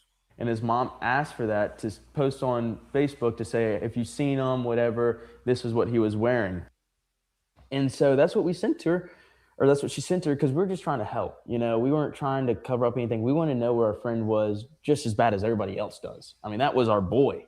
We want to know worse than everybody else does. And so that's how that picture came about. No, you didn't. No, you didn't. You did not want to know where Nolan was. You already knew where he was. In my opinion, it's my opinion, it's my channel. I can state that. You knew where he was. So please stop gaslighting us. And I said what I said. Sue me. Let's go. Get to the phone situation of Miss Christine or Miss Wells said online, and I've seen it on the news and everything, as if she had to come and hunt you down to get this phone. Now, I know, Warren, you weren't oh my God, hold at on. the house. We got another crazy in the comments asking me to ban him from the channel. Dude, are you insane? It's what you do if you don't like it. You scroll. Why does it take me to ban you to get you off my channel? You are nuts. Y'all are ludicrous. So y'all insane. I'm going to ban your ass when I want to. I'm going to let your ass suffer right here with us since you want to be here. Let's go. And so you weren't there when they came to get the phone and all that. So how did this happen? Because last time we talked, you said you told, and I will call her Miss Christine, you told Christine that you had Nolan's phone. Can you explain that to me? Because I'm confused. I don't know what's what. Did you tell her you had the phone? And when did you tell her you had the phone if you did? Okay. So first we'll start off with, what I have to say, and then Jax, but and if Morgan has something to say, but I want to get this straight. One of the first things I told Miss Christine Wells in the first phone call that ever occurred with anything to do with Nolan Wells being gone, because I was the first person to call Miss Christine about anything, first phone call and anything to do with Nolan Wells, was me making a phone call to Christine Wells. And one of the first things I said to her, with multiple witnesses here, pull up the phone call if you want. She said, oh, well, Nolan's location is with y'all at, you know, where the house we were at. And I was like, well, no, he left his phone with us. I told her this. She knew for a fact that we had his phone. And she knew that I told her, I said, yeah, he left it on the boat with us. Like, you know, a bunch of people did. And so I want to make that very clear that I told Miss Christine there was no reason to hide anything. There was no issue regarding the cell phone. She could have came and picked it up, but instead she sent one of her friends to come pick it up. And that's where these things start to get twisted. But no, there was never an issue with the phone. I told Miss Christine, one of the first things I told her was, you know, we have Nolan's phone, and, you know, that's where that ends. There was no issues with the phone or the keys. So I want to make that clear. So was the keys on the boat with the phone? No, the Okay. keys were They're at my house. at Jax's house because we all stayed there the night before. I'm sure if I would have left my truck at Jax's house, I would have left my keys there too. Because It's just one more thing to think about on the boat. if I don't have my car or my truck, then why would I bring my keys on the boat? You know, so I mean, there's just no point of bringing it because if I lose them, then just more stuff to bring that I don't get very excited. So I want you guys to explain this phone thing. I think Warren already addressed the fact that he told Christine that he had the phone in his possession. So, you know, the whole Life 360 thing is not adding up as far as what you're saying to me compared to what they're saying. Now, how did whoever came and get the phone, how did they get in touch with you guys, and how did they get the phone back? So I got a call from a kid we went to high school with. He called me just asking me questions. He saw people posting on Snapchat, like the picture that was circulating. And he called and he was asking questions. He was like, where's Nolan? When's the last time y'all seen him? And then he was like, so where are y'all at? And I told him, I said, we're at Jax's house. And then Warren got on the phone, and I don't know. So they come to my house, right? And they kind of hold on before we get there. Was it confrontational or was it just just trying to find? It was confrontational. Yeah, already? wouldn't y'all agree? Yeah, he was 110%. He was very confrontational. And when did this happen? Was this on the night of the 4th or the next day? This was the night this was before they came and got the phone. So this is the night of the 4th, yes. So you had already spoke to Christine. Correct. And then you get a call that was hostile. Yeah, and then Morgan handed the phone over to me. I was like, oh, let me talk to him because I knew the guy. And I was just like, hey, like, he was like, where y'all at? Where y'all at? I was like, we're at Jax's house. You know, it's like calm down. And then he hung up on me. And then, okay, so they pull up to my house. And at this point, I'm kind of freaking out. We're all trying to put our heads together on where Nolan is. And I kind of like isolate myself in my room, just kind of get in a ball and just lose it kind of basically for a few hours. And they just walk into my house, you know, and I hear all this commotion going on in my living room, and I'm just like, what in the world is going on? So I walk out there. There's probably like 10, 15 people in my house I don't even know. And they're all up in our faces, going crazy, asking where Nolan is, and we don't know. And finally they get into Wyatt's face, and they're like, where's your boat?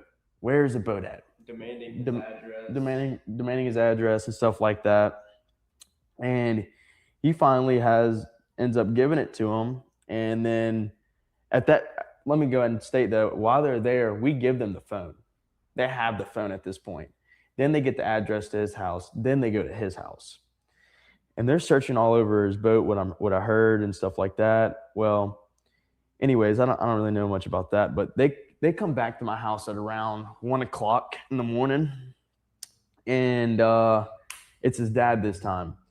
And his dad's being really respectable, really, really nice to me and stuff like that. And as long as another friend of theirs, and he's asking me like, where are the keys at? I don't even know where Nolan's keys are at in my house. You know how hard it is to find a set of keys in a house and you don't even know where to start? it's pretty hard. So I start scrambling around my house looking. There's stuff everywhere. Keep in mind, all these people stayed the night at my house before. I'm looking through everything. I can't find the keys. I run back to his father or stepfather. And I was like, I don't know where the keys are. And the guy standing next to him's texting somebody. I guess I was at my house. And he said that they're on the Xbox.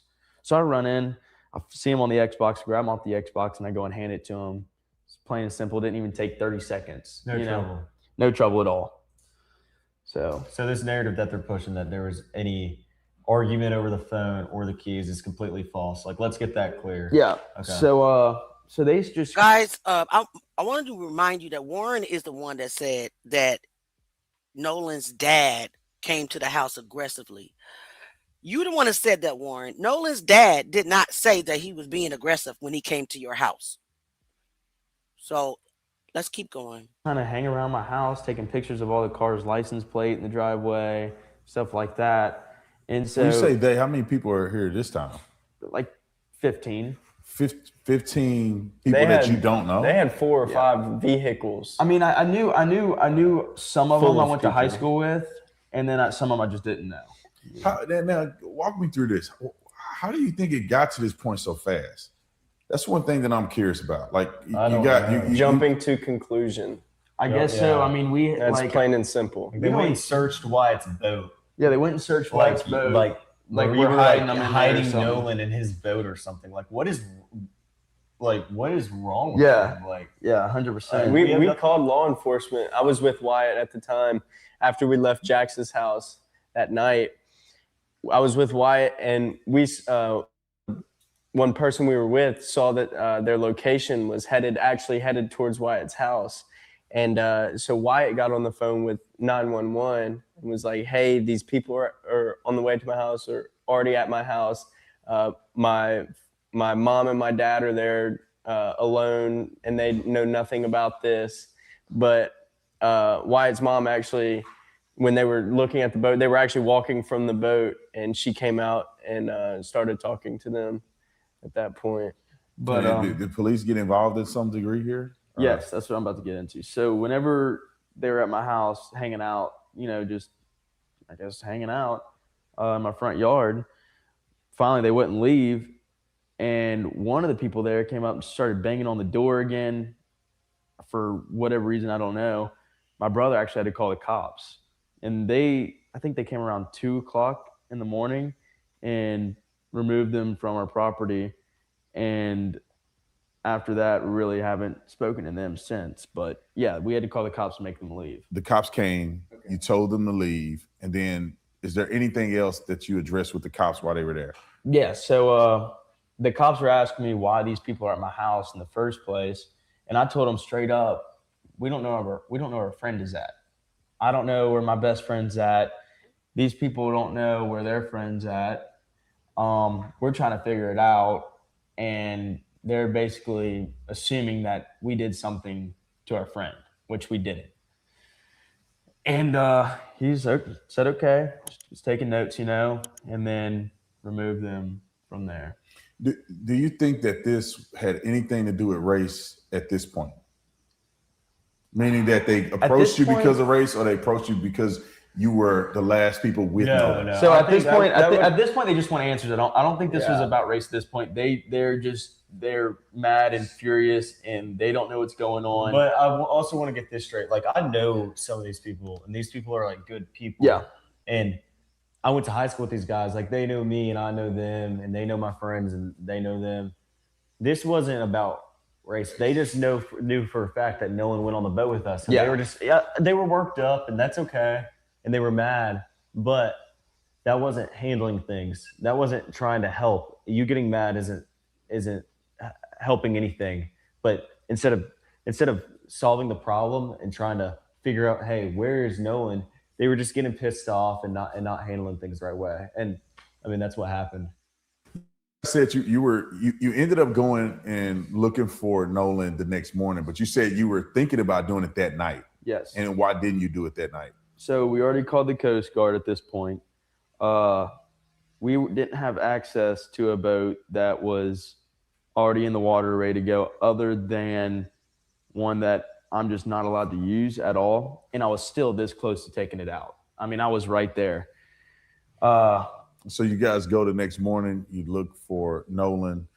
Can you explain how did that happen? Who was looking for Nolan? Who was on the boat? Was it multiple boats? Was Multiple it one boats. boat? Okay, can you explain that? Who was out of this group? Who was on what boat, or who was on a boat or not, going out looking for Nolan? So me, Wyatt, and Trayson got in the boat. We got in the Palm Beach that morning, the morning after, and we rode out to the islands, and we were met by a DMR. There was 7 DMR boats already out there, DMR and park rangers. We talked to them. We gave them all of our information.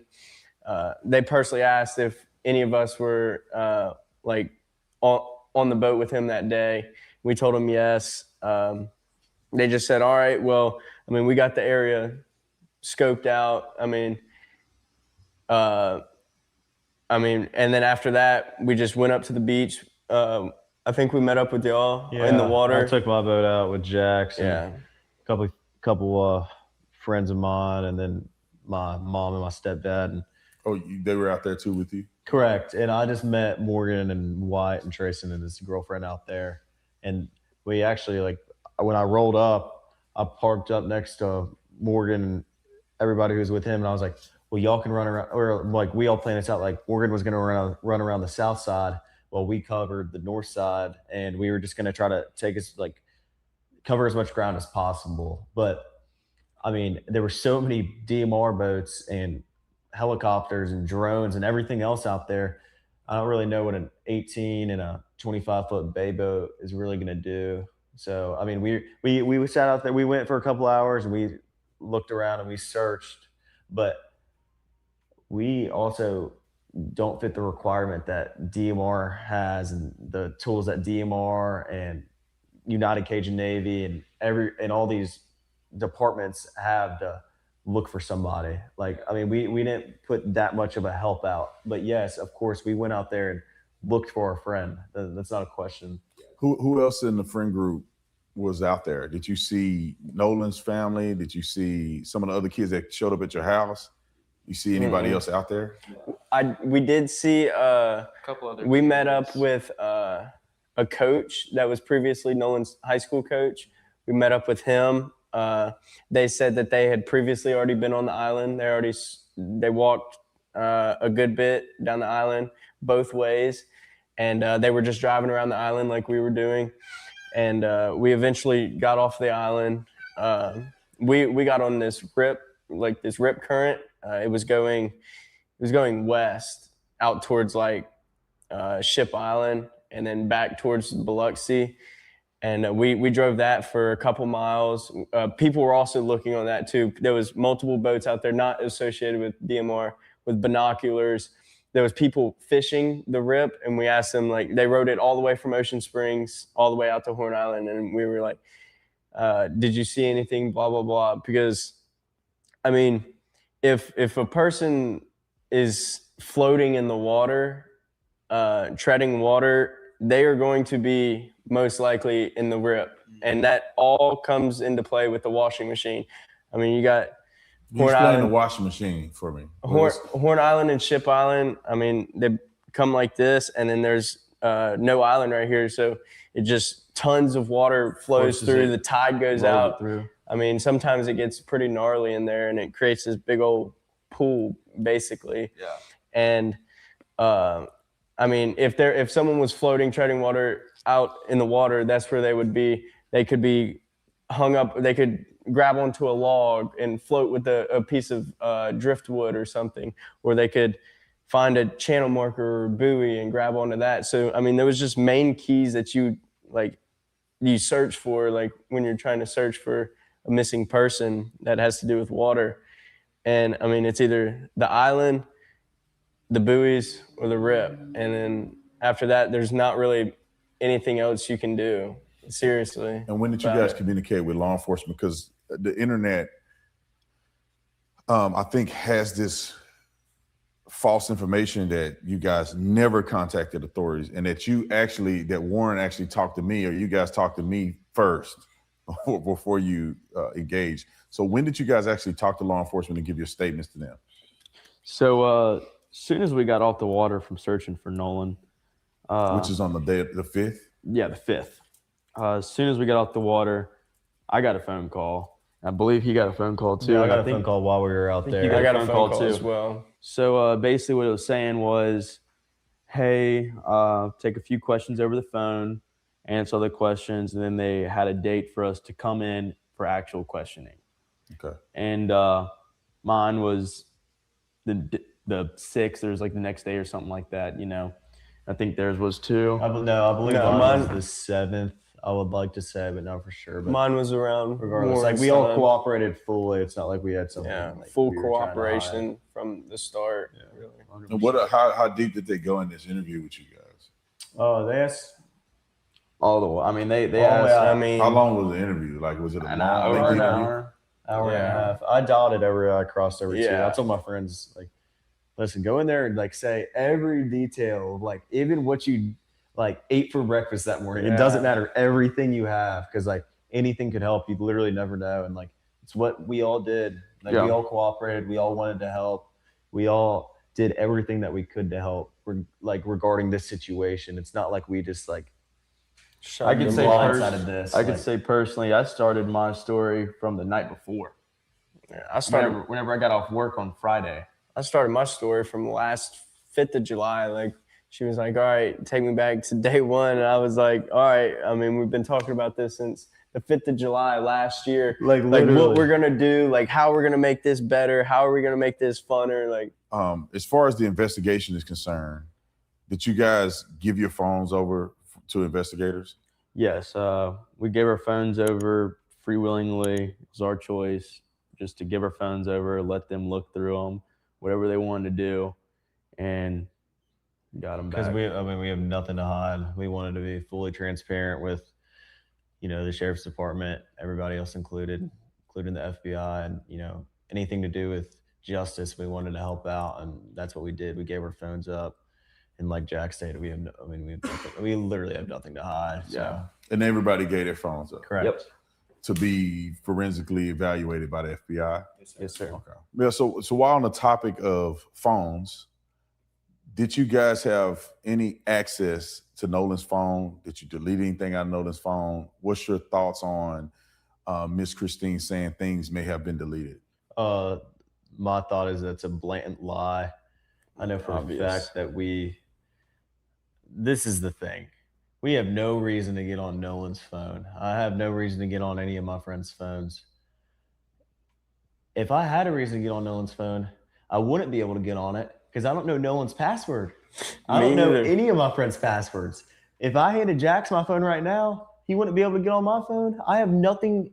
I'd have him permanently locked out of that thing. Correct. Yeah. I have no idea how to get on Guessing Nolan's to phone me. to delete anything. But in the first place, we have nothing to delete on Nolan's phone. Like, I don't know what because Nolan didn't take Snapchats that day. That means things were deleted. he was just living in the moment. We were just living in the moment, like every guy on the planet Earth does. I mean, like I'm not sitting here filming my whole day, and I get Nolan. Yeah, took a lot of pictures, but just because Nolan didn't take any pictures from July 3rd to July 4th doesn't mean we deleted something. No, Nolan just didn't take any pictures, and that's perfectly fine. I have one video in my camera roll saved from the 4th of July. So last question, is there anything you guys want to say to the audience regarding this interview that wasn't covered, or something you just want to get off your chest? I mean, Nolan was like a brother to all of us. I mean, we loved him dearly. Yeah, Nolan was like a brother to us, and I can say without a doubt, nobody wants to know what happened to him more than we do. I mean, we want to know what happened to our best friend more than anybody, and I promise you that. I just want to say thank you to everybody who's like sat here and supported us through this horrible moment. I mean, we're still teenagers at the end of the day, and for the internet to come and people to come and accuse you of killing your best friend, it's a horrible thing. Nope. Warren, you a grown ass man. Nope. If you were black, you would be called a grown ass man. Stop trying to say we're just teenagers.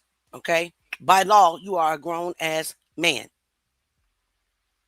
And I know Nolan wouldn't want this. Oh, no. And it's terrible that it's come to this. It's terrible that it's come to a race battle. But I want everybody to know how much we appreciate the support, and that my friends and I literally sit there and pray for everybody who's sitting here and sending this hate on everybody. Like, my friends are really upset about this, and so am I. That like this has turned into this huge thing. So, I just want people to know that we're praying for people. We're our faith with the Lord's strong, and we're gonna make it through this regardless of what people say about us.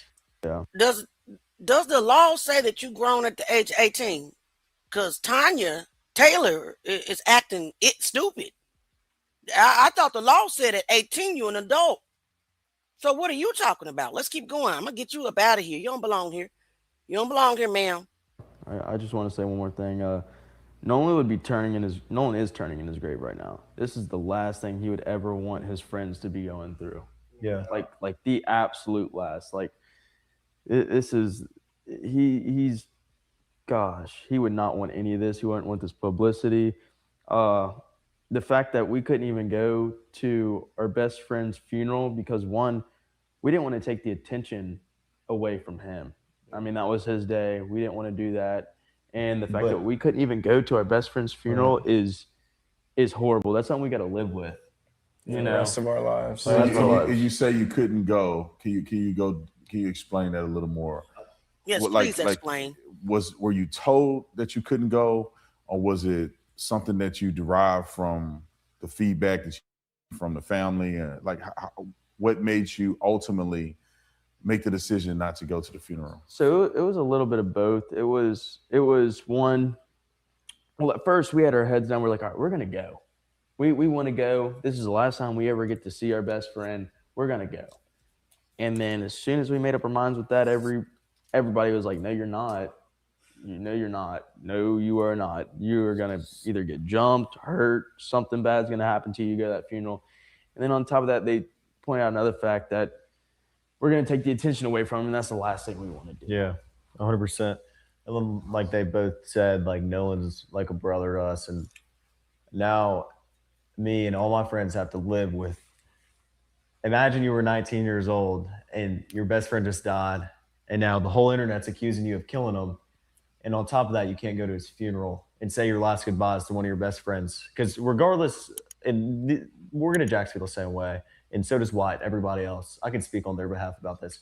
Regardless about what the internet says about our relationships with Nolan, we know from the bottom of our heart who Nolan was to us and who we were to Nolan. And at the end of the day, I can say this confidently. We were Nolan's closest friends, and we were Nolan's best friends. And this isn't a competition. I know a bunch of guys that were best friends with Nolan too. Like Javon and him. Javon and Nolan were like brothers too, but this isn't to take attention away from them, but this was a brotherhood. Like this was my. Why do you keep bringing up Javon? Javon, why you keep bringing him up, Warren? Brother, and for someone to take away, and the internet to take away our privileges to go to his funeral because they think this was a racial thing is absolutely horrible. And like we all feel that way. Like it's sick. Like seriously, it's absolutely sick. Thank you guys for coming on the interview. I think it's very courageous and brave. I know that you guys know this, that people are going to say things about you, lie on you, even after listening to what you have said on this interview, even the truth that you've displayed on this interview, even with the other interview we did, that there's going to be lawsuits for defamation. People are still going to lie. But I want to say, after getting a chance to meet you guys, that I'm very proud of you guys for telling your side. Appreciate it. It's not easy. And I hope that the world could at least give you a chance by hearing what you have to say. And the truth is going to come out, right? It's going to bear witness if you guys are being honest or not at the end of the day. But I applaud you for taking a step at such a young age to come out and at least, tell your side. So thank you guys. Thank you. Thank you so much. All right, y'all, that concludes all of our. All right, guys. All right. Thank you so much. Yeah. That was hard to listen to. It was very hard to listen to, because they are doing a whole PR campaign out here trying to convince the world that they're the victims, and Nolan wasn't a victim, and Nolan's parents are not the victims, they're villains. It's just sick. Everything that we just heard is sick. At the end of the day, I want to thank each and every one of you for coming and kicking it with me in the Truth Gang. Welcome to all the new Truth Gang members. Thank you so much for joining the channel. I thank you for all the gifts that you sent to support the channel as well. I'm going to try to be back this evening. We're going to keep saying his name. I don't care about the intimidation tactics, the scare tactics, or none of that. It is very important that we keep his name alive, as well as others as well. Again, thank you. And I wrote this song for Nolan if you're new to the channel. And I'm going to play it on our way out. The new subscribers, please turn your notifications on so you can know when I go live. I enjoy kicking it with you. So we're going to go out. I'm going to play this song I wrote for Nolan. And basically, this is what I need Mississippi to do. Cough them boys up. That's what I need. Salute. Mississippi. Three boats went to Horn Island. Everybody drop for Nolan Wells. Everybody came back except Nolan Xavier Wells. They brought his phone home, but they left somebody's son behind. Thank you. We want every answer. Mississippi, cough 'em up, cough 'em up, cough 'em up.